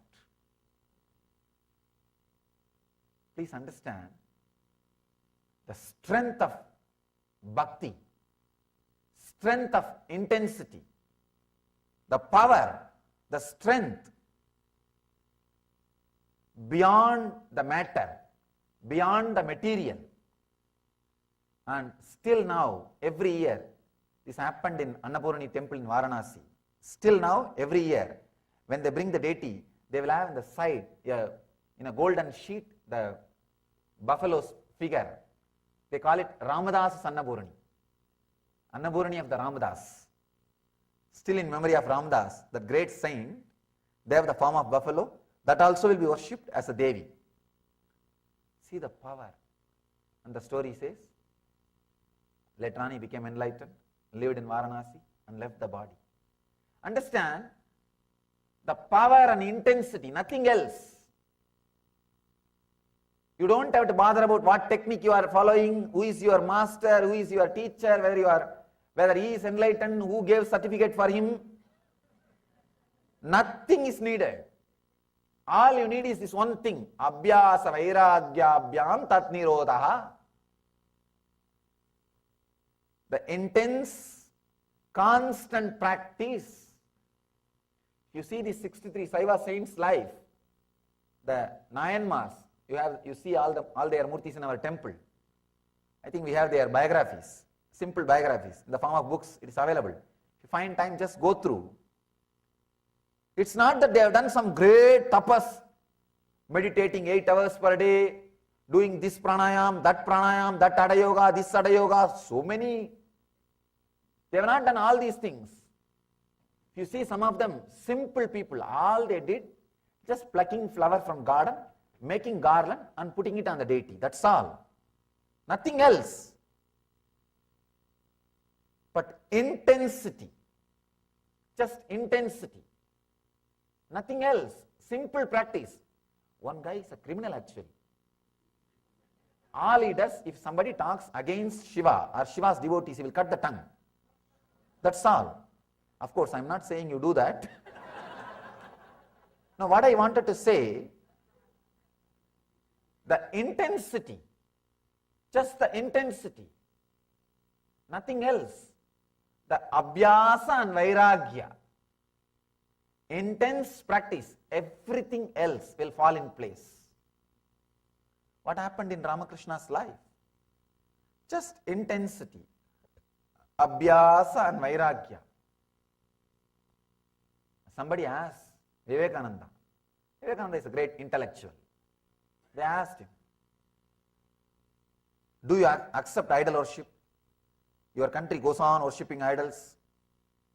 In India, sometimes it becomes too much. The British time, when they created highways, first earlier, originally the British people have started painting all the highways in the yellow paint. The big problem, every village they started worshipping and building one temple around that stone. See, any stone with yellow turmeric powder is a deity for us.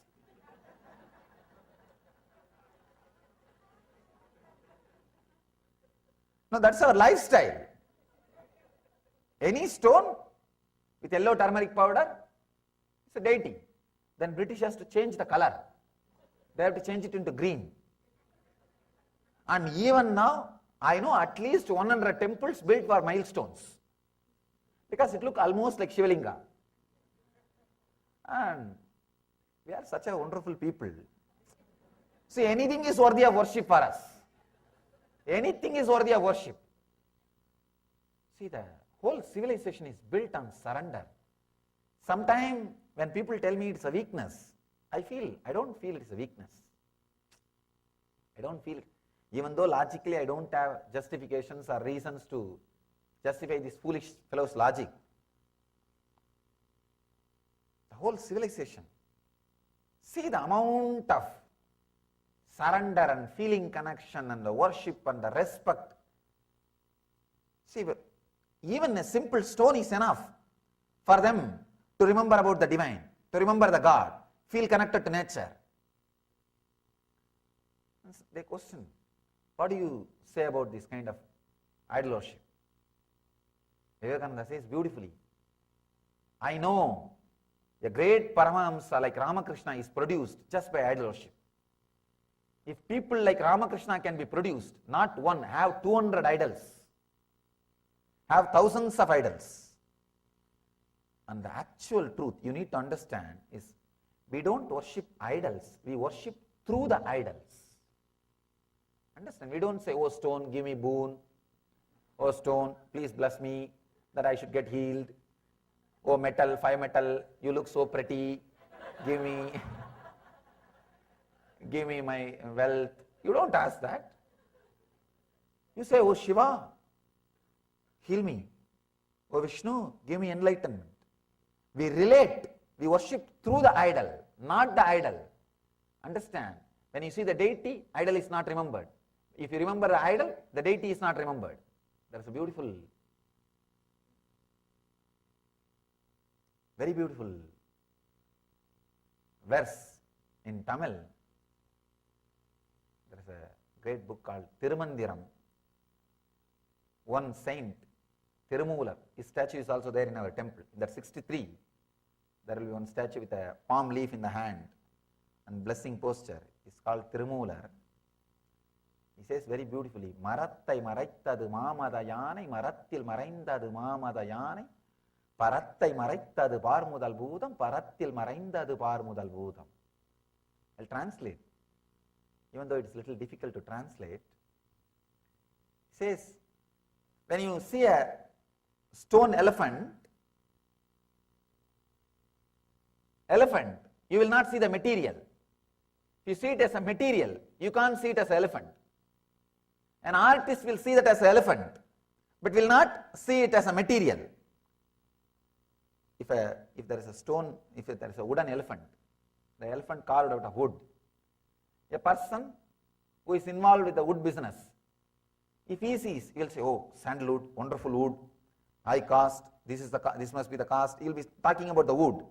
He can never see the elephant. If an artist, if he sees, he will see, oh, beautiful sculpture, beautiful carving, elephant, amazing. He will not see the elephant. He will not see the wood. So if the moment you see the wood, you will not see elephant. The moment you see the elephant, you will not see the wood. It cannot happen in the same moment. It can happen only in the next moments. Even if you see wood, elephant, wood, one moment you can see only as elephant. Only in the next moment you can see it as a wood. The next moment you can see it as an elephant. So he says, when you see it as an elephant, you will not see as a wood. When you see this as a wood, you will not see that as an elephant. Same way, when you see this as a God, you will not see it as a world. When you see this as a world, you will not see it as a God. Marattai maraitadu maamada yanai, Marattil maraindadu maamada yanai. Parattai maraitadu paarmudal bhoodam, Parattil maraindadu paarmudal bhoodam. If you see this whole cosmos as a world, giving you fear and greed, you can't see this as a God. If you see this whole thing as a God, you can't see this as a world. There won't be any fear and greed. See, the whole thing happened in Ramakrishna's life. Just an ordinary deity, statue. He started seeing it as a God. He was never able to see it as a stone or a statue. And it might have started in a very raw level, but slowly, just because of his very intensity, the whole thing became alive and led him to ultimate enlightenment, removing all the obstacles, guiding itself. He says, when he goes and talks to the Devi, she says, just to teach you the Jivan Mukti, Nirvikalpa Samadhi, I brought him here, go and learn. Then he comes back and says, he is telling me to drop you. He is telling me to kill you, destroy you. She says, yes, do it. Please understand, anything, when you do it intensely, this is a big question. People come and ask me, if I worship a deity, if I connect with a form of a god, I will end up only in Savikalpa Samadhi. How will I achieve Nirvikalpa Samadhi? As if this fellow is going to achieve Nirvikalpa Samadhi tomorrow. There is so much of junk inside. And how many thousands of janmas it is going to take to get out of that junk, nobody knows. And these guys brag about as if everything is dropped, only this deity is obstacle. Now that is a big problem. That's a big problem with these Vedantis or the intellectuals. In India, villages, I always tell this one example, Indian villages, they burn the dead bodies. They will use a big stick, big bamboo to burn the body. Once the whole body is burnt, they will throw that stick also in the same fire and that also will be burnt. Same way, use master's form or God's form to burn the attachment with all other forms. When all other forms attachment is dropped, this form is intelligent enough to disappear by itself or guide you to beyond the formlessness. The master's form or the God's form is intelligent enough to lead you to beyond all the forms and lead you to the very form itself. So Kali says, yes, go beyond my form, cut the form. And I can say that is the moment of ultimate gratitude. Ultimate gratitude. He has liberated you from everything and liberates you from himself also. Liberates you from himself also. Then suddenly you will see his form will not be there anymore in your inner space, but you know he is there. He is there. He is there. Intensely present. Intensely present. As long as you feel connected with the form, sometime you will see he is present, sometime you will see he is absent. And you will struggle to feel connected, maintain that feeling connection continuously. You will struggle to feel the connection continuously. When you are able to feel connected to him beyond his form, you are liberated even from that form. You will see suddenly his presence is there intensely, continuously, and guiding you, radiating. Actually, the form and formlessness, this whole trouble can be solved with this one sutra. In one bookshop, there was one bookshop where the Brahma Sutra, Sankara Bhashya and Ramanuja Bhashya both were displayed. I can say these two books created a lot of good things and a lot of fight. One guy came and asked, one volunteer was standing, what is the difference between Shankara Bhashya and Ramanuja Bhashya? That volunteer said 45 rupees. Understand, that is the difference. That is the difference. With intensity, both can lead you to enlightenment. Without intensity, nothing can be done. With intensity, what you practice is not at all a problem. All you need is intensity. There's a beautiful story of a master called Sakya Nayanar. In that 63 Nayanmars, he is on Nayanmar. He was forced and converted into Buddhism in the young age. That time South India, a lot of Buddhist monasteries were there. He was forced and converted as a Buddhist. But somehow he strongly felt connected with Shiva. But he can't worship Shiva. What to do? He has kept on Shivalinga in the garden, in the monastery. Every day morning he will come and throw a stone. Visualizing that stone as a flower, he will throw a stone. If somebody sees and asks, hey, what are you doing? He will say, no, I am only throwing a stone. We should not worship these deities. We should worship only Buddha. That's why I am throwing stone. And the story says, just by throwing stones, Shiva gave him darshan and gave him enlightenment. He became enlightened. Just intensity. What you do is secondary. How you do is the first thing. Intensity and constant practicing. I tell you, with intensity and constant practicing, you will be guided to the right master, right teaching, right technique, and right enlightenment experience. That's what has happened to Ramakrishna. He was sitting in one place, playing with the deity, and she took care. She saw that Enlightened master comes to his place and teaches him and leads him to enlightenment. And Totaburi says, after Ramakrishna became enlightened, I can never imagine, because Totaburi himself was a great intellectual Pandit. He says, I can never imagine somebody was worshipping the deities and I am pulled without my knowledge and share this enlightenment, and he became enlightened. He says, through your enlightenment, not only you became enlightened, you taught me a big lesson. You taught me a big lesson. Many times, we forget the power of intensity, abhyasa and vairagya. I can say, whatever may be the obstacle you are facing in your spiritual life, spiritual journey, all you need is this one truth, abhyasa, vairagya, intense, constant practice. That's all. You see the great saints' lives. It's not that they have done something big. No. What you do is not the great thing. How you do. The intensity. Understand? When I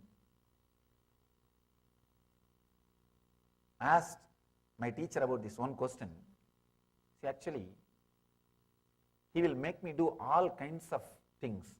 He will ask me to climb the temple pillar, the temple where he was teaching me yoga. He will ask me to climb the pillar by holding the one hand. I'll go up and down, up and down, up and down. When I was very young.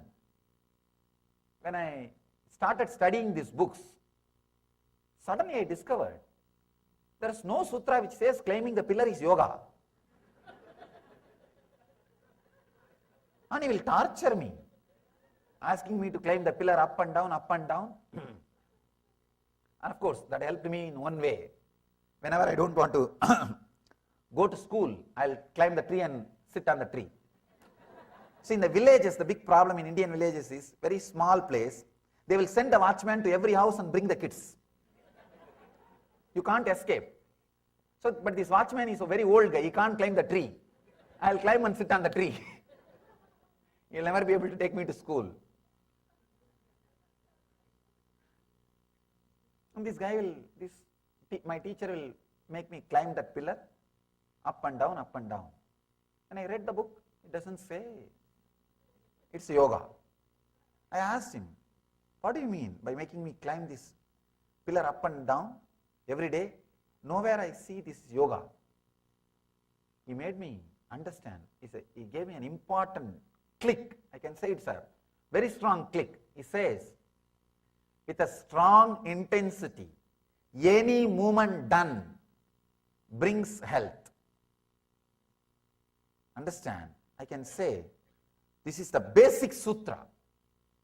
A strong click with a strong intensity, any movement done is yoga. I can say, this is the basis of our Nitya Yoga. Whatever yoga I am teaching, this is the basic sutra of the Nitya Yoga. It is not adding more movements to your life. It is adding life to your movements. Intensity. With intensity, any movement done is yoga. Without intensity, even if you do so-called yogas, asanas, it will be more or less an exercise. It may create an effect of an exercise. With intensity, any movement done leads you to yoga. He says beautifully, with intensity and intention, any movement you do, it becomes part of your bio-memory. It becomes part of your prarabdha. Prarabdha is the energy which creates your body every day out of Hiranyagarbha. Please understand. Hiranyagarbha is the space where you rest every night. Every night you fall asleep into Hiranyagarbha, means the darkness which you experience in the deep sleep. The darkness which you experience in the deep sleep is the Hiranyagarbha space, the Garbha, womb of the cosmos. That's where you rest every day. When you come out, he has described very beautifully this one secret. He says, every day morning, with what kind of thought you come out of your Hiranyagarbha. You see, Hiranyagarbha is a place. Almost all memories are available. If you want to become a football champion, whatever is needed, health, intelligence, will be available. If you want to become a cricket player, all the things are available. If you want to play golf and become a champion, everything is available. If you want to become a rich man, all those memories are available. Hiranyagarbha is a place, the cosmic archives. Actually all memories, all intelligence, everything is available in the cosmic archive, in the Hiranyagarbha. When you take your body, which thought inspires you to take your body, that kind of engraved memories, karma, you bring out of Hiranyagarbha. If you think, I should get up, I should get up to go for my job, then you bring what you need to do for that job. That kind of memories, you bring it out and you come out. Every day, early morning, what you think, that kind of memory only will be inserted, downloaded inside your system to live your life. That is why the morning first thought is given so much of importance in our tradition. The moment you get up, you are expected to bring some divine energies and divine mantras and divine chants and divine feelings to your being, so that you bring that kind of prarabdha. See, every night is your death, every morning is your birth. I can say the long sleep is death, short death is sleep. Short death is sleep, long sleep is a death. So every morning when you get up, all the prarabdha is available for you. You can do anything, you can exchange. You may ask, this looks too much, this looks too big thing. It is, please understand, it is. Because of your continuous habit, you bring the same set of samskara. If you decide to change from today, you can change. From today, if you decide to change, every day morning, first thought, if you strongly create some new thought, you want to be a different person, you will suddenly see that kind of memory, that kind of prarabdha, that kind of energy, that kind of samskaras, you will start expressing, you will start radiating, you will start living. And he says, of course, it is true. I myself have experienced this truth in my own life. Early morning, when you get up, if you decide, I want to play golf. If you have a strong thought, I want to play football, I want to play cricket, you will see, you bring that kind of body setup, that kind of prarabdha. That prarabdha designs your body. That prarabdha designs your body. He says, any thought which you strongly, intensely put inside becomes your bio-memory, and you will fall asleep with that. Next day morning when you get up, that kind of prarabdha you will pick up and come out and live. Try. If you want to try this.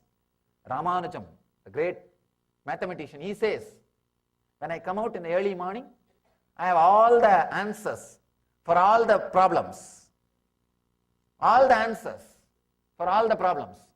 Paramahansa Yogananda talks about this.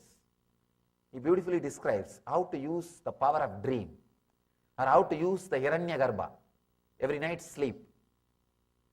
If you intensely think anything, any of your action, anything maybe you are doing, just to fill that thought will become your prarabdha, and any movement you do for that will become yoga.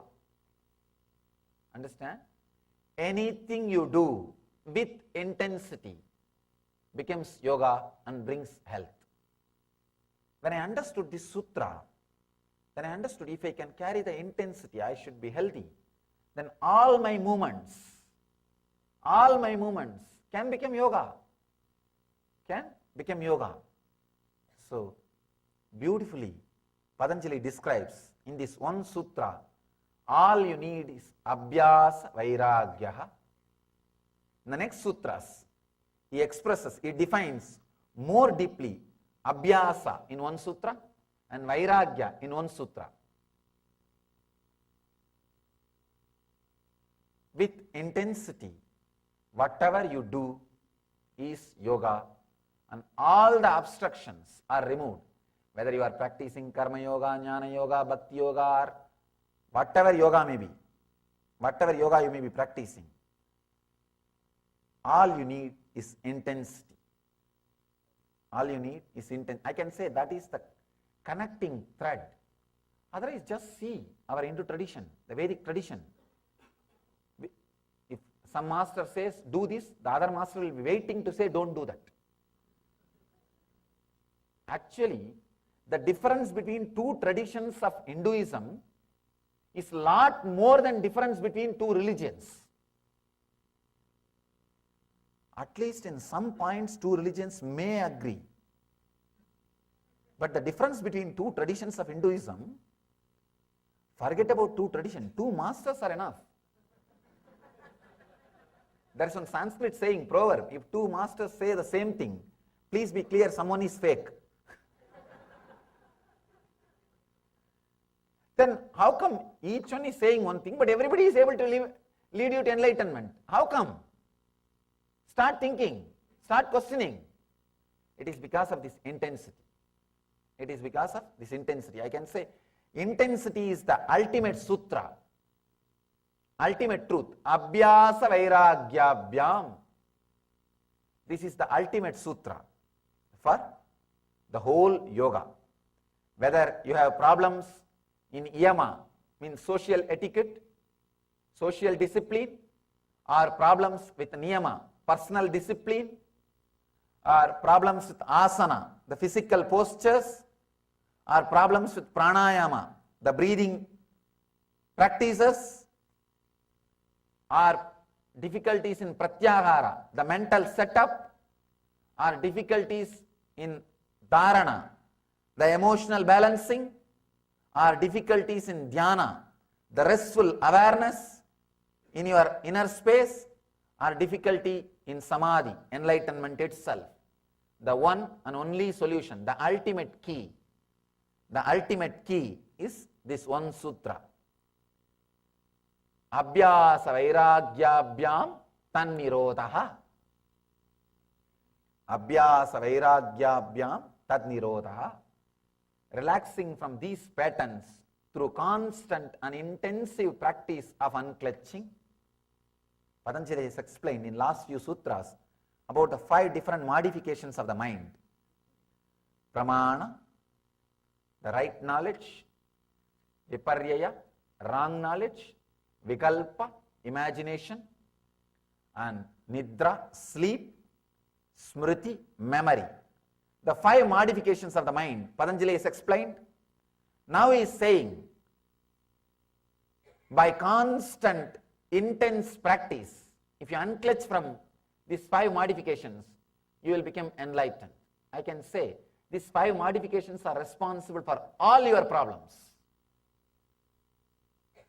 So wherever you are stuck, one master key, one master solution is this one key, intensity. I can say intensity by itself, independently intelligent, to lead you to ultimate enlightenment without any technique, without any support, without anything from the outer world. It is self-sufficient tool for the ultimate experience, kevala jnana, kaivalya jnana, living enlightenment. So, understand this one truth, internalize this one truth, try to experiment with this truth. Maybe early morning when you get up, be intense about some one idea. Try for 10 days. Just be intense about only that idea. Suddenly you will see the things related to that idea starts happening in your life. The things related to that idea, ideas related to that one truth will start coming towards your life. People related to that idea will start coming towards your life. situations related to that idea will start coming towards your life. You will start attracting all the things to live that idea in your life. Material, situation, body strength, body structure, even your body structure will change according to that idea, as per that idea. Experiment with this truth. You will see power of intensity. You will see power of intensity. Any one idea, pick up and intensely internalize that idea by constant remembering. When you fall asleep, be filled with that idea and fall asleep. When you wake up early morning, be filled with that idea and wake up. You will see in 10 days, your mind gets tuned to that idea, your thinking gets tuned to that idea, you attract that kind of situations, people, everything around you. You can see in your life. Only if you are hungry, McDonald's, you will see the McDonald's tower. No, really.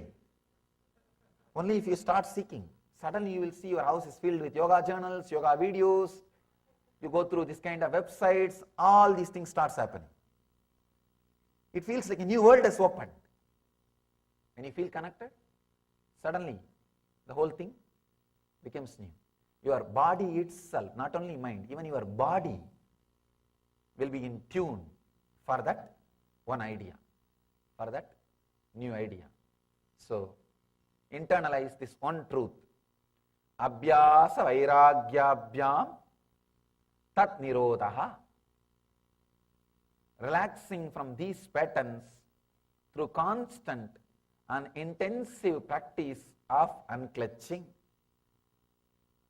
Intensive practice of unclutching. So, internalize this one truth. The intensity, again and again and again standing up. In the Abhyasa, next sutra, beautifully Patanjali explains. He goes a step further, explaining about Abhyasa, explaining about what is Abhyasa. He gives a deeper description on Abhyasa. Just this one idea we will internalize today. I don't want to add more ideas. If I add more ideas, sometimes we miss the essence. We miss the essence. No, really, I have seen. That's the reason I always work with one idea. One idea again and again and again and again it should be told, so that it is completely filling your being and you are internalizing this whole truth. Otherwise we miss the truth. We are waiting to miss the truth. That is a big problem. Sometimes we miss the truth if too many things are added. So I leave you with this one truth. Intensity is independently intelligent to lead you to ultimate enlightenment without any aid, help of technique or practice or anything from the outer world. Anything from the outer world. Yes. Intensity is independently intelligent to take you to the enlightenment. So, what a beautiful revelation by Swamiji on intensity. So, with this, let's move on to the power meditation technique to unclutch. With intensity, how you can unclutch. So, sit with your eyes closed. You can sit straight in a straight line. Close your eyes, and for a few moments, just inhale and exhale as deeply as possible.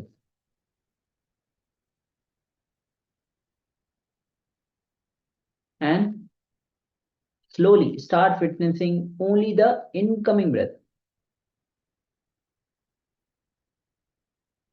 Do not bother about the outgoing breath or even the neutral zone. Just witness the incoming breath. Just be the witness and be aware of the incoming breath. And unclutch. So let's enter into this step.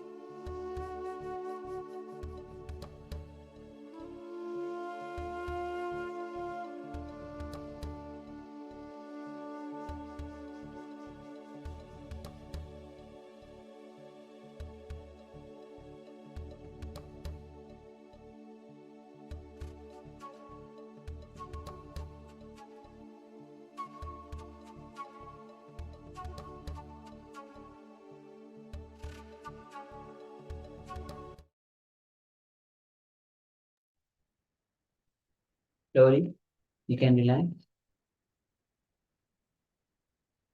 Just unclutch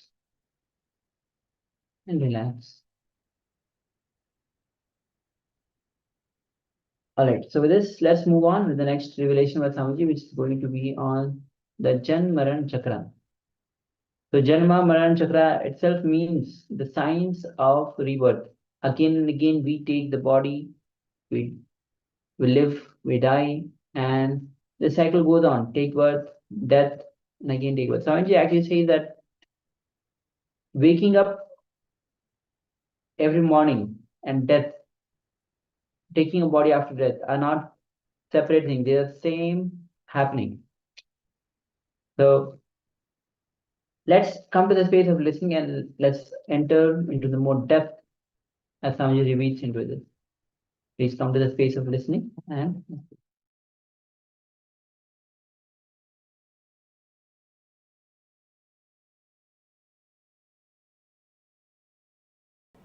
Usually, our actions can be categorized in two categories, pravritti and nivritti.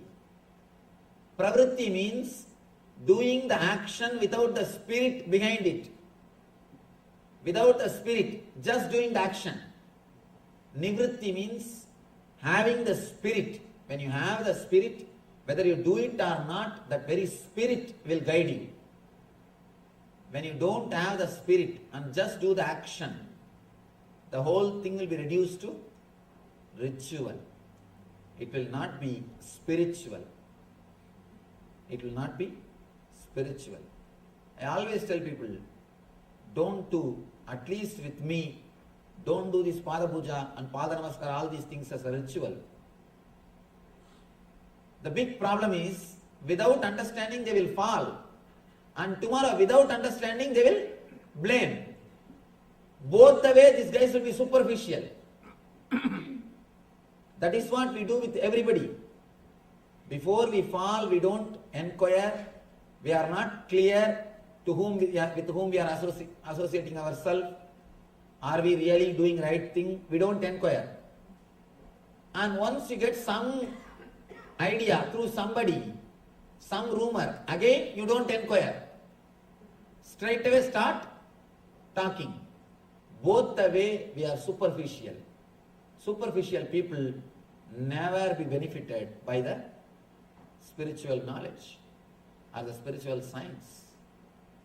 And here Krishna gives these dhyana slokas to program the mind, to program the being, to take you beyond the social conditioning, to take you beyond the social conditioning. Whatever you think as you is nothing but pure social conditioning, including your language, your life and everything. Man was gone beyond the social conditioning. Small one-liner, beautiful one-liner. One Sufi mystic, he goes to a king and begs. He says, "O king, please give me one square meal." Mystics are always supposed to live by begging. So he goes and begs, "Please give me one food, one meal." Bhagavati Bhikshan, he just asks one meal. The king shouts, "How dare you come here and beg? Nobody knows you here. Get out." The mystic laughs and says, "True, here nobody knows me, but I know myself. With your case, everybody knows you, but you don't know yourself. In my case, nobody knows me, but I know myself. In your case, everybody knows you, but you don't know yourself." Be very clear. Only when you don't know yourself, you are bothered about all the dishonor or the honor. And let you be established in your inner space beyond the conditionings. When you cross all these three layers, sattva, rajas, tamas, and go beyond the causal body, you enter into the space where You are free from all the conditionings. Mamai vamso jivaloke jivabhuta sanatanaha manashashtan indriyani prakritistani garshadi. So same sloka. He says people struggle with 6 senses. Shashtan indriyani, including mind. He says you have 6 senses. 5 senses are this. The mind is the 6th sense. One thing important thing you should understand. According to me, mind is the only sense which needs to be controlled. All other 5 senses are just servants. Mind is the owner. Mind is the thing which jumps. And if the mind can be handled, then everything can be handled. Sariram yadavapnodi yachapyutkramadishvaraha grihid vaidani sanyadi vayur gandhani vashayat. The living entity in the material world carries its different conceptions of life from one body to another. As the air carries aromas, thus he takes one kind of body again, quits to take another. He says about again the samsara, the birth and death. Birth and death. Just how the air carries a smell, the consciousness carries your samskaras, the causal level samskaras, the mental print, and goes from body to body. Somebody asked me, Swamiji, will all the sins come with us? Please be very clear. Your sin or merit will not come with you, but the mental setup will come with you. For example, somebody has committed 100 murder. The 100 murder quantity sin will not go with him, but the attitude of committing murders will go with him and torture him.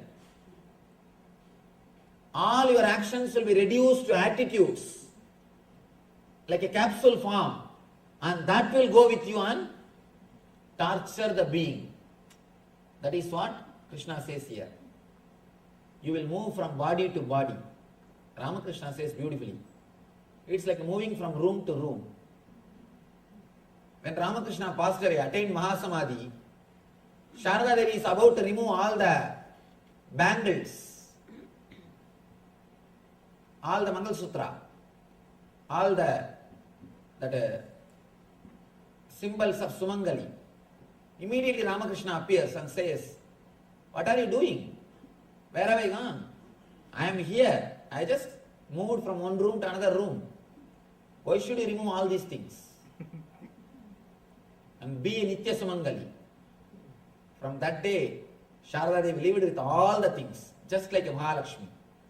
With everything she lived. And please be very clear, today in the modern world, these are all very easy. Those days, 100 years ago, and that also a traditional family. She is born and brought up, she was living with the traditional families, but she did it. Courageous women. I always tell people, you should not remove just because the husband died. What is the need? There is no need. Either don't wear from the beginning. If you wear always. That's all. There are people who don't wear from the beginning. Nothing can be done. And if you wear all the time. Nobody can reduce the joy in your life. Nobody has got the right to take things away from your life. It is not that you started living only after his birth. It's not that you started living only after he came into your life. Then why should you die? There is no need. Two different individual souls are traveling together. As long as we are together, let us help each other. And when we have to depart, when the life takes us away, when the death departs us, makes us separate, let us accept the truth and live our life. And I always tell, male should wear Mangalsutra. Because only these guys go around. Male only, they only go around. Even if you see the percentage wise, statistics wise, only these people go around. Why should women wear Mangalsutra? Male should wear Mangalsutra. Because only they need some control. Anyhow, nothing should be, there is no need for you to renounce anything. As long as you live together, live happily and blissfully, and when somebody dies, naturally allow the being to carry on in their life. And same way, you can't give another one example like Ramakrishna and Sharada Devi. How intimate they were. What beautiful life they lived. Throughout the life, they never had any physical contact. But the love and care which Ramakrishna showered on Sharada Devi, or Sharada Devi showered on Ramakrishna, you cannot imagine. You cannot imagine that such a wonderful couple existed on the planet Earth. Ramakrishna will never touch the money. He is a Paramahamsa. He will never handle the money. And he will not even wear the cloth properly. That's a big problem.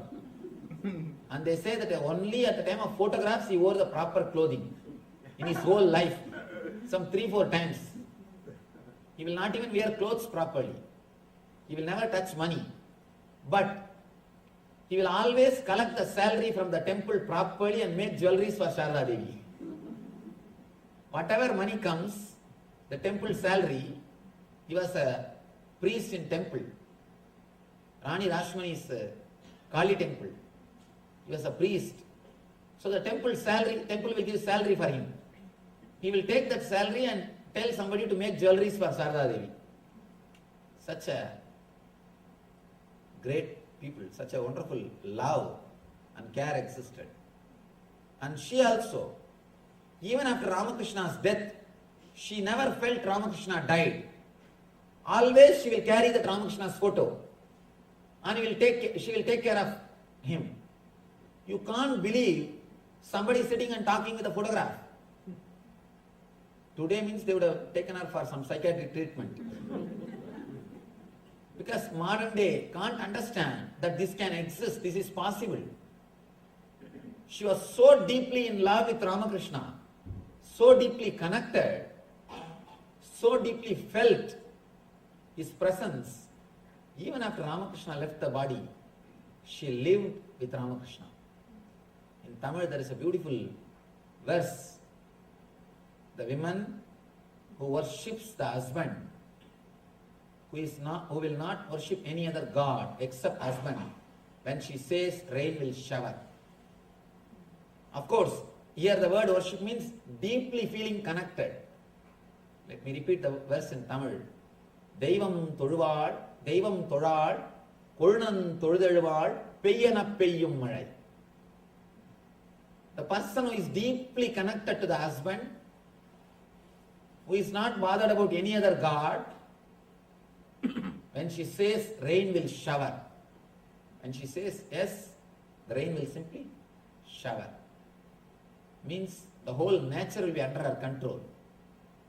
When you are deeply connected, you will feel the other as God. Not only husband, wife also. The both sides. When you feel deeply connected, you will see the other person as God.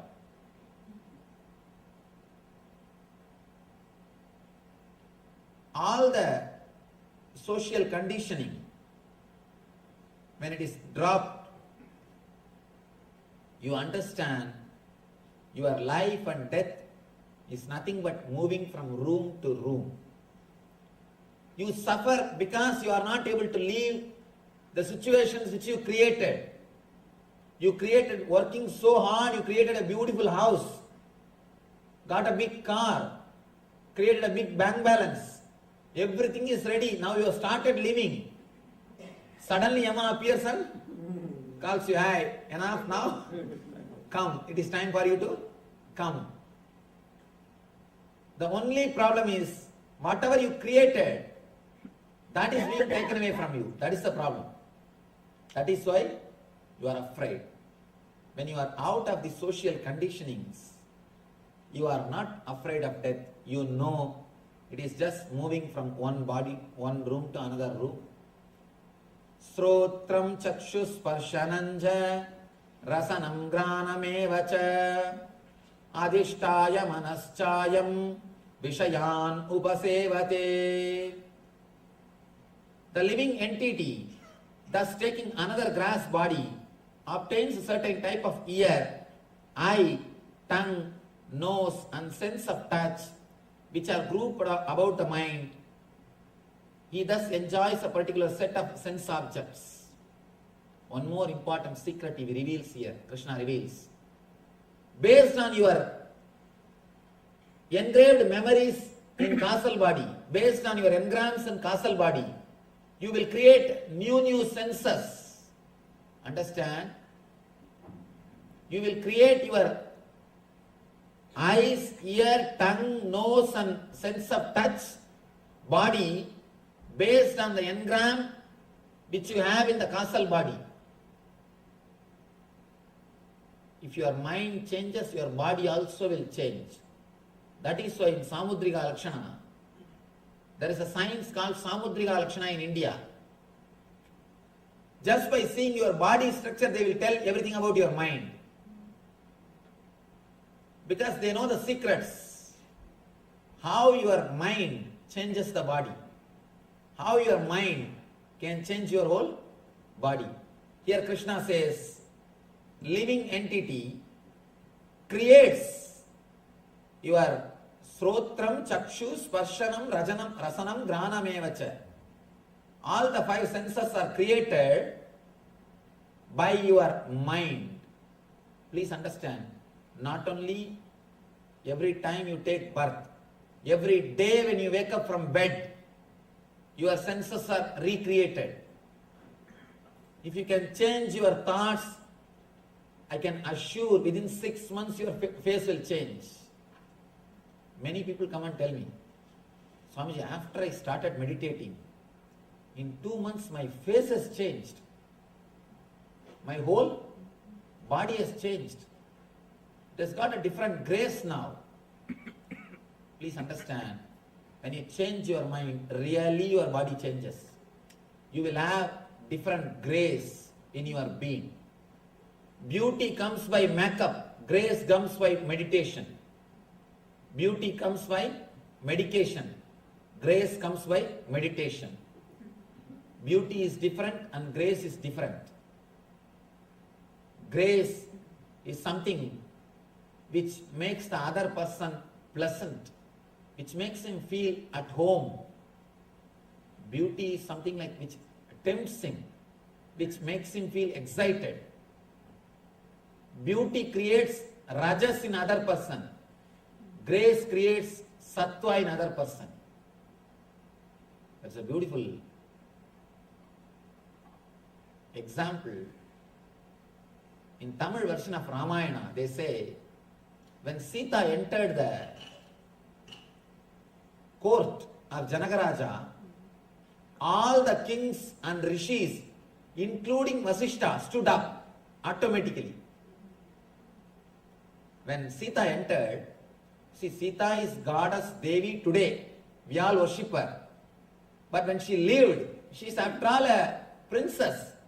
There is no need for Vasishta to stand up. She is supposed to come and touch the feet of Vasishta, because Vasishta is a great rishi. But just because of her grace, not because of beauty. Beauty will not create respect in other person. Beauty will create only temptation in other person. Grace only can create respect in other person. She is so graceful. She is radiating grace. The moment she walked in, including Vasishta, everybody stood up and respected her. The being, inner being, the mind creates the body. Mind creates the body. I wanted to tell you an important thing. In Zen Buddhism, They say, when you walk, if grass does not die, if you don't create path on the lawn, you are qualified for sannyas. No, really. They live in small cottages, Zen monks. In front of whose cottage there is no pathway. In front of whose cottage the pathway is not created. He is considered to be spiritually evolved soul. They say, your feet should be, your walking should be so graceful, grass should not die. You should not kill the plants. I thought, how can it be possible? Just by the very weight, the grass will die. I was thinking, analyzing, till I went to one forest in Tamil Nadu.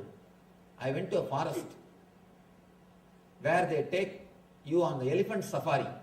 They will make you sit on the elephant and take you around. I went for that safari. They took me around, they made me sit on that elephant, and then the man who takes care of the elephant, Mahut, we call him Mahut. What do you say in English? All right, understand the word, same word Mahut, that's all. This Mahut guy is walking. He is taking us for safari. We went round and suddenly it became dark. Of course, it became evening and dark.